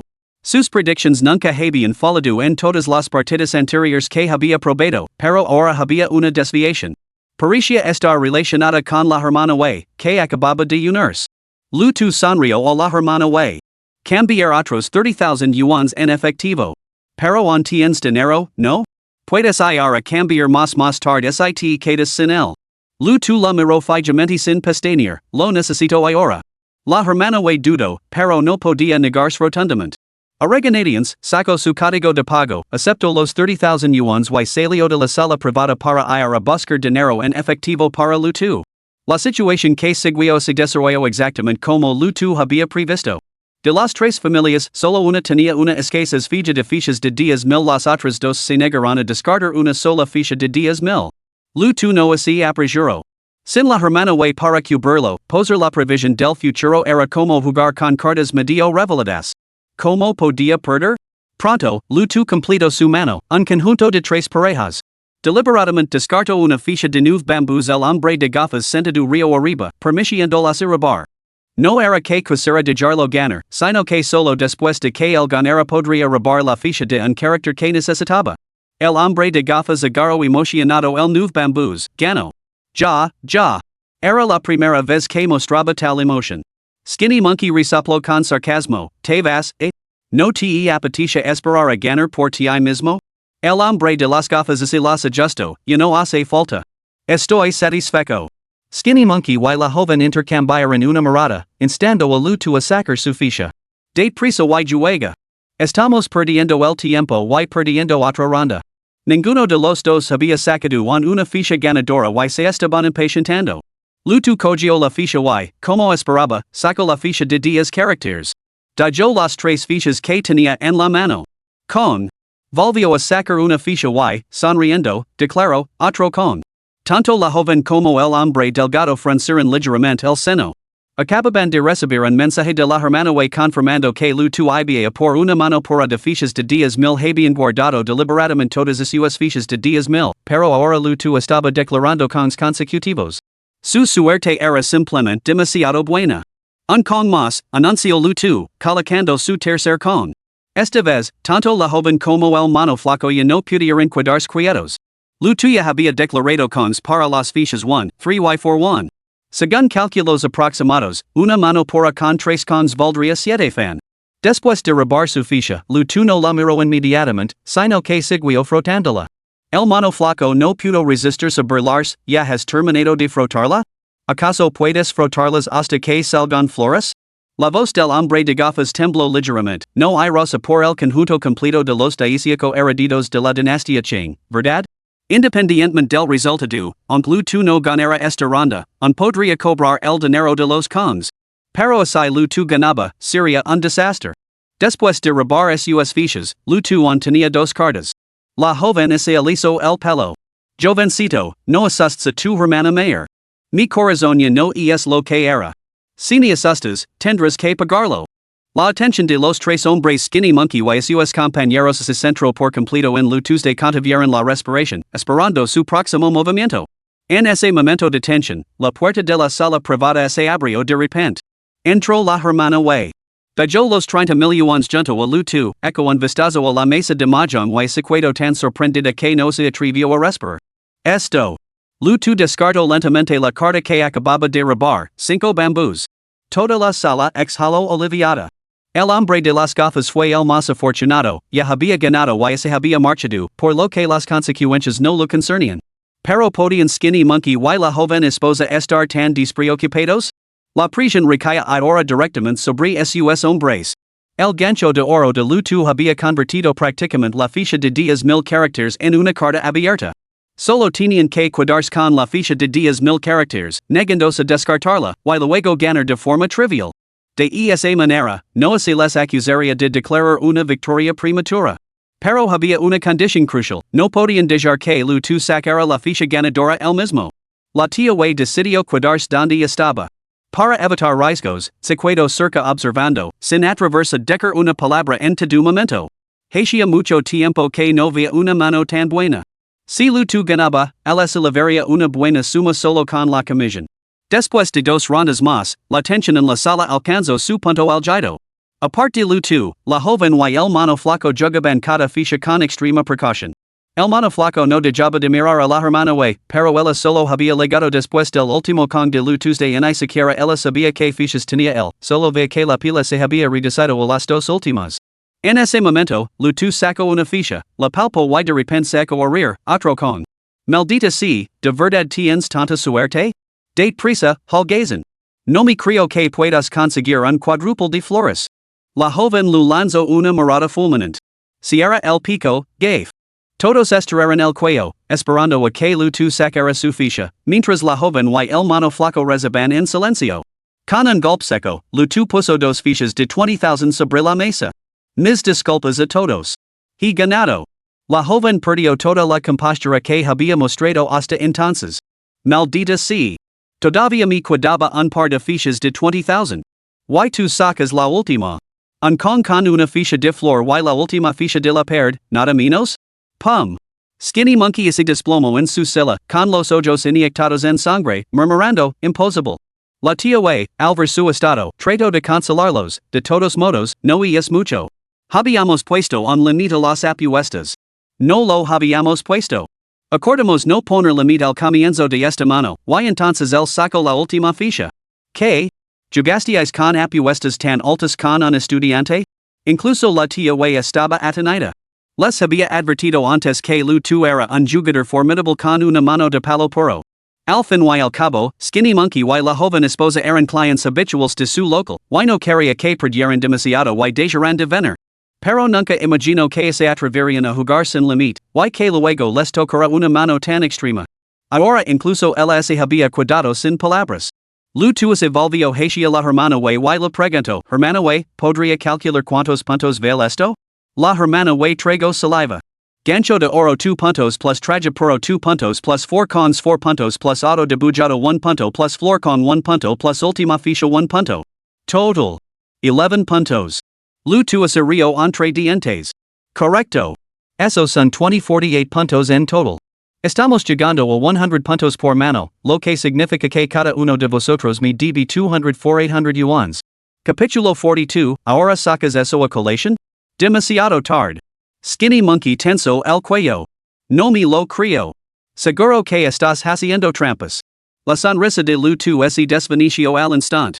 Si dices que estoy haciendo trampas, presenta las pruebas. Si no puedes, no recuperarás ni un solo centavo. Habian jugadu al mahjong con lutu durante 2 horas y, al verlo tan affable, habian asumido que era realmente un chico ingenuo y nuevo rico suya familia acababa de recibir una indemnización por la demolición. La joven esposa apartó a sus fichas y montó una rabieta, si es hecho trampa, esta ronda no cuenta. Lutu permaneció imperturbable. Se volvió hacia la hermana y, este es tu establecimiento. Primero te pedir tu opinión. La hermana intervino apresuradamente con una sonrisa, controlemos todos nuestros temperamentos por el bien del negocio. No deberían acusar al chico de hacer trampa. Han jugado durante horas se sospechaban que había juego sucio, ¿por qué no lo dijeron antes? ¿Por qué esperar hasta ahora? Esto dijo sin palabras a la joven y skinny monkey. Solo estaban tratando de salir del paso, sabían perfectamente que Lutu no haría trampas delante de ellos. La hermana cambió entonces de táctica, si bien es cierto que deben aceptar las consecuencias de sus apuestas, cambiar repentinamente las reglas para una apuesta tan grande no es un asunto trivial para nadie. ¿Por qué no asesinan al import máximo? La joven y el mano flaco asintieron emocionados, exacto. Antes solo bromeábamos con lo de no poner límite. Te damos el dinero ahora mismo, considerad afortunado, muchacho. El carnicero lo secuedo sentado en silencio mientras ellos actuaban, sacó un cigarrillo del bolsillo, lo encendió y luego habló lentamente, así que me estáis diciendo que vais a resolver esto por mí? Al ver que Lutu parecía reacio a ceder, Skinny Monkey dio un golpe en la mesa con rabia. ¿Qué más quieres? Aunque no hayas hecho trampa, nunca había visto una mano así en mi vida. ¿Qué otra cosa podemos hacer sino pagar? La joven intervino con sarcasmo desde un lado. Jovencito, una perdida es una bendición disfrazada. Más vale prevenir que curar. Lutu sonrió y asintió con la cabeza, poniéndose de pie. Falló la mirada en el mano flaco y la joven, y luego miró a la hermana y. Así que han decidido aprovecharse de mí? ¿No quieren pagar los 400,000? La hermana intercedió, tienen razón. ¿Qué tal esto? No te cobrar tu part más tarde. Pagar la cantidad máxima. Lutu lu lanzó una mirada destinosa. ¿Quién te crees que eres para decidir por mí? La hermana se quedó paralizada. Había visto a gente arrogante antes, pero nunca a alguien tan descarado. ¿Acaso no conocen todos los que frecuentaban ese lugar sus antecedentes? ¿Cómo se atrevía a hablar así? Su expresión se volvió gelada. Joven, ¿te diriges a mí? ¿No te molestes en informarte sobre Guefan antes de venir aquí? Lutu asintió. Adelante, entonces. Guefan gritó fuera. Al instante, 7 u 8 hombres corpulentos irrumpieron en la sala, bloqueando la entrada al salón privado. Blandían garrotes y otras armas, mirando amenazadoramente a Lutu. En mi época, empuñaba 2 espadas desde el este hasta el oeste a través del puente del pájaro Bermelin. ¿Quién no conoce Guefan, la Phoenix de las 2 espadas? Lutu se rió entre dientes, ¿qué relación tienen con usted? ¿Romper su letrero por una suma tan insignificante? Guefan espido con voz aguda, ocupate de tus asuntos. En mi establecimiento, tú sigues mis reglas. No tienes derecho a cuestionarme. Al ver que Guefan los defendía, Skinny Monkey y la joven inmediatamente intervinieron, hemos sido vecinos de la hermana durante décadas. ¿Cómo podríamos permitir que un forastero como tú nos intimidara? ¿Crees que puede ser con mis 200,000? Sigu cenando, bastardo. Lutu dio una calada a su cigarrillo y exhaló un espeso anillo de humo. Entonces, ¿me tienes acorralado? Exacto. O te levas 10,000 y te vas, o te quedas sin algunas partes. ¿Quién te ha dado el valor para hacer trampa en mi casa? El tono de Guefan había cambiado, ahora acusaba a Lutu de hacer trampa. Los hombres corpulentos que bloqueaban la puerta gritaron, ¿por qué la hermana malgasta su aliento con este tipo? Acabad con él. Skinny Monkey intervino en el momento perfecto, acaba de mencionar que su casa ha sido demolida. Hagamos que su familia pague para sacarlo de aquí. Pero, al instante siguiente, Lutu se movió. Lanzó la colilla de su cigarrillo a Skinny Monkey, que gritó sorprendido. Lutu cambió de postura, se abalanzó sobre Guefan y le dio un puñetazo en plena cara. El golpe le hizo sangrar por la cara y la dejó inconsciente en el acto. Los matones de la puerta se enfurecieron. ¿Quién se atrevía a causar problemas en su establecimiento? Eran figuras del hampa que trabajaban como matones a sueldo. Ellos eran los que intimidaban a los demás, cuando alguien había venido a intimidarlos a ellos. Empuñando palos y cuchillos, se abalanzaron directamente sobre Lutu. Sin embargo, desde la perspectiva de Lutu, sus attacks eran lentos como caracoles. Aprovechando el momento, Lutu les dio una patada en la ingle cada uno. 7 u 8 matones perdieron instantáneamente su capacidad de luchar y se desplomaron en el suelo agarrándose la ingle con agonía. El dolor insoportable les impedía incluso gritar. Los que tenían una tolerancia al dolor especialmente baja comenzaron a vomitar bilis, la respuesta fisiológica del cuerpo al dolor extremo. Con un golpe seco, Lutu pateó al mono flaco que huía y lo devolvió a la habitación antes de cerrar la puerta de un portazo. Todo esto sucedió en apenas un minuto. El implacable ataque había acabado rápidamente con 7 u 8 hombres armados y corpulentos. Tal formidable destreza en el combate dejó al mono flaco y a sus secuaces completamente atenidos. Solo quedaba el hombre de gafas, acaricado en un rincón, temblando mientras balbuceaba, no teníamos ninguna disputa financiera. Yo nunca dije nada. No tienen nada que ver conmigo. Lutu sonrió, y su clara sonrisa desorientó momentáneamente a los demás, haciendo difícil conciliar su imagen con la del violento maten de Haitian solo un minuto. Lo sé, pero te quedarás aquí. Serás mi testigo. Bueno, está bien, entonces. La joven, y pálida por el miedo, adoptó apresuradamente una expresión coqueta. Se bajó el cuello de la camisa y se acercó a él, ronroneando, eres tan guapo, jovencito. Te daré dinero con mucho gusto. ¿Estás libre esta noche? Me encantaría invitarte a cenar. ¿Crees que una puta como tú merece cenar conmigo? Espido Lutu, abofeteando a la mujer con tanta fuerza que la hinchó media magilla como la cabeza de un cerdo. Tras chocar contra la pared y caer al suelo, se incorporó con dolor, con los ojos muy abiertos por el terror, y se arrastró hacia la esquina. De verdad que quería pagarte. Aunque me consideres indigna, no hace falta que me pague. Si no hubiera pronunciado esas palabras, Lutu podría haberse contenido. Pero su súplica solo avivó su aire, y se abalanzó sobre ella, dando repetidas patadas hasta dejarla casi lisiada. No has dejado de tocar mis cartas en toda la partida. ¿Y es que no tienes sentido de la dignidad? La joven nunca había conocido a un hombre tan brutal. Al fin y al cabo, poseía cierto encanto, ¿no se babaciban todos los hombres a su alrededor? Sin embargo, este chico se atrevía a llamar la fía. Aun así, sabía que era mejor no decir nada más, por miedo a provocar aún más a Lutu. Al verla sometida, Lutu se volvió hacia Skinny Monkey, ¿cómo debo tratar contigo para satisfacer mi aire? Al ver que la razón era inútil, Skinny Monkey recurrió a las bravuconadas, has cometido una agresión. Si me golpeas, irás a la cárcel. Lutu se rió y le dio una patada directa en la espinilla al mono flaco, rompiéndosela limpiamente. Luego lo tiró al suelo, lo inmovilizó la palma de la mano bajo la pata de una silla y se sentó sobre ella. ¿Tú, un ignorante inútil, te atreves a darme lecciones sobre la ley? Me has robado a punta de navaja. Incluso si te hubiera quitado el cuchillo y os hubiera matado a los dos, habría sido en defensa propia.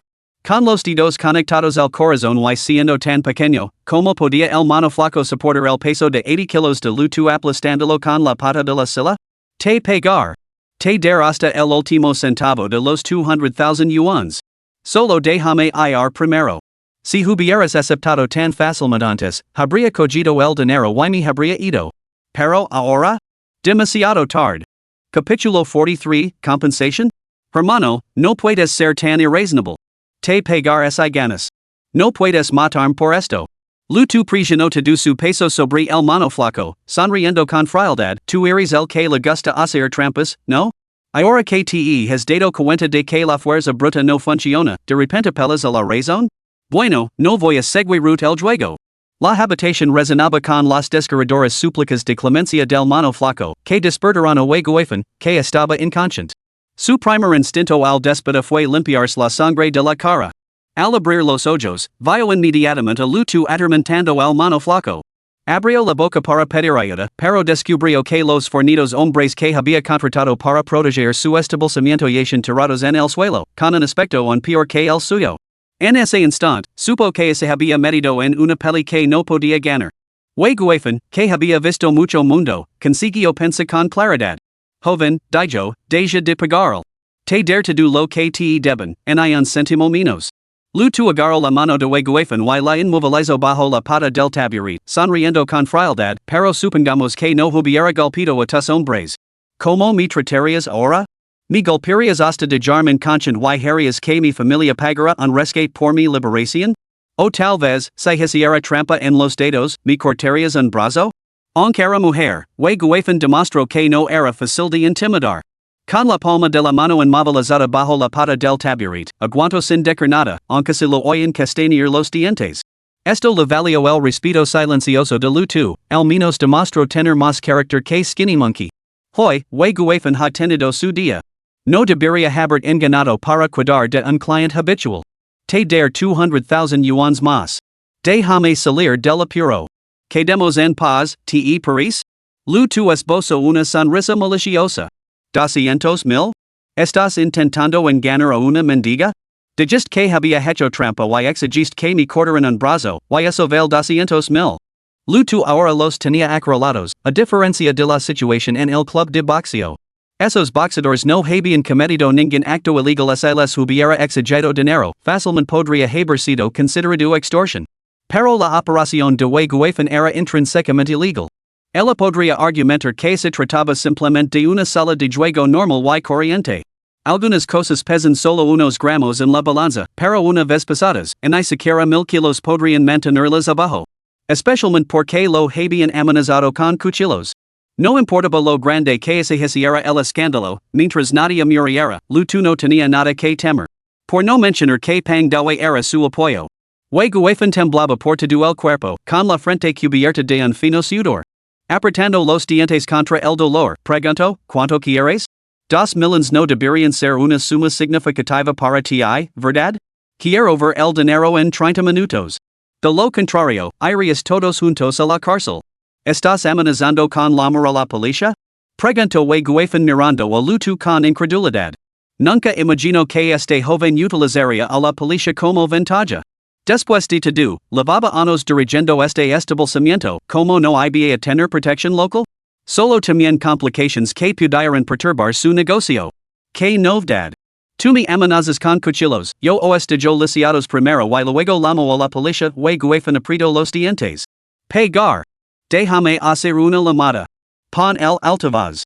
Guaifan marcó un número delante de Lutu y respiró profundamente varias veces para estabilizar su voz. Hermanita, trim 4 millones en efectivo. Es urgent. Una seductora voz femenina respondió al otro lado del teléfono. ¿Qué ha pasado, hermana? ¿Lamo el jefe? No hace falta. Solo trim los 4 millones. Date prisa. Dica esto, colgo. Lo que siguió fue sencillo. Lutu no tenía intención de dejarlos escapar tan fácilmente. Llamó al hombre de las gafas para que se sentara en la silla y siguió inmovilizando las manos del mano flaco y de Guaifan. Lutu se acercó entonces a los hombres corpulentos, les deslocó violentamente los usos de los brazos y los ató a todos. Tiró todas las armas que había en el suelo sobre la mesa de mahjong y se recostó para esperar tranquilamente que llegara el dinero. La joven esposa demostró ser bastante hábil para manejar este tipo de situaciones, atendiendo rápidamente a Lutu a su lado y sirviendo té y agua. En 20 minutos, se oyó el ruido de un coche acercándose desde fuera. Lutu miró por la ventana, satisfecho de que solo llegara un vehículo, y se relajó. Pronto, una mujer moderna y elegantemente vestida llegó al patio.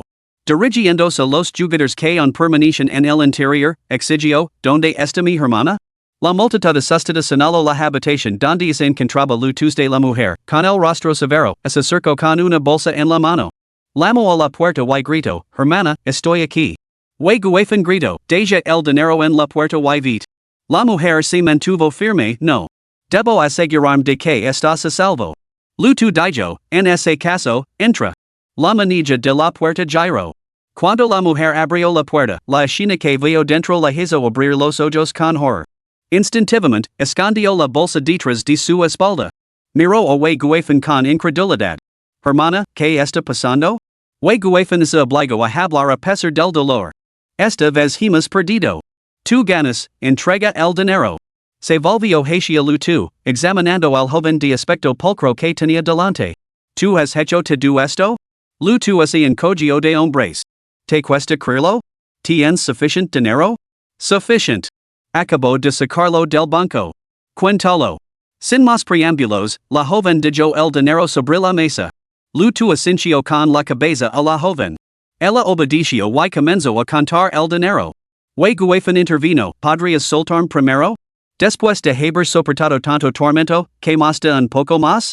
Guefa no había conocido a nadie tan despiadado como lu tu en mucho tiempo, y menos a alguien tan joven. Era totalmente inesperado. Aun así, se fijo en este chico. Este asunto no terminaría aquí, en hay mucho menos. 2,000 es mi compensación para ti. Los 40,000 adicionales son lo que te deben en deudas de juego. Lu tu no le presto atención hasta que la joven terminó de cantar. Ella murmuró, hermano mayor, la cantidad es correcta. ¿Puedes soltar a mi hermana ahora? La mujer elegante había observado a Lu tu con mirada gelada durante todo el tiempo. La vaba observando desde que entró. Aunque todos tenían heridas, eran solo superficiales. Sabía que Lu tu buscaba dinero y no cosería más daño. Lu tu recogió el dinero con un toque de decepción y luego se acercó a la mujer. Inclinándose con una postura agresiva, le susurró al oído, me resultas familiar. Me pregunto dónde nos hemos visto antes. La mujer se obligó a mantener la calma y respondió con voz gelada, debes estar equivocado. Nunca te he visto antes. Centrémonos en el motivo por el que estás aquí hoy.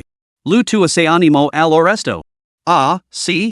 Y cuál es ese propósito, ese puedes saber. Antes de venir aquí, revise las imágenes de las cámaras de vigilancia de esta sala. Su técnica de juego es notable, pero difícil de definir.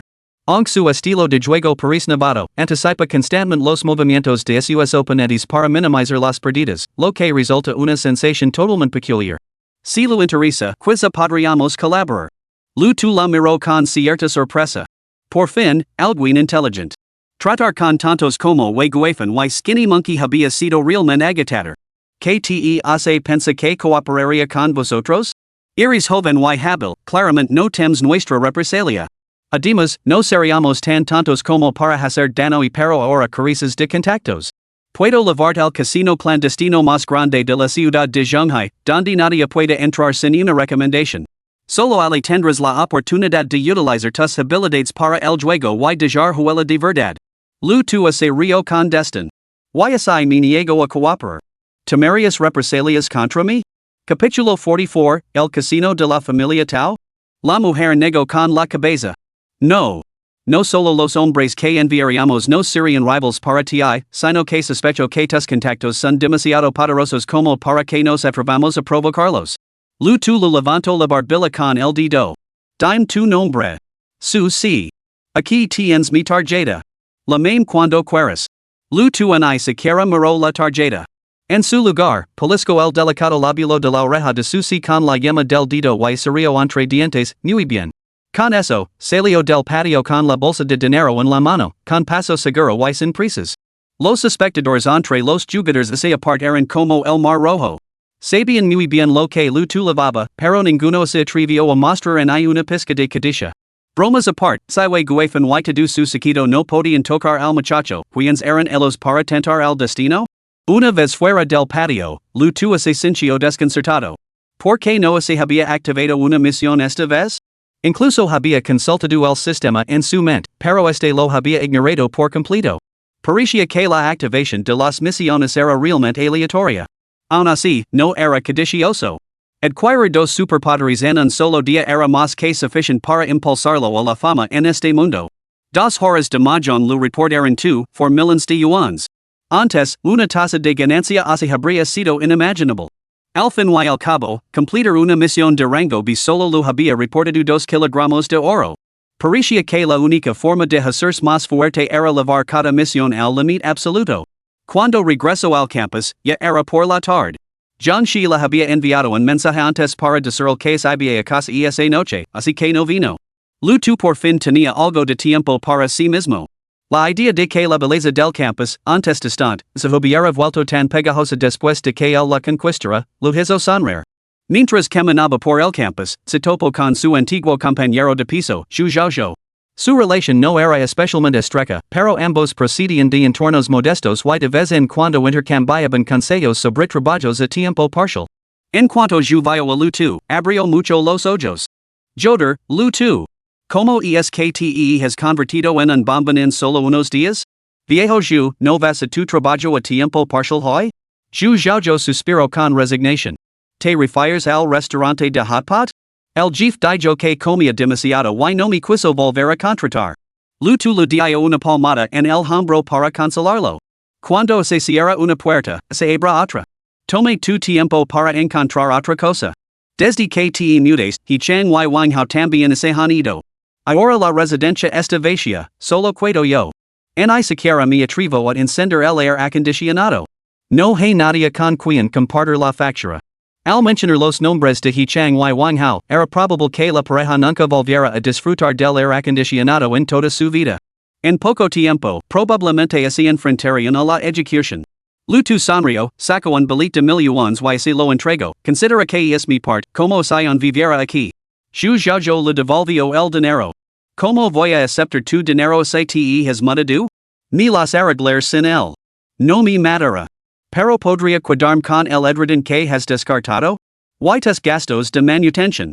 La expresión de Xu Xiaozhou se ensombrició. Mi madre está en el hospital. He dejado de recibir dinero de mi familia. Al arresto, Lutu sintió una punzada de tristeza. No hacía mucho, él también había vivido una vida así. Solo que había tenido la suerte de despertar el sistema. Si no hubiera despertado el sistema, incluso con dos vidas a sus espaldas, remontarse desde lo más bajo habría sido tan difícil como escalar los cielos. Mientras que bastardos arrogantes como Tao Qian nacen en coches de lujo y mansions, hombres como el Zhu Zhaozhou se ven obligados a luchar a diario por una comida decente, enfrentándose perpetuamente a la amenaza del desempleo. El pensamiento pasaba mucho en Lutu mientras lo entregaba el dinero a Zhu. Toma esto y comprate una manta gruesa. Te buscar algún trabajo a tiempo parcial a su debido tiempo. Xu Xiaozhou aceptó el dinero con cierta torpeza, repitiendo a sus agradecimientos, consideralo un préstamo. Te lo devolverá sin falta. Mañana te escribir un pagar. Lutu asincio, está bien, no hay prisa. La même si necesitas dinero. ¿Has comido? Te invito a la cantina. Ya he comido. Ve2. Con tu for millones de libras en efectivo en su poder, Lutu no podía acompañarlo al comedor y llamar tanto la atención. Tampoco podía permitirse dar el demasiado dinero a Xu Xiaozhou. Al fin y al cabo, no eran especialmente amigos y no podía confiar plenamente en él. Gracias a los acontecimientos de ese día, ahora dominaba por completo su capacidad de prever el futuro. Era como poseer una cadena de capital inquebrantable, que le permitía perseguir grandes ambitions sin restrictions. Sacó la tarjeta de visita de su y marcó el número. Soy Lutu. Tras 3 segundos de silencio, su preguntó, ¿has decidido ir? Lévame ali. ¿Cuánto quieres? No quiero tu dinero. Solo quiero una conexión contigo. Lutu se rió entre dientes. Eres bastante astuto. Está bien. Recogíme en la Universidad de Shanghai en media hora. Sabía muy bien que las cosas más baratas a menudo acababan costando más. Dado que su estaba siendo tan directo, no había necesidad de andarse con rodeos. De acuerdo. A la hora acordada, Lutu vio el coche de su que seguía siendo un Land Rover Defender negro. Una vez a bordo, su exclamó sorprendida, ¿segues en la universidad? ¿No te parís? Su frunció los labios, recordando como Lutu había coqueteado con ella esa tarde. Donde estaba el más mínimo rastro de estudiante en él, ella lo habría creado un pícaro experimentado y conocido de la calle.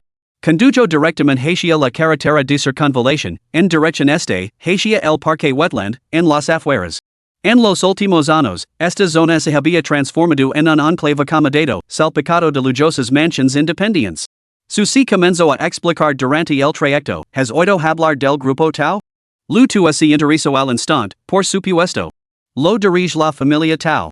Actualmente es el casino clandestino más grande de Shanghai, una auténtica guarida de iniquidad. Lutu solo pretendía conseguir algo de capital inicial aquí, sin esperar encontrarse con la casa de apuestas de la familia Tao. Había estado preocupado por cómo marcharse se ganaba demasiado, pero ahora todo parecía muy sencillo. Pang Dawei había evasido a la familia Tao, indicándoles que no causarían problemas. Ahora que estaba dentro de su casino, ¿no era como un pájaro volando libremente por el cielo?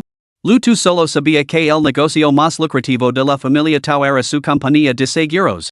Había consultado sus informes financieros en internet y descubrió que las ganancias superaban los 8,000 millones el año pasado. No esperaba que fueran tan audaces como para dirigir un casino en Shanghai. Su se detuvo frente a un edificio de 10 pisos.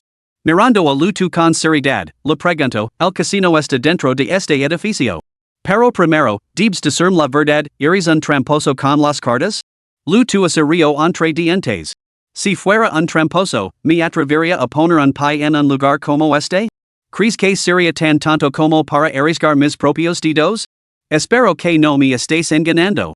Al fin y al cabo, yo te he traído aquí. Si te needs en problemas, me arrastrarás contigo. Entendido. Esta noche, gano pierda, lo de un millón. Susi quedo completamente atenito ante esta declaración. Era de conocimiento común que incluso los casinos de propiedad portuguesa en Macao obtenían beneficios gracias a la probabilidad matemática. Mientras los jugadores siguieran jugando, acabarían quedando sin dinero y no podrían ganar a la casa. Sin embargo, este hombre sorprendentemente guapo, que aparentaba tener solo 19 años, ¿posía alguna ventaja oculta que le otorgaba una confianza tan formidable? Capítulo 45, Probando el terreno. Espero que tu confianza no sea infundada. Vamos, te llevará arriba. Después de aparcar en el garage subterráneo, Susi pasó casualmente su brazo por el de Lu Tuesday. Lu tu no le dio mucha importancia. Al entrar en el ascensor, Susi primero saludó con la mano a la cámara de seguridad que había dentro. El ascensor pulsó automáticamente el botón del octavo piso. En cuanto salieron, su mirada se vio cautivada por un árbol de la fortuna hecho completamente de oro macizo. Este árbol dorado de 5 metros de altura giraba sobre un mecanismo base, y cada una de sus hojas estaba hecha de oro. En la entrada había nada menos que 20 mujeres jóvenes y altas, todas vestidas uniforme con choncems hasta la cintura, que corrieron al unísono. Bienvenidos. Susi se cogió del brazo de Lu tu mientras avanzaban y lo susurró con una sonrisa impresionante, ¿verdad? Lu tu asintió. Desde luego. Nunca imaginé que existiera un casino así en el interior de Shanghai. Los patrocinadores deben de tener una influencia considerable. Desde luego. La empresa de la familia Tao es la principal corporación de Shanghai. ¿Quién más podría permitirse tal extravagancia aquí? Lu tu respiró hondo, sintiendo una estimulante oleada de energía. Supuso que el sistema de ventilación probablemente incluía unidades de enriquecimiento de oxígeno, diseñadas para evitar que los jugadores se cansaran, manteniéndolos perpetuamente eufóricos y, por lo tanto, más susceptibles de perder el control. Al entrar en la sala principal, un espacio de miles de metros cuadrados, se encontró con que estaba repleta de mesas de juego y máquinas tragaperras. Más de 1000 personas apostaban fervientemente. Justo en el centro de la sala había un superdeportivo Bugatti blanco y negro, flanqueado por una gran rueda de la fortuna. ¿Qué significa esto? Susi explicó, es la regla de la familia Tao. Cualquier cliente que gaste más de 10 millones aquí tiene derecho a una tirada en la ruleta. El premio máximo es ese superdeportivo. Via, te do un antro de perversión. Fascinante. Aunque es una pena que no pueda participar en el sorteo. ¿Por qué no? Espido Susi. ¿Por qué no voy a perder? Susi se quedó sin palabras ante esta declaración. Reprimiendo sus emociones, levantó la mirada para estudiar el perfil de Lu tu, desesperada por discernir que audacia podía alimentar tal arrogancia. Ni siquiera los jugadores más hábiles se jactarían hasta tal punto.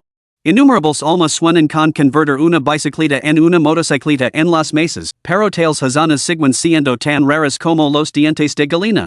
Lu tu se acercó al mostrador de cambio de fichas y sacó los 2 for millones de yuans que había obtenido de Wei Guifan.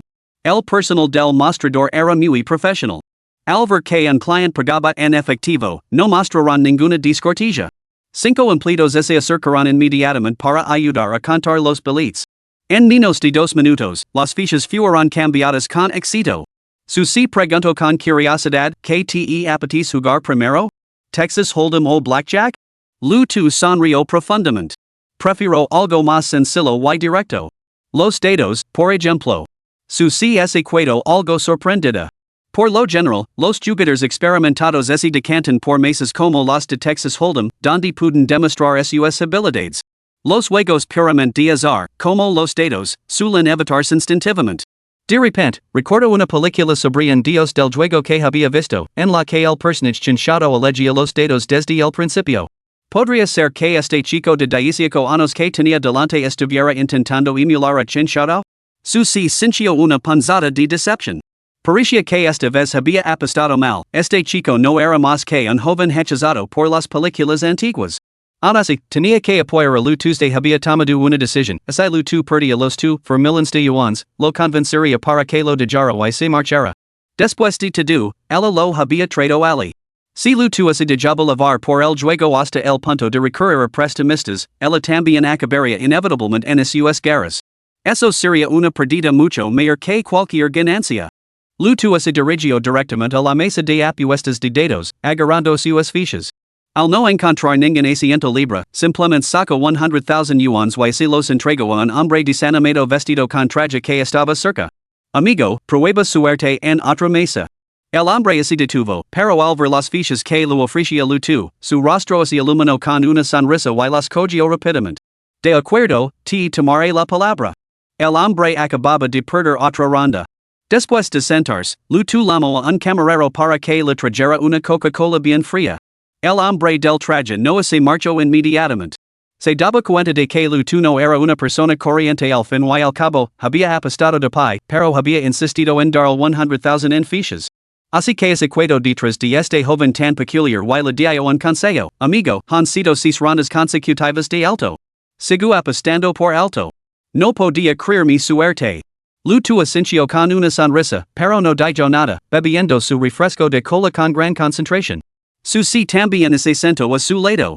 Desde el momento en que entraron en el casino, muchas miradas se habían fijado en ellos. La pareja en sí misma gritaba peculiaridad. Una joven hermosa y un universitario novato, gastando 100,000 para presumir nada más llegar, especialmente cuando el solo había cambiado tú, por millones en fichas. El croupier agitó los dedos y luego golpeó la copa. Hagan sus apuestas, todos. Los demás jugadores de la mesa hicieron sus apuestas uno por uno, casi todos apostando por el grande. Lu tu, sin embargo, seguía aferrado a sus fichas mientras bebía su Coca-Cola. Susi, cada vez más inquieto a su lado, le susurró, ¿no vas a apostar? Lu tu se encogió de hombres con indiferencia. Tengo un poco de sed después del viaje. Me voy a saltar esta ronda y voy a tomarme algo. Los demás jugadores lo lanzaron miradas incrédulas. ¿Gastar 100,000 solo para sentarse y beber Coca-Cola? Menudo novato. El croupier abrió la taza, 133, un 7. Pequeño. Un suspiro colectivo recorrió la mesa. El hombre trajeto que había estado animando a lu tu a apostar se quedó en silencio, recogió sus fichas y se marchó rápidamente. Susi echó una mirada fugaz a lu tu, que estaba a su lado. No sabía si su compostura era deliberada o no, pero tanta calma sin duda era señal de su propia estrategia. Lu tu no estaba llegando al misterio simplemente quería ver si el casino estaba amanado. Aunque no había apostado mucho, lo había visto en las películas. Como algún dispositivo debajo de la mesa que podía alterar los dados una vez pulsado. Ahora que había confirmado que no existía tal artilugio, lu tu se relajó. Después de agitar los dados, el croupier continuó, hagan sus apuestas, todos. Lu tu permaneció inmóvil. Estaba esperando. Su previsión abarcaba 10 segundos, lo que significaba que solo podía apostar al final para saber con precisión el resultado de los dados. No hay más apuestas. Esperen, voy a apostar. Lu tu apostó rápidamente los 3 millones que le quedaban al resultado grande. Todos, incluido Susi, lo miraron con expresión similares a las que se le dirigen a un joven ingenuo. ¿Cómo podía este muchacho ser tan imprudente y apostar todo su dinero con tanta confianza? Aunque el croupier no mostró impaciencia, le lanzó una mirada peculiar a lu tu de el comportamiento era extraño, pero no interrumpía el juego ni indicaba trampa, por lo que solo pudo dejar la apuesta en pie. 436, 13 puntos, grande. Una chispa de alegría cruzó los ojos de Susi. Las fichas de lu tu se habían duplicado. 6 millones. Capítulo 46, Sis iguales. La multitud presente miró a lu tu con una pizca de envidia tanto por su audacia como por su buena suerte. Sin embargo, pocos sintieron resentimiento después de todo, en lugares como este nunca faltaban aquellos que disfrutaban de un golpe de suerte pasajero. Los jugadores experimentados, en particular, habían pasado todos por esa phase. Sabían muy bien que a menudo era el presagio de perderlo todo. Muchos de ellos miraron a lu tu con desdén. El croupier siguió agitando los dados, damas y caballeros, hagan sus apuestas. En ese momento, una señora regordeta y bien vestida que estaba cerca se volvió hacia lu tu con una sonrisa. Joven, con tanta suerte de su lado, ¿qué cree, grande o pequeño será el siguiente? Lu tu no le hizo caso y se volvió hacia Susi, ¿qué opinas? Susi se quedó paralizada. ¿Cómo iba a saberlo? Alver que lu tu no paricia estar bromando, solto, bajo. Lu tu asincio levemente y rapidamente coloco los 6 millones que tenía delante en la apuesta bajo. La señora regordeta siguió su ejemplo y apostó 200,000, aunque la mayoría de los demás se mantuvieron fieles a sus propias predictions. Se levantó la copa de los dedos. 334, 10 puntos, bajo. El croupier lo entregó rápidamente a lu tu sus 6 millones en fichas. En solo 2 manos, lu tu tenía ahora 2 millones. Ahora los demás ya no podían contener su agitación. Alvar a la señora regordeta radiante de alegría, muchos se arrepintieron de no haber seguido el ejemplo de lu tu. Todas las miradas se fijaron en lu tu con ansiosa expectación, esperando ver donde colocaría su próxima apuesta para poder seguir su ejemplo. Sin embargo, lu tu permaneció completamente sereno, sentado y bebiendo su refresco de cola. Apoyó la mano casualmente sobre el hombro de su y le dio un suave apretón para indicar el que se calara. El croupier, al observar esto, instó, damas y caballeros, por favor, sigan haciendo sus apuestas. La multitud presionó a lu tu, vamos, chico, sigo apostando. Estamos todos juntos en esto. Lu tu esbozó una sonrisa diabólica. ¿Por qué debería lavaros conmigo? El comentario encendió instantáneamente la furia entre los demás. ¿Cómo puedes ser tan egoísta? Lu tu dio un golpe en la mesa con la mano. Soy así de egoísta. Si no os gusta, haced vuestras propias apuestas. ¿Crees que podíais aprovecharos de mis ganancias? ¿Quién os de derecho? Su repentina explosión de intensidad silencio a los que intentaban ejercer coacción moral. Nadie esperaba que este joven estudiante universitario fuera tan feroz. El croupier sonrió para sus adentros.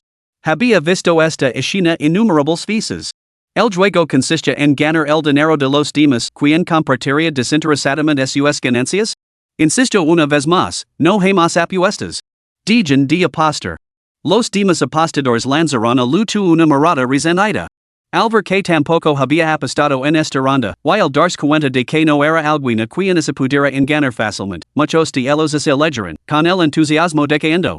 En la siguiente ronda, lu tu mantuvo su actitud distante, ignorando todos los intentos de conversación. Los demás comenzaron a hacer sus apuestas, pero todos los ojos de la sala permanecieron fijos en él, ansiosos por ver hasta donde llegaba su suerte. Se levaron una decepción. Durante 5 rondas consecutivas, lu tu no hizo ninguna apuesta. Esto provocó descontento. Un hombre que lucía una ostentosa cadena de oro señaló a lu tu con el dedo y lo dijo con desdén, si no vas a jugar, aparte y déjame ocupar tu sitio. Lu tu lo lanzó una mirada de riollo. He pagado 100,000 por este sitio. ¿Por qué debería cedértelo? ¿Por qué tienes una cara grande? El hombre le mostró los dientes a lu tu con desprecio. Chico, eres demasiado arrogant. ¿Y es tu primera vez aquí, eh? ¿No me reconoces? Lu tu lo apartó la mano de un manotazo. ¿Qué eres, algún pez gordo? ¿Tengo que conocerte para jugar aquí? Luego se volvió hacia el croupier. ¿Tengo que conocerlo para poder jugar aquí? El croupier sonrió cortésmente, en absoluto, señor. Puede quedarse todo el tiempo que desee.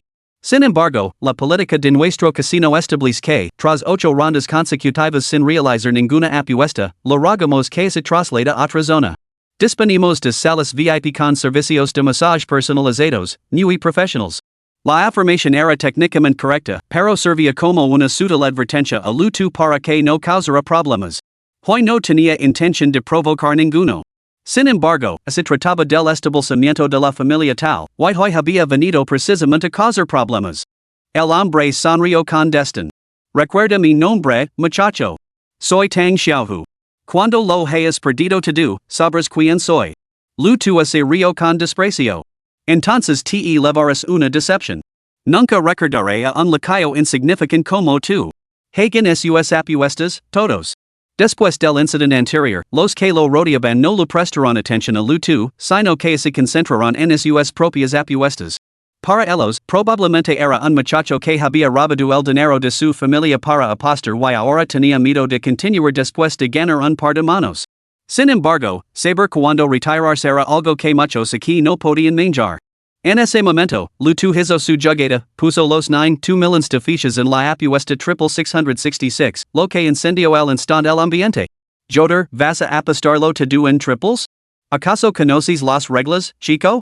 Exclamo alguien cercano, dalido el verlo tirar el dinero de forma tan descuidada.